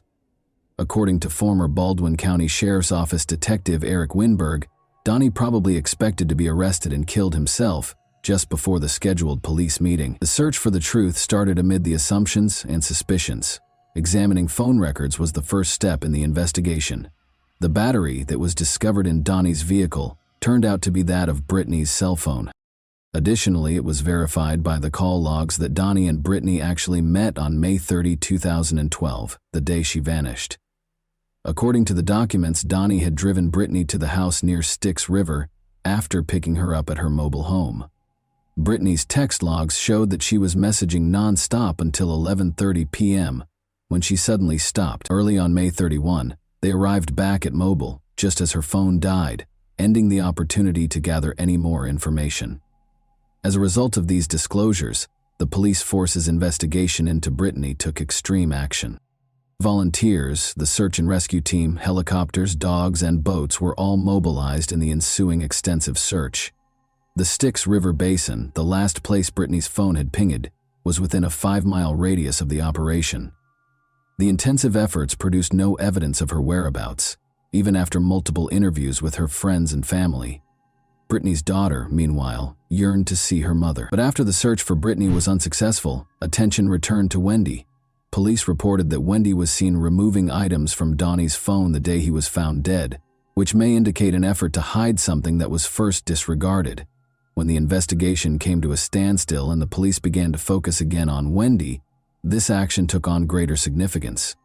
The case came to a standstill after the car's DNA results produced no solid proof. Eventually, there was no more evidence to connect anyone to Donnie Holland's murder. As a result, it was formally declared a suicide, and the case was closed. Many questions and controversy were raised by the decision to close the case as a suicide. Detective Eric Winberg confirmed that the gunshot residue test was not performed because it was a procedure carried out by the Alabama Department of Forensic Sciences. Becca Johnson, a private investigator who was actively involved in the search for Brittany Wood, expressed skepticism, saying, "Generally, it's 4 to 5 hours till unpreserved gunshot residue is gone, and hands in bags, it's being preserved." Cameron Busey, a firearms expert at the time, noted that if Donnie had shot himself, the bone fragments and brain matter would have probably lodged in his hands. To ascertain this aspect as well, no test was carried out. Furthermore, Busey emphasized that it would be extremely uncommon to hold the gun behind one's head. "I don't know of any suicide that was done in that position." Nevertheless, in spite of numerous worries and observations, suicide was officially declared the cause of death, and no hard evidence surfaced to refute this finding. Even though Donnie's case ended in a surprising way, the investigation went further to understand its complexities by looking into the possibility that a family member was involved in the crime. The family had been concealing a troubling past for years, but the investigations revealed it. They discovered that Donnie Holland was the leader of a child abuse ring in which at least 11 other friends or family members participated. For decades, they had been mistreating and taking advantage of children, including their own. Further evidence connecting the family to these allegations was found by the police as they looked through Brittany's Facebook profile. 11 family members were arrested for their roles in the abuse ring, including Donnie's wife Wendy and Brittany's adored brother Derek. The fact that Brittany's mother, Chessie, was charged with child abuse despite claiming innocence only served to heighten the seriousness of the situation. One of the accusations against the mother was that she had assaulted another female relative who was underage. As the investigation went on, details from Brittany's friends, whom she had confided in, came to light. It was revealed that when Brittany was only 9 years old, she had also been abused by Donnie. Brittany's friends claimed that she intended to confront Donnie and report him to the police. An important question was brought up by the revelation. Did Brittany kill Donnie in retaliation? Although the hypothesis had an interesting history, it was only speculative because there was no hard evidence to support it. Given the backstory and her subsequent disappearance, particularly after her gun was discovered, the audience might have assumed in a simpler plot or motive that Brittany was the cause of Donnie's death. However, evidence is crucial in legal proceedings, and no additional inquiry into her involvement was conducted in the absence of adequate proof. In addition to the idea that Brittany was seeking retribution, another theory surfaced. Could a previous victim have killed Donnie in retaliation and then abducted Brittany? Although the reason behind Brittany's abduction was never revealed, her mysterious disappearance raised suspicions that she was still alive. Despite a number of theories, it was indisputable that Brittany's family was about to face legal repercussions. Still, Brittany's mother, Chessie, was upset that her daughter had not yet been found. A young victim testified against Wendy Holland, Donnie's wife, in court on December 9, 2014.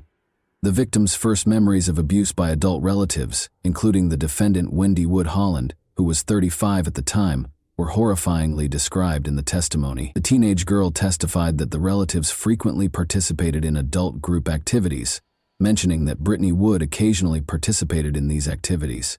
During the biggest case in Alabama, which involved the prosecution of 10 people. Teresa Hines, the prosecutor, inquired as to how frequently such incidents happened. The answer was, it happened a bunch, according to testimony from a man who subsequently entered a guilty plea. He once engaged in an inappropriate six-way encounter with a group of relatives, which included Wendy Holland and the girl.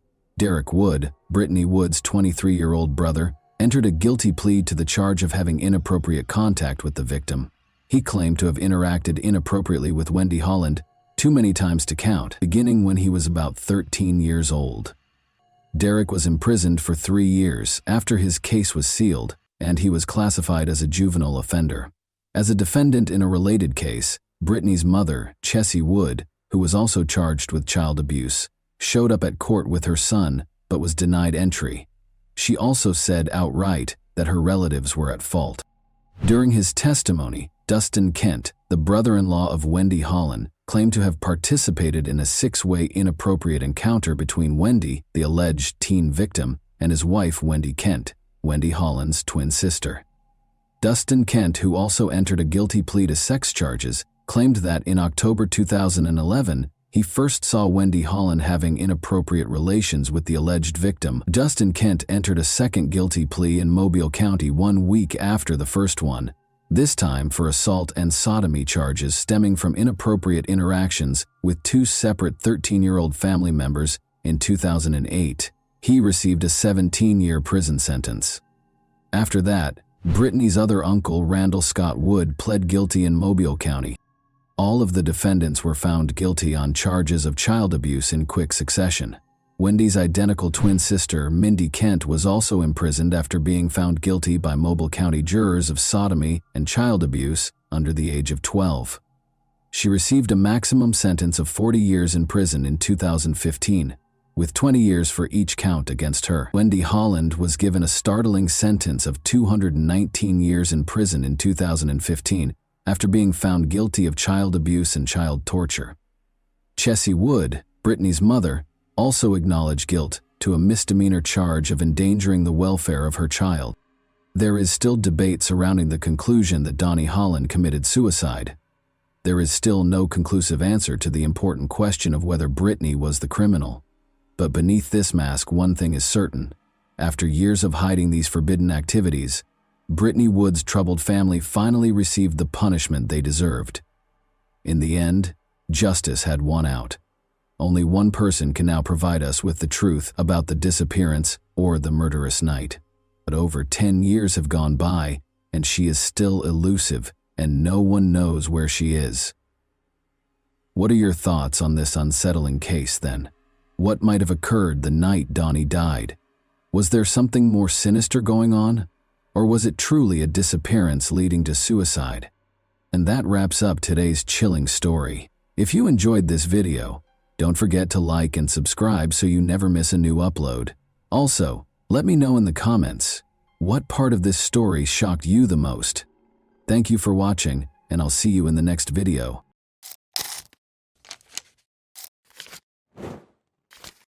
Hey guys, welcome to my channel, and today we're going to take a look at another horrible case with you. Many people can get to the point where they suspect a loved one of betraying them. Others may give in to the influence of fantasies of retaliation against the betrayer, while others may decide to end the relationship due to such suspicions.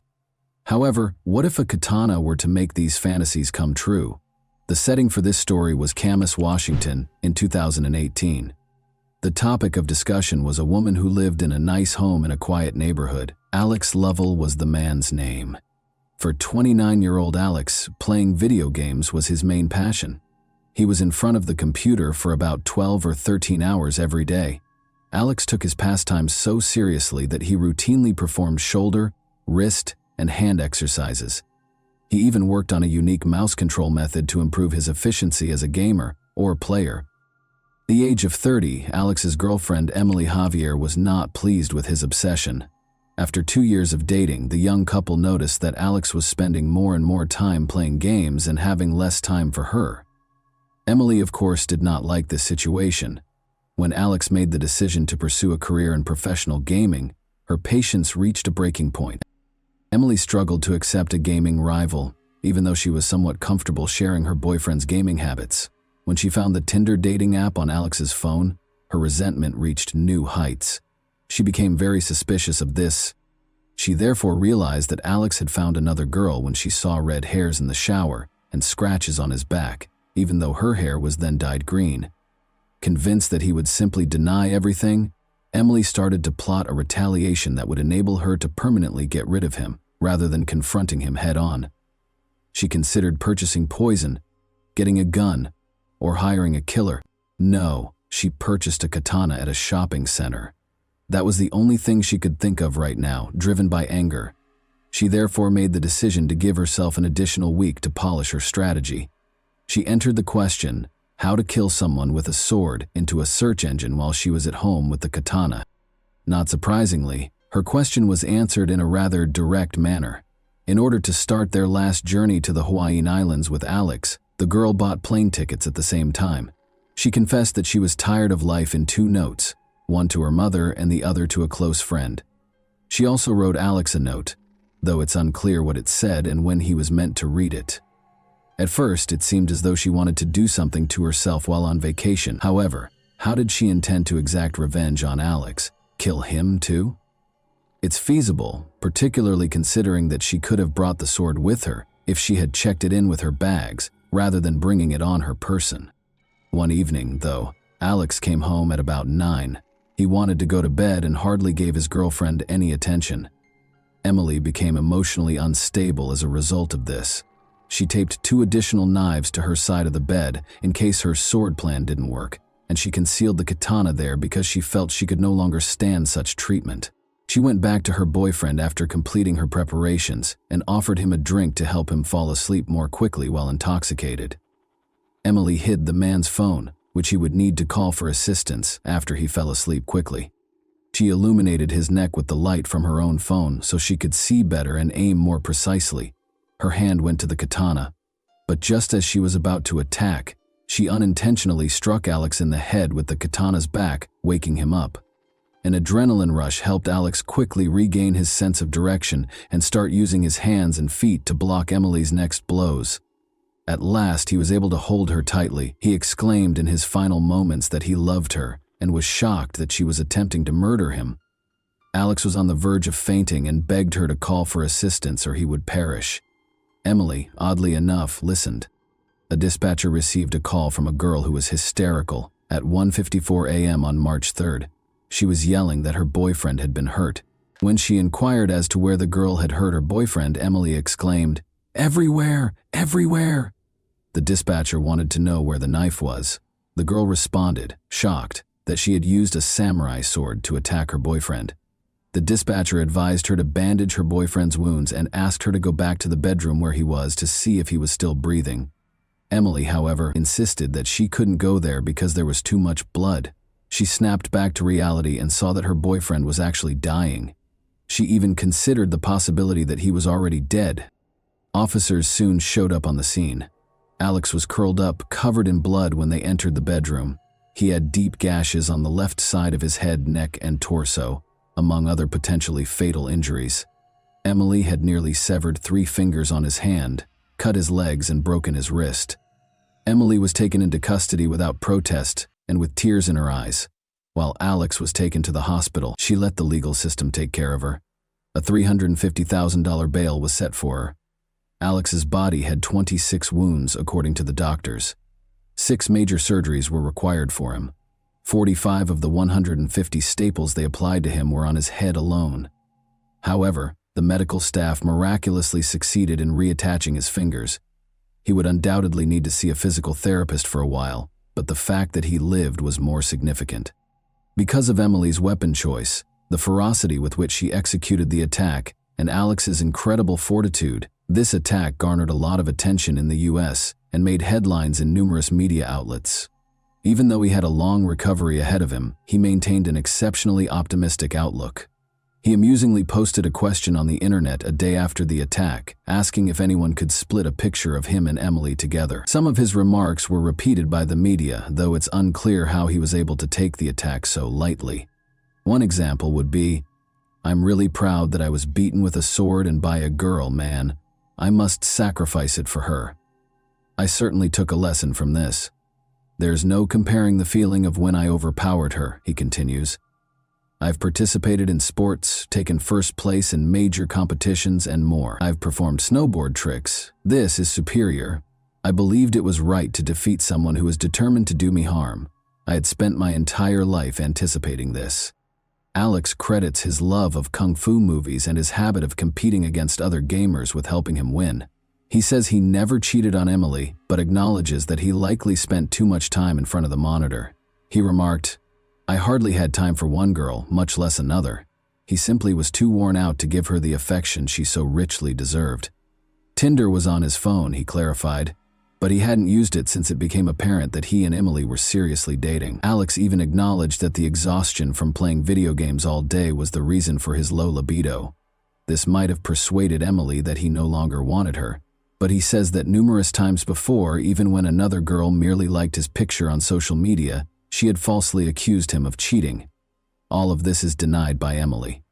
Regarding the red hairs, they might have come from his dog's fur or his own beard. Emily found it challenging to defend herself in court. Everyone could see that this was a carefully considered and planned crime. Emily told police that she wanted to kill him for cheating. That was my objective. She was convicted of attempting first-degree murder. Her sentence was lowered from a potential 20-year term to 19 years because of Alex's survival, her lack of prior convictions, and her own decision to call 911 for assistance. This result did not sit well with Alex's family. They felt that because she tried to kill their son, she should be punished more severely. Emily countered that because of her history of childhood trauma, which hindered her ability to form relationships, her sentence should be shortened. Although her psychologist acknowledged that she had PTSD, he said it had no bearing on the case. The judge ultimately decided that she should receive almost the maximum sentence because of the severity of the attack. She must also receive treatment for her aggression and mental health issues. She must pay $30,000 in reparations and is forbidden from getting in touch with Alex or his family. To help Alex recover, his gaming friends set up a crowdfunding page and raised thousands of dollars. He is presently recuperating and has largely resumed his regular activities. He says he hasn't spoken to Emily since the attack. When asked how he feels about her, he admits that she saved his life by calling 911, which is significant, but it's difficult to sum up his feelings for his ex-girlfriend in just 2 words. In any case, he thinks she needs significant assistance. I didn't expect this, but something like this had to happen, he continues in his characteristically lighthearted tone. She reached for the samurai sword because she obviously didn't want me to end up in the wrong hands. And that wraps up today's chilling story. If you enjoyed this video, don't forget to like and subscribe so you never miss a new upload. Also, let me know in the comments what part of this story shocked you the most. Thank you for watching, and I'll see you in the next video.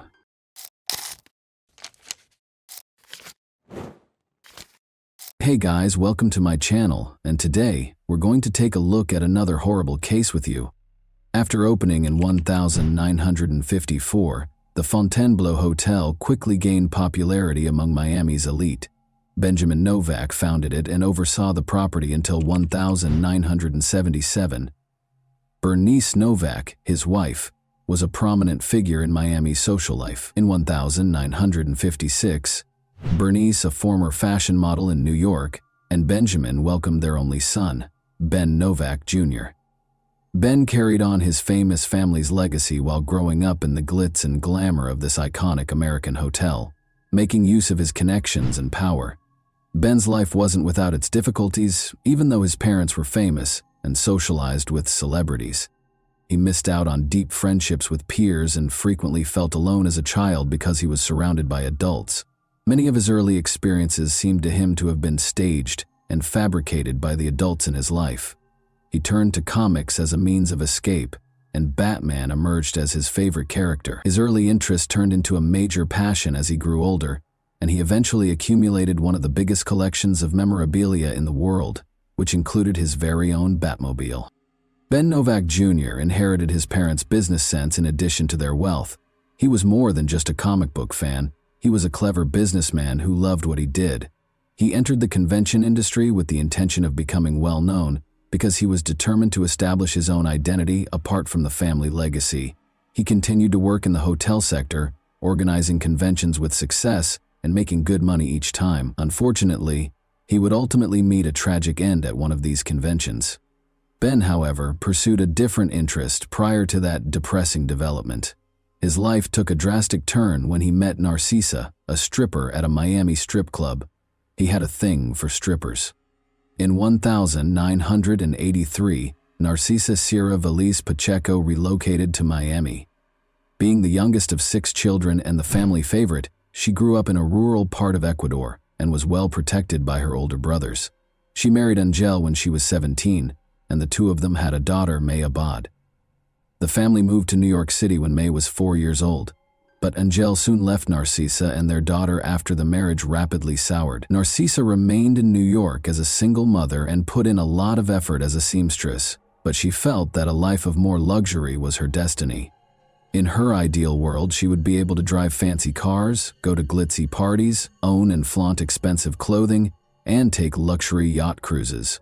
Driven by this aspiration, Narcisa imagined a life devoid of worries about money and rent. But in the end, this dream would take her in a problematic direction. Narcisa made the decision to move to Miami with her daughter in the summer of 1983 in order to start over. At first, she struggled to find work because of her poor command of English.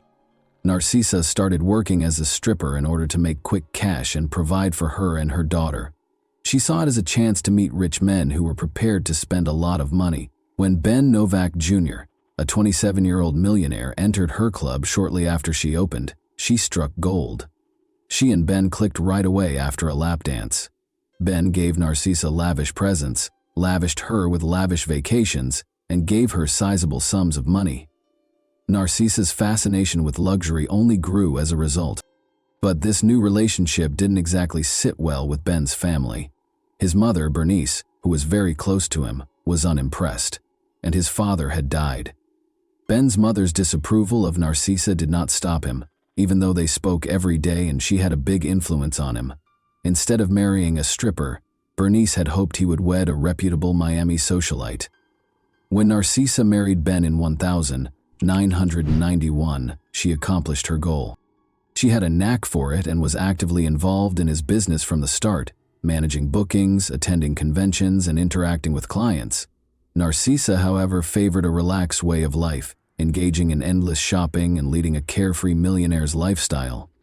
While Ben followed his passion for Batman collectibles and became the second-largest collector in the world, she developed an obsessive shopping habit. They enjoyed their gourmet meals, fancy cars, and mansion vacations. They also took in May Abad, Narcisa's daughter, who was in her late teens at the time. Ben became the father figure she had been missing for 18 years, and they grew close. May, Ben, and Narcisa led a lavish lifestyle, but on April 4, 2009, Ben's mother, Bernice, died suddenly, turning his life upside down. A neighbor found Bernice's body in her Fort Lauderdale residence. Her death was officially declared an accident, despite the suspicious circumstances. Blood was discovered flowing through the kitchen and into the laundry room from her car. According to the authorities, she must have fallen and hurt herself, striking her head on the car mirror, before bleeding as she entered the vehicle and eventually passing away. After his mother passed away, Ben was devastated by the loss and went into a deep depression. Narcisa pretended to be a helpful wife while attending the funeral. Ben threw himself into his work at Convention Concepts Unlimited as a way to deal with his loss. Ben and Narcisa arrived in New York on July 12, 2009, where Ben was in charge of a significant conference at the Rye Brook Hilton. More than 1,000 people attended the event, which was for the esteemed client Amway Global International. Around 7 a.m. on the morning of the 12th, Narcisa left their room to join her daughter for breakfast. About 30 minutes later, she came back into the room to find her husband bleeding and bound on the floor. He had already passed away. Another member of the well-known Novak family had been murdered only 3 months after Bernice's passing. Ben's death was promptly deemed a homicide by the authorities. Ben was discovered with his hands bound behind his back and his legs duct taped together below the knees, only wearing his underwear. He had been lying in bed, probably asleep, when he had been hit in the head by something. The attacker left his body face down on the floor after bludgeoning him to death. Police discovered the bed covered in blood that had spilled onto the floor around his dead body. Ben's eyes had been gouged out at the scene, which was a terrifying detail. Narcisa told the police right away that she thought the murder might have been a robbery, but the room didn't seem to be lacking anything. Not even a few $100s in an envelope was damaged. One would anticipate that valuables, particularly cash, would have been taken if it had been a robbery. Additionally, according to Narcisa, Ben had a recent heated argument about money with someone at a Comic-Con, and the other person had allegedly threatened him. lead detectives swiftly rejected it, despite the fact that they could find no proof for it. Investigators briefly looked into the Novak family's prior ties to the mafia, but quickly concluded that this approach was fruitless because Ben Jr. had no affiliation with organized crime. Rather, Narcisa was the subject of increased police scrutiny. Even though she was in control, she asked strange and inappropriate questions, like whether Ben might have had a heart attack and died. Given the graphic and brutal manner of his death, his body was bound and his head bludgeoned. This question raised eyebrows. At the station, Narcisa was taken in for additional interrogation. Her answers cast serious doubt on her version of what happened. She said that after returning from breakfast, she stumbled over Ben's body and screamed as she called the operator. Despite the blood-soaked room, she also claimed that she didn't recall seeing any blood, which ran counter to the police's account of the scene. She also mentioned sitting next to Ben and rubbing his leg, which seemed strange given that his head had sustained the majority of the damage. Suspicions were heightened by her inconsistency in failing to notice the blood. Additionally, investigators were attempting to ascertain how the murderer entered the room. The hotel's electronic door locks tracked each key's usage by date and time, and Narcisa was the only one with a key.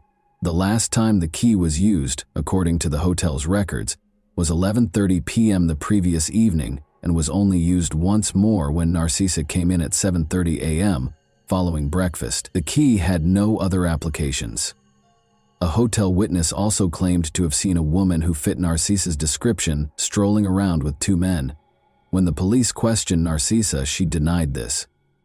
Detectives became more and more certain that Narcisa was responsible for Ben Novak Jr.'s murder as the investigation went on. Their suspicions were confirmed by May Abad, Narcisa's daughter, who disclosed that her parents' marriage was strained.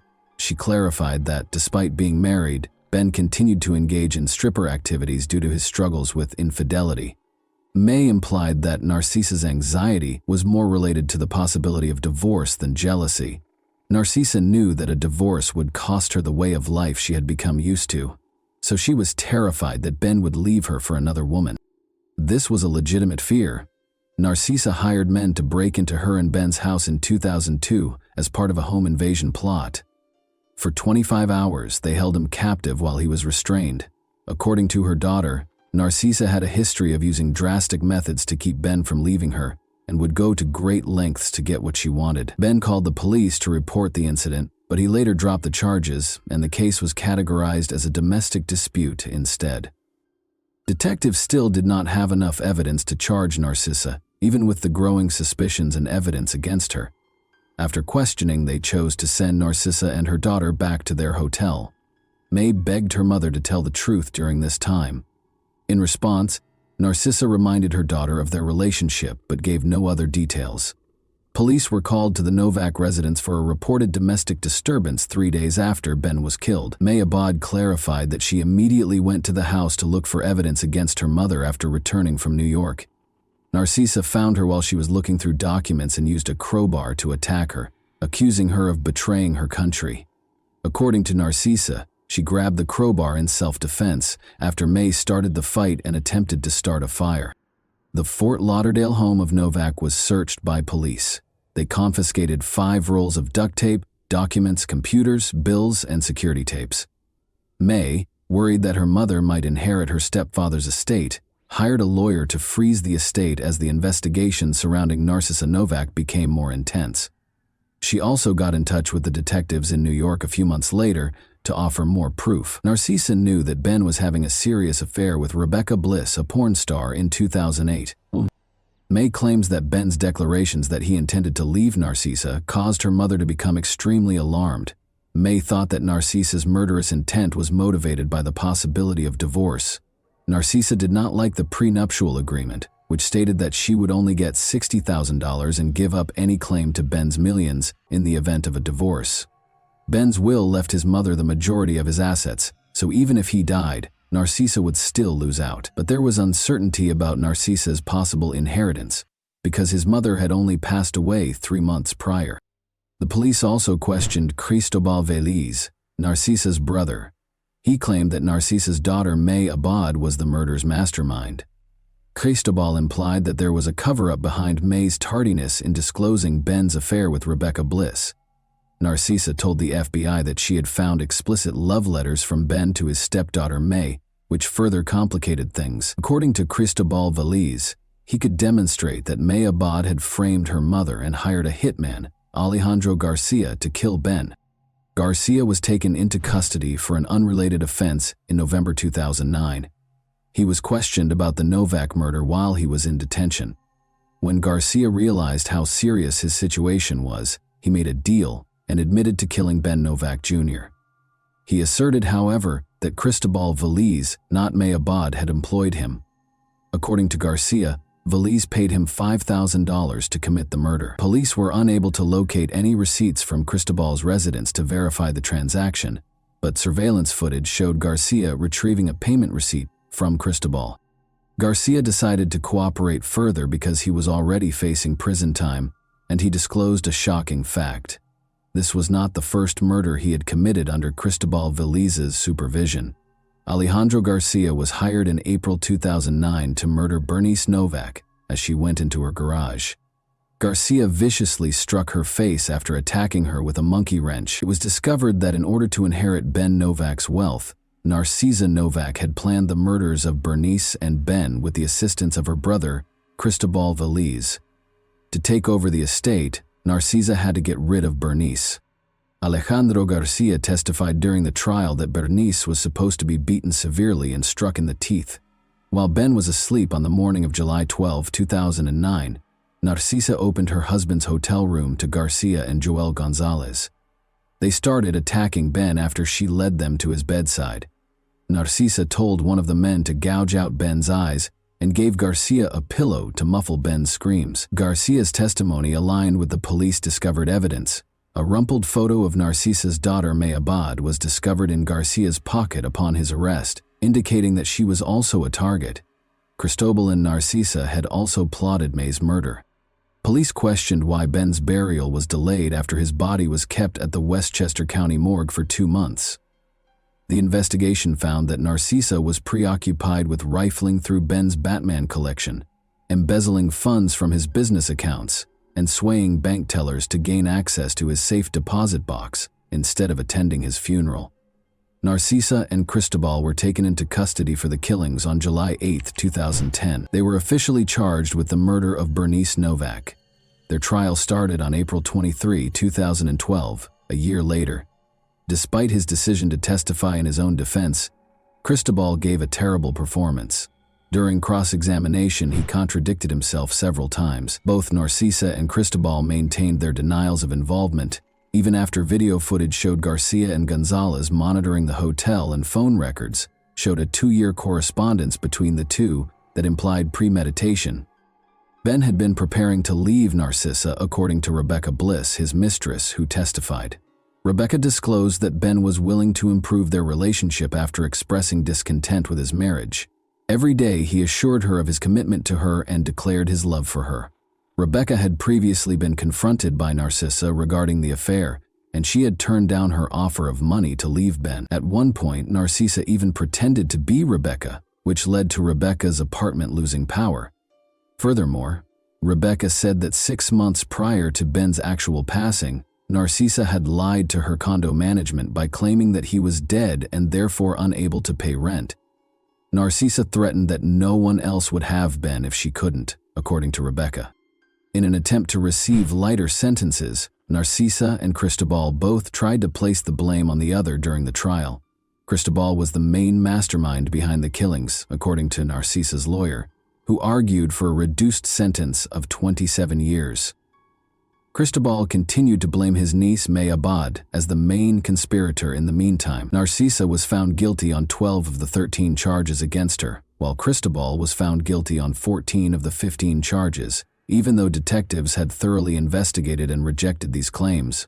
Narcisa's conviction resulted in her losing all claim to the inheritance she had hoped to inherit. The 2 sons of May Abad will now inherit Ben's estate.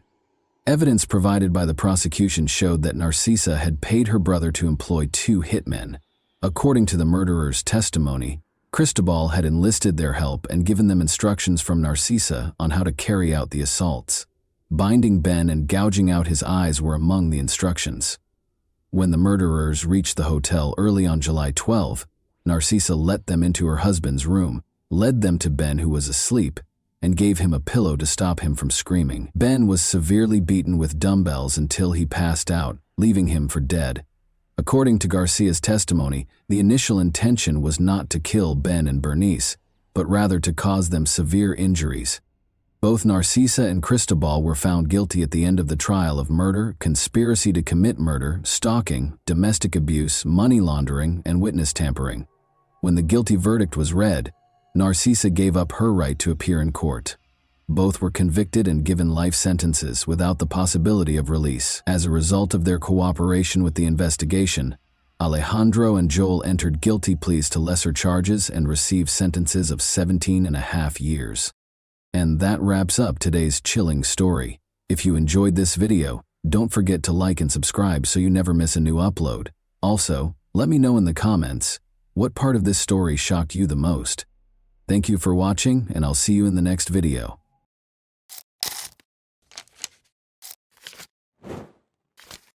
Hey guys, welcome to my channel, and today we're going to take a look at another horrible case with you.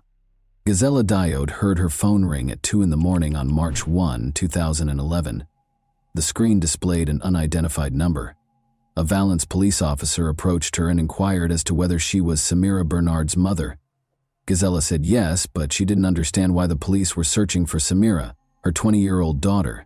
It had been 3 days since she last saw her. The police response did nothing to calm the woman, who demanded an explanation of what was going on. According to the call, Samira's boyfriend, Mile Columbia, 22, had vanished, so they were looking for her. The young couple had been dating for 8 months, the police had found out, but Gisela had no knowledge of the man. Mile had met Samira at a party. Samira Ben-Sard was a stunning woman who knew she was beautiful. She enjoyed posing for pictures and aspired to be a model. In turn, Mile was a very pleasant and kind young man. Their attraction to one another was instantaneous, and they began dating. But at 9:45 p.m. on February 28, 2011, Mile's supervisor at the construction company called the police. Since he hadn't heard from his employee in 3 days, he was concerned. When the man arrived at work on Saturday morning, his phone rang. Without giving a reason, he hurried to his feet and disappeared, never to be seen again. His boss was taken aback when he still hadn't arrived on Monday morning. It was his first absence from work, and they regarded him as a responsible and punctual worker. After learning that Mile was not returning calls from friends and co-workers, his boss made the decision to call the police. The police first visited the man's residence in Valence's downtown, but their efforts were unsuccessful, as no one answered the doorbell, nor was his car at the house. The police spoke with Mile's mother that same evening. She mentioned that she hadn't heard from her son in 3 days and that he had acted strangely during their most recent meeting, acting tense and very emotional. The woman reported that her son, who had never done so before, gave her a hug, kissed her, and declared his love for her. The investigators found some very suspicious details. Samira and Mile vanished the same day without telling anyone why, and they hadn't spoken to their families in 3 days. It couldn't have happened by accident. Analyzing their phones yielded one hint. The investigators discovered that Samira and Mile did not simply depart simultaneously, rather they drove off together. According to the phone pings, they left for Nice in the middle of the day on Saturday and checked into a 5-star hotel on the promenade in the evening. After getting in touch with the hotel, the investigators discovered that 2 men and a woman were being recorded by security cameras. Samira and Mile fit the description exactly. By Sunday evening, they had traveled from Nice to Livorno, 400 kilometers east of the French-Italian border. It was evident that the young couple was moving deeper into Italy, so the French police asked their Italian counterparts for help. Mile had made reservations at a high-end Livorno hotel. A man and a woman who fit the description of the missing couple had stayed with the hotel, according to the staff. Thus, they spent Saturday night in Nice before traveling to Livorno the following day. Everything suggested that Samira and Mile had taken a haphazard romantic trip, which was not surprising given how popular the Riviera was for such excursions. Since Samira's mother had received a message from her daughter saying that she had left, but that there was no need to worry because she would return soon, The detectives had no reason to doubt their belief that the young couple would soon return home together. Although it appeared to be another affirmation that the young couple was doing well, Gazella was positive her daughter would never vanish simply by taking an impulsive vacation. Samira never skipped work and was a responsible woman. Additionally, Gazella was troubled by a detail. She couldn't comprehend how her daughter, who loved being photographed and never left the house without wearing carefully chosen clothes, applying makeup and styling her hair, could leave for several days with a young man without taking anything with her. The fact that Samira sent an SMS also baffled her. The problem is that she would typically just give her mom a call. Since they were close and could talk for hours, getting a text message didn't make her feel any better. On the contrary, it made her anxiety even worse. The city of Imperia, which is about 80 kilometers from Nice in northern Italy, provided the next update on the case. Massimo Bessin was traveling to work on Monday, March 3, 2011, when he decided to take a shortcut and turned onto a small street. Something odd caught his attention along the road. When he opened the door, he saw that it was a woman, but initially he thought he saw a mannequin. Massimo yelled something but got no answer, but the woman was obviously on the move. He summoned an ambulance in a hurry. She was identified by Italian police as the French woman who had gone missing. Her skull was pierced by a bullet that had been shot in the back of her head. At this point, the romantic trip theory could be disregarded. The French police couldn't understand. They first believed it to be a romantic escape, then it was a suspicious disappearance, and now they were dealing with a girl who had been injured in an attempted murder. Despite being critically ill, Samira was still alive. Her mother was notified and she was taken to the hospital right away. At first, Gazella didn't even recognize her own daughter when she got to the hospital. The sight is hard to describe. Samira looked like a 9-year-old girl with her head shaved bald. The woman found it hard to accept that her daughter had been shot in the head and ended up in Italy. Since the bullet was embedded in her daughter's skull, the doctors informed the mother that there was little chance of recovery. Gazella refused to accept this and made arrangements for Samira to be taken to a hospital in Marseille. She was told directly by a surgeon there that although he would do the surgery, he would not give her false hope. The patient would never fully recover, even if she lived. Samira had surgery for 10 hours. Despite surviving the surgery, she was unable to speak and did not recognize anyone when she opened her eyes. Like a child, she had to relearn everything. Samira was unable to provide any information regarding the events in Italy, but without her testimony, the police had to look for the perpetrator. There were numerous signs that the crime was being planned. The Italian police were unable to locate any of her possessions when they discovered her lying on the side of the road close to a landfill. No passport, no phone, and no purse were present. This suggested that the criminal did not want her name to be revealed, but the investigators had a lead. Samira's boyfriend, Mile Cambia, was the last person they saw her with. According to the police, Mile fled after committing the crime by crossing the border into Italy, but after Samira was discovered, he erred by using his bank card in France. Only 35 kilometers from his Valence apartment, he used it at a first-rate hotel in Les Turrets. Mile had returned to France the day before according to surveillance footage. But why didn't he return home to his family if he was innocent? He chose to stay in a hotel a few kilometers away instead. Investigators soon learned that he had used Samira's credit card, which was another error on his part. In other words, Miles stayed in a hotel and used the woman's card while the young couple went on an impromptu trip to another country, where the woman almost died. The worst suspicions of the police were validated by everything. The detective talked to the young man's friends and family in an attempt to find a motive. Samira and Miles' relationship was evidently far from ideal. Mile was bothered by the fact that Samira was a very attractive woman and that many men were interested in her. Their disagreements frequently turned violent. In front of their friends, Mile had the authority to slap Samira, and once he even put out a cigarette on her. He was obviously not a particularly stable individual. However, the motive remained a mystery. Was everything prearranged? Or did Mile act out of rage? Despite Mile's actions, all of their friends were aware that Samira was smitten with him. She'd just learned, though, that her boyfriend was married. He had cheated on his girlfriend on a regular basis after getting married to her when she was 18. He had many mistresses besides Samira. Despite being upset by the information, she didn't end their relationship because she trusted Miles' statement that they were divorcing and living apart. The investigator went to Miles' house after learning of this, but as soon as he stepped inside, he saw that Samira was wrong. The husband and wife were obviously living together. In addition, Miles would soon become a father. The name Combi was written on 17 ultrasound pictures of the apartment. A love triangle involving Miles, his wife, and Samira was clearly in place, and one of them was bound to vanish. Finding Miles was essential, and it was far simpler than the police had expected. 5 days after the disappearance, Miles Cambia turned himself in on March 4 at the Valence police station. The investigation was extremely fortunate to have this. Miles not only willingly arrived at the station, but he also came clean and admitted to shooting Samira.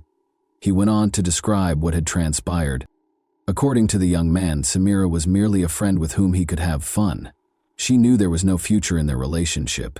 Samira was unable to accept Miles' explanation that their romance was over. She never left him alone, calling him non-stop and occasionally dialing his number 150 times in a single day. He showed the investigator his phone, which showed evidence of about 1,000 calls from Samira in a month. Although Miles acknowledged that Samira's actions might be categorized as stalking, would this be sufficient grounds to shoot her? The young man soon began to fear for his life as the situation worsened. He described the events of the Friday night before they left for Italy. He was kissing another woman in a nightclub when Samira confronted him. After leaving the club in a hurry and using her key to scratch his car, she got into a fight with Samira's cousins. Miles was frightened by this incident, since they threatened to kill him and claimed to have weapons. Miles was terrified. After deciding that he needed to find a way to protect himself going forward, he hurriedly got into his car and drove out of the nightclub. He considered purchasing a weapon for his personal protection. When he received a call the following day, he left without thinking and went to buy a revolver. Still, none of this clarified why he had shot Samira. Miles clarified that his intention in traveling to Italy was not to murder her or carry out any other heinous deed. All he wanted was for their tumultuous relationship to end. In an attempt to defuse their tense situation and give Samira an explanation, he took her to Italy, but things didn't work out. Miles got out of the car after they argued once more. Samira trailed after him. Miles claims that he did not intend to shoot when he grabbed the weapon, only to frighten her, but the revolver accidentally went off. Then he dropped her to the ground, climbed back into the car, and drove off. He claimed to be afraid when asked why he didn't call for an ambulance. He didn't know what to do, so he went into hiding for a few days after she fell. The police already knew the rest of the story. In general, the man asserted that what transpired in Italy was an accident, and that he was the victim of his compulsive lover's pursuit. The police weren't entirely convinced by his explanation, so he was arrested for attempted murder. A few things didn't add up. Why would someone go abroad and stay in a 5-star hotel only to break up with someone? Why did he use her credit card after stealing all of her personal items, and who used her daughter's phone to send Samira's mother the message? Although it was hard to prove without Samira's testimony, the investigator was certain that the young man was lying. Thankfully, Samira was able to testify after some time and therapy. First, though, Samira spoke very slowly and in a weak voice. She gave her account of what happened 8 months after the attack on October 11, 2011. Samira's statements ran counter to what her ex-lover had said. He said they needed to talk when he arrived at her house. He persisted, so she gave in, even though she didn't want to. She accepted Miles' invitation to a weekend retreat. When she asked him where he wanted to go, he said, Spain. The fact that this upset her made him take her to Nice, and then to Italy. Miles abruptly swerved off the road on the 3rd day of the journey, following 2 days of relaxation. He told her not to worry, saying he just needed to get rid of something, when she questioned why he had turned onto a road that led to a landfill. Miles halted the vehicle and exited. After letting her out through the passenger side door, he took out a revolver and aimed it at her. She was going to die, he said. She yelled, "Shoot if you're a man," and he pulled the trigger. The revolver was discovered by forensic experts on February 7, 2012, 1 year after the attack on Samira, and this finding totally disproved Miles' allegations. He claimed that the gun in his hand suddenly detonated. Ballistic analysis, however, demonstrated that such an occurrence was impossible. The shooter must carefully prepare before firing, pull the trigger back, and then fire. two separate actions, the expert explained. The revolver won't just fire when you wave your hand. In addition, the revolver must be held in one hand while a considerable amount of force is applied with the other hand to pull the trigger backward. There was no way such a gun could be accidentally fired. Mile Cambia lied because he intended to murder Samira. Detectives were finally able to piece together the murderer's plan after months of investigation. Mile left work on February 26, 2011 at 9 in the morning. He bought a weapon because he was determined to prevent a recurrence of the scene from the night before. He loaded it, tested it, pulled the trigger, and fired it as he made his way into the woods. Everything had been planned by him. Samira was to vanish across the border after spending a romantic weekend in Italy. Since he had no connections in Italy, it was the ideal place to carry out the crime. Mile pulled the woman out of the car, drove off the road, shot her, and threatened to kill her. In order to avoid identifying her, he then took her possessions. Miles tried to deceive the police by sending Samira's mother an SMS after returning to France. It was assumed that the woman had taken a vacation and was still alive. The man was sure he would never be caught and thought he had committed the ideal crime. You can only imagine how shocked he was to learn that his victim had lived. He hid for 5 days close to his hometown while the police searched for him, thinking about what he should do next. He came up with a new self-defense tactic since he lacked the resources and beneficial contacts to flee. Mile Cambia made the decision to tell his version of events to the police. The trial of Mile started in the city of Valence on February 10, 2014. For the victim and her family, the trial was a true ordeal. Mile stuck to his version of events, much to their astonishment. He maintained that everything that transpired in Italy was a regrettable accident, and that he was the victim in this instance, having been harassed by Samira. According to his friends, he had never been violent and bought the revolver out of fear after Samira's cousins threatened to kill Mile and destroy his car and apartment. He took his phone with him when he drove to Italy, keeping nothing hidden. He was emotionally worn out from Samira's incessant calls and just wanted to take the woman on a trip to help her relax. It is also important to note that Mile charmed the jury with his exaggerated displays of civility and respect throughout the trial. His plan worked, and he received a 13-year prison sentence. The lenient sentence raised questions about whether Mile's actions in court and the jury's decision to impose a relatively short sentence were related. After all, it is hard for people to convict a charming young man with impeccable manners, and they frequently associate criminals with unpleasant personalities. Samira feels that this penalty is excessively light. She will always be confined to a wheelchair because she loved a man who chose to kill her, but by the time he turns 40, he will be free and able to lead a normal life.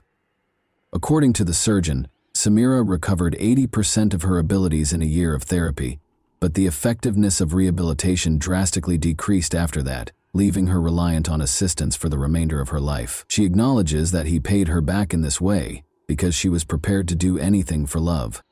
And that wraps up today's chilling story.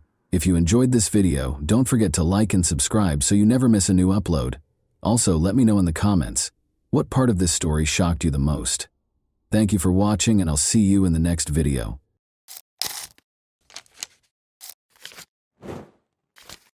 Hey guys, welcome to my channel, and today we're going to take a look at another horrible case with you. In a blueberry field in Michigan, a metal trunk containing the charred remains of an unidentified man was discovered in 2002. He was first known to investigators as Jack in the Box, a nickname that would become well known in the years that followed. Not until more than 10 years later, after countless detective efforts and revolutionary developments in forensic science, was the victim identified as Roberto Caraballo. This revelation, however, came with a terrifying twist, a web of murder, treachery, and a dark family plot. This is the tale of how the Jack in the Box case was resolved, illuminating a horrific homicide that permanently altered Michigan's past. An unusual and unsettling sight was discovered by a farmer on May 8, 2002, while working in a remote blueberry field in Ottawa County, Michigan. An old metal trunk tucked away among the bushes. The trunk had been badly burned, and it smelled awful, as if it contained something gory. The horrific reality of a body that had been mercilessly burned beyond recognition and left to decay in the trunk was what he had hoped was only an illusion. The remains of a body that had been burned beyond recognition were discovered when police arrived and forced open the charred lid. The man had been placed in the trunk, covered in gasoline, and set on fire after suffering blunt force trauma, according to detectives. Investigators couldn't make sense of the scene. Since the fire destroyed any fingerprints or distinguishing characteristics, the condition of the body made identification all but impossible. Detectives thought the murder must have occurred somewhere else before the trunk was left in the remote field, because there were no indications of a struggle at the scene. Because there were no witnesses or hints to help identify the victim, investigators had a difficult time figuring out who this man was and how he met such a terrible end, and the case ultimately went cold. Early leads in the case produced no noteworthy progress, despite the best efforts of law enforcement. In order to gather information about missing people, odd behavior, or anything that might help identify the victim, investigators canvassed the local communities. Due to the limited forensic technology available at the time, detectives were left without answers in the absence of fingerprint identification or DNA database matches. The forensic analysis, which showed that the man was probably middle-aged and had died violently, was the only information available for years. The case turned into one of the most puzzling unresolved mysteries in Michigan. After the story was reported by the media, the victim was dubbed Jack in the Box. The public and fans of true crime were enthralled, curious about the identity of this man and the reason behind his body's ruthless disposal. Detectives kept returning to the case in the hopes that new technology or a different viewpoint would reveal the truth, but the case cooled without any clear direction. The long-forgotten case received new attention in 2015, more than 13 years after the unidentified body was found in 2002. Previously, investigators had run out of leads, but they gained the momentum they required from a new tip from an unexpected source. In early 2015, Deneen Ducharme, a Texas woman, contacted law enforcement, expressing her suspicion that the unidentified man known as Jack in the Box might be her stepfather, Roberto Caraballo, who had vanished for no apparent reason years prior. Around this time, the case also gained more public attention, in part because of a documentary called Jack in the Box that was produced by a group of local students. The movie brought the unsolved murder back into the public eye, attracting more interest in the case and urging anyone with information to come forward. Together with developments in forensic technology, this spike in public involvement created new avenues for investigation. Following the Texas woman's call, investigators reopened the case and used modern DNA testing techniques to examine the victim's remains. Detectives followed the woman's lead and compared her DNA to samples from the Texas family. The woman's suspicion was validated by the findings, which showed that Jack in the Box was in fact 37-year-old Roberto Caraballo, who had resided in Charlotte, Michigan at the time of his disappearance. This discovery changed the course of the case from an unsolved mystery to a targeted investigation, enabling detectives to concentrate their efforts on identifying the people who caused Caraballo's untimely death. Authorities now had a plethora of new information thanks to this identification, including a name and a life story to piece together. Roberto's identification shed light on his family ties and past, generating new leads and providing a novel viewpoint on potential suspects and their motivations. Let's now examine Roberto Caraballo's biography. Friends and family characterize Caraballo as a gregarious and diligent person. He shared a home with his wife, Beverly McCallum, her daughter, Deneen Ducharme, and Christopher McMillan, Deneen's friend. However, his relationship with Beverly was said to have been turbulent at the time of his death. Family conflicts, tension, and financial arguments were reported by friends and family. Detectives looked into the possibility that someone close to Caraballo was responsible for his murder, after it became clear that his life had not been peaceful. Authorities focused on Caraballo's immediate family after his identity was established, especially his wife, Beverly, her daughter, Deneen, and her friend, Chris McMillan.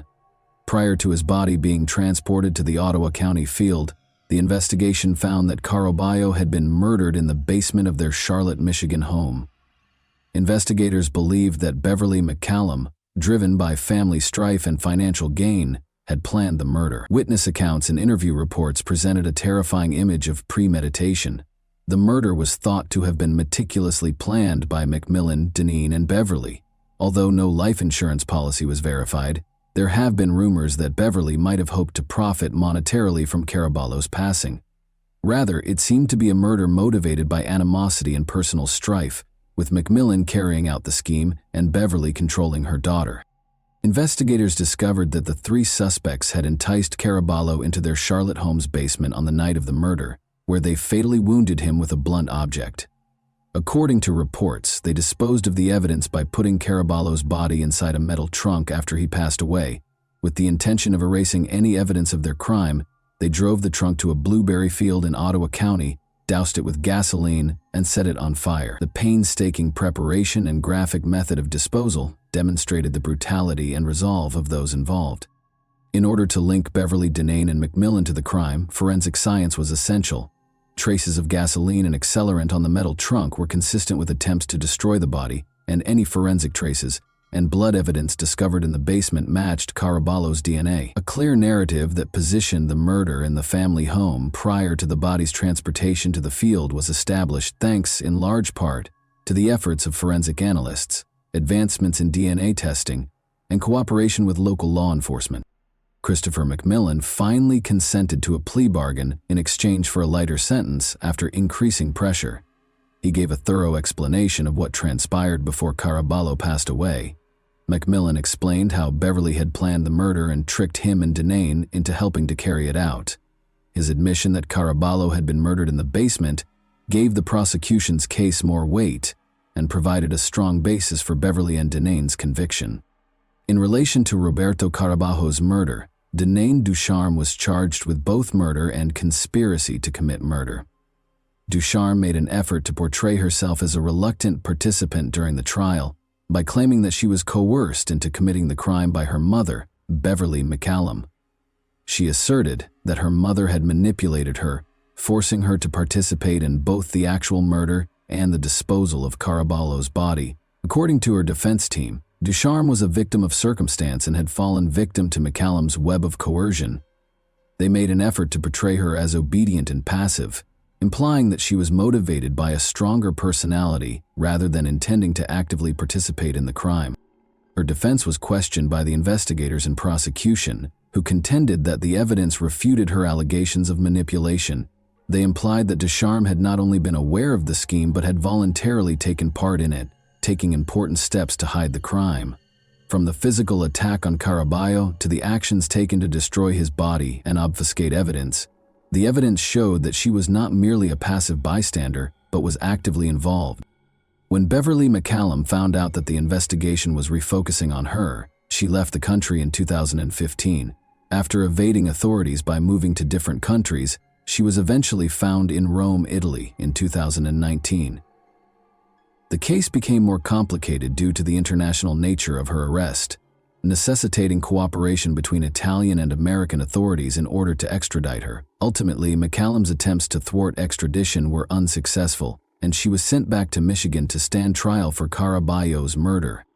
Beverly McCallum and her daughter Denane Ducharme were charged with first-degree murder, conspiracy to commit murder, and mutilation of a dead body at the start of their legal proceedings in Michigan. According to the prosecution, the murder was premeditated, and Beverly was the one who carried out the heinous deed, driven by both malice and financial greed. Beverly allegedly carefully planned Caraballo's murder and enlisted her daughter Denane and friend Christopher McMillan to carry out her plan, according to the prosecution. McMillan, who had previously accepted a plea bargain, testified against Beverly and Denane, offering details about the crime scene, the plot, and the subsequent events. Because of this plea deal, which reduced his sentence in return for his cooperation, Beverly and Denane were left to deal with the full weight of the charges by themselves. The roles that each person played were established by the prosecution, using McMillan's testimony and additional evidence, emphasizing Beverly's leadership in planning and directing the crime. After years of waiting for the case to be settled, Caraballo's loved ones and the community finally felt some justice and closure as a result of the trial and the ensuing court rulings. The possibility that Beverly McCallum is involved in other crimes besides the murder of Roberto Caraballo is another noteworthy feature. According to Amanda, Beverly has a track record of abusing her connections with men, some of whom are from outside the U.S. In one notable instance, Beverly married a man she had known for more than 20 years while residing in Jamaica. This person vanished inexplicably, and despite attempts to get in touch with Beverly, he is still unaccounted for in Jamaica. Following his disappearance, Beverly and her kids are thought to have left the country, which heightens the suspicion that her illegal actions may be a part of a larger pattern. Given Beverly's history of violent and manipulative relationships, and this man's abrupt and unexplained disappearance, it is possible that she is connected to additional unreported crimes. The question of how many more victims might be linked to Beverly's past is raised by this unsolved mystery. The conclusion of the Jack-in-the-Box case, one of Michigan's most eerie unresolved cases, attracted national attention. Audiences found great resonance in the tale of Roberto Caraballo's murder and the treachery of those closest to him. The case's place in American crime history has been cemented by ongoing media coverage and true crime documentaries. Even when all hope seems lost, the investigation's legacy serves as a testament to the commitment of law enforcement and the value of forensic science in bringing about justice. A terrible reminder of the darker side of human nature is the murder of Roberto Caraballo, who was hidden in a metal trunk and set ablaze in a Michigan field. When justice was finally served after years of mystery, a horrifying tale of treachery and family dishonesty was exposed. No matter how much time has passed, Caraballo's memory endures, as a reminder of the extent investigators will go to in order to find the truth and provide victims with justice. And that wraps up today's chilling story. If you enjoyed this video, don't forget to like and subscribe so you never miss a new upload. Also, let me know in the comments what part of this story shocked you the most. Thank you for watching, and I'll see you in the next video.